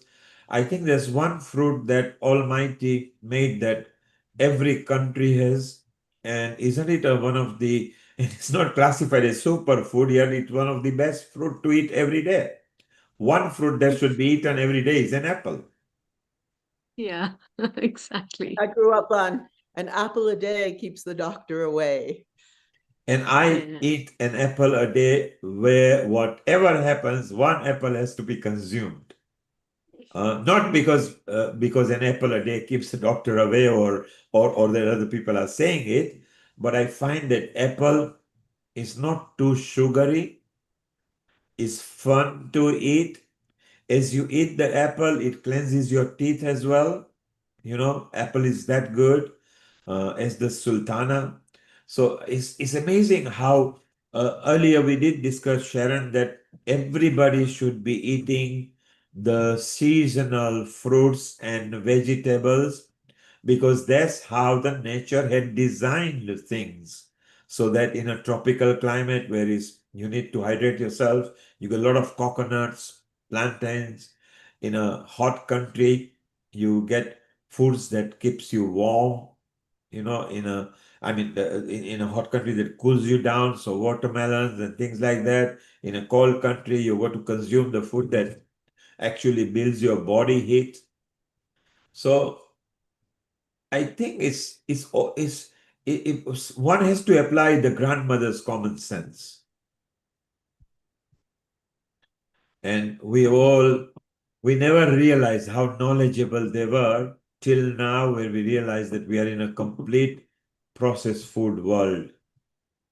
I mean, in India, just 30 years back, there were no frozen foods. They didn't even know too much about tin foods in India. And now, all over India, supermarkets are just becoming like westernized. You have, when you're saying 30 years back, I have to tell you that when I had my first grant to come to India, Yes. 1983, the government gave me this booklet, right? And it told me that I should wash all of my vegetables in laundry detergent. In a laundry detergent?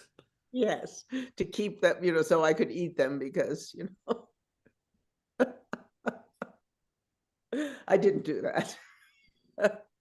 I'm glad you didn't do it. Oh, this is crazy. I mean, laundry detergent could be quite harmful as well. I know. I don't know. People, So it is true, yes, that in India, because it wasn't just pesticides and all those things, you had lots of roadside dealers and the carbon monoxide. I mean, literally a micromillimeter of a layer of every fruit and vegetable had carbon monoxide in it. So then they said you should peel off the skin. It is skin which has got nutrition. Even kiwi fruit, people throw the skin away, but that skin is edible. Mango, which is classified as a poisonous skin, for years we've been eating mango with skin. I mean, it's so much fun to eat. So sometimes one just has to follow nature and your own body's power of digesting food. But it is true, some phytic acid, for example, if you don't soak your beans, if you can soak your nuts and beans for 2 to 4 to 9 hours if it's kidney beans or black chanas. Then scientifically it's been proven how it consumes when it goes into your body, how the body cannot absorb certain antioxidants or vitamins. So I suppose some point we're going to learn and go with the science, but washing Always detergent, if you have to, It's always changing, the science. it's always changing. It's always completely But changing. there because of Kennedy and Jay Bhattacharya and these people, there is a movement towards health, and taking away these red dyes and all these things in the food that were created, of course, for the corporations to make more money. Yes. The movement towards that here, so that's hopeful, and they're even trying to make it so that you can't use these benefits, these SNAP benefits, to buy, all this processed food, Coca-Cola and all this, that you can use it to buy healthier food, but people are addicted to these things. That's the problem. Considering that we are nearly 9 billion people on the earth now, how will the earth feed the human beings unless we find alternative source or we reset because we've damaged so many trees, plantation. Our lands are not arable anymore. They're not a food friendly soil left too much. So much something has to drastically change. Yes. Well, and it has to start in our hearts. That's what when I look around, because I've been reading a lot, I read a lot of history, and we really have to grow up as a species Yes. in order to survive, because it's just the level of dumping bombs on. I was just reading about the land in Gaza right now is just poisoned. I'm sure in Ukraine it's just enough war, enough. It's just, what's the point? We're human beings and we should love each other and we should help each other. And all this fighting, and it just seems to me very juvenile, actually. Maybe we all have to learn the hard way. And if we don't do it correctly, we are running out of water. I mean, we are running out of water in maybe our lifetime. So it's just scary. Food is scarce. Although food is available, people waste so much food nowadays. I mean, the grandmothers and the forefathers and all those things, they used to preserve everything. Everything was useful. They didn't even have to get ill if they had the food following their unless it had salmonella or E. coli. Amrita, you are in the land of farming. Punjabis are some of the best farmers in the world. Whole of Punjab grows so many vegetables and spices. Do you think it's changing there as well? It's more commercialized and supermarkets have taken over in Punjab? Yeah, more than supermarkets, I would say, because of the farming stuff, it's very commercialized, and there's a lot of things in relation to the chemicals that are being used, as well as the processing of the foods and the vegetables which you see in the market for commercialization. And because of that, there's a lot of problem related with the environment and sustainability, and the groundwater level, which is not pure. Because of that, as soon as it rains and the water that they are feeding in the farms is going on the ground with all the pesticides. So there are a lot of problems in relation to that. Despite being an agricultural state, it is, I would say, not a healthy agricultural state nowadays, because of the intense production and the kind of uh, um, per capita income in terms of the agricultural products people are aiming for, in terms of rice and wheat, which is widely grown over here. It is really a tougher state. But I still find Himachal pretty better in many states, especially in the time places of Spiti Valley, in the places of Kinnaur, and these areas, particularly people grow organic vegetables, and a lot of organizations that work with these people to have sustainable foods for their own survival as well as to give them a source of income in that way. Some amount of millet, some amount of maize is a very good food and staple food of these places which people consume, and the rich diversity of local foods has made them really very special, what people consume and how they keep up. If you talk about the higher regions of higher terrains where it snows for all the 6 months, nowadays it doesn't snow for 6 months, but still a couple of places are there. Their people still survive on the natural basis with the natural foods and the herbs and the storing techniques that they have. In fact, with the wooden homes which are kept warm and the food stores which are kept especially for the winter grains, where they consume these kind of foods in the whole winter to survive for themselves and for the cattle. So that kind of stuff is very pure as such. But the other kind of consumptions have been commercialized because of that, the rise in different kind of diseases, and what Sharon you had been talking about, the addiction to the tastes, which I agree to is very, very large in many populations worldwide. So the addiction of having the pizzas and the burgers and the cold drinks and a particular taste of foods, which commercial society has made, has given it has hit people in large, rising obesity, rising diabetes, rising high blood pressure, and also many other diseases in terms of the mental health has drastically affected because of the taste addictions, because people can't leave these tastes. That's the problem. And the easy availability. That's what. So So the it advice has. is wake up now, don't waste food, don't waste water, eat your own food, treat cooking as a lovely therapeutic hobby, and who knows, your body will treat you well because it will return health back to you. Amrita, let us tell people what's going to happen on Healing Our Earth over the next 3 episodes. So if anybody would like to contribute or something, they can contact you. And here goes the first one next week. Yeah. So next week we are having World Diabetes Day, and the episode is Diabetes and Well-being, which will be broadcasted on 16th of November 2025 from 2 p.m. Greenish Mean Time onwards. So if you're interested, you can pop in. And the following week to that, we are having Post COP 30, an episode which will be broadcasted on 23rd of November 2025, which will be talking about sustainability, putting nature, people, lives, and livelihood at the heart of climate action.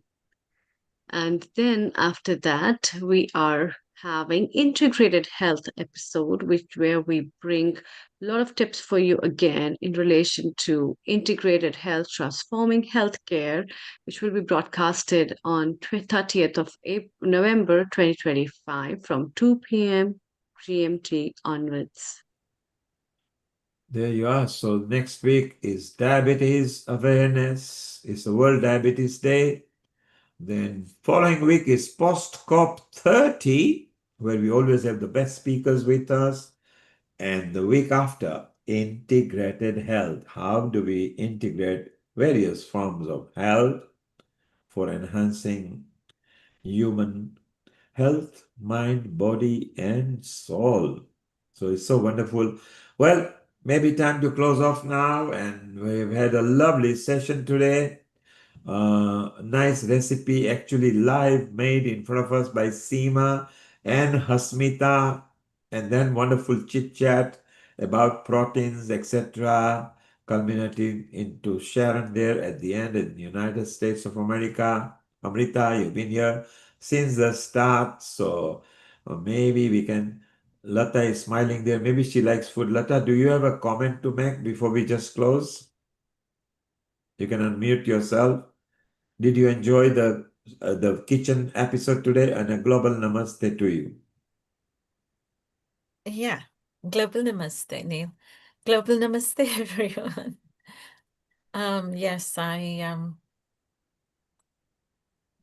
I feel, yeah, I learned a lot, but at the same time, I do feel saddened at the way human nature is sort of turning to just wars and greed and,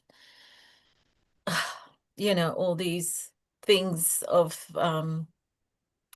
America just wants to control the world, and the global corporations there want to control the world. They don't care what we eat and what we drink, give us junk foods, and they make money galore out of it. And we innocently, buy it till we get older and wiser. And then we sit here and discuss it, and we say we don't want to give it to our kids. But, the kids go out and they get it everywhere, don't they? They go to parties. You can't have a party without Coca-Cola.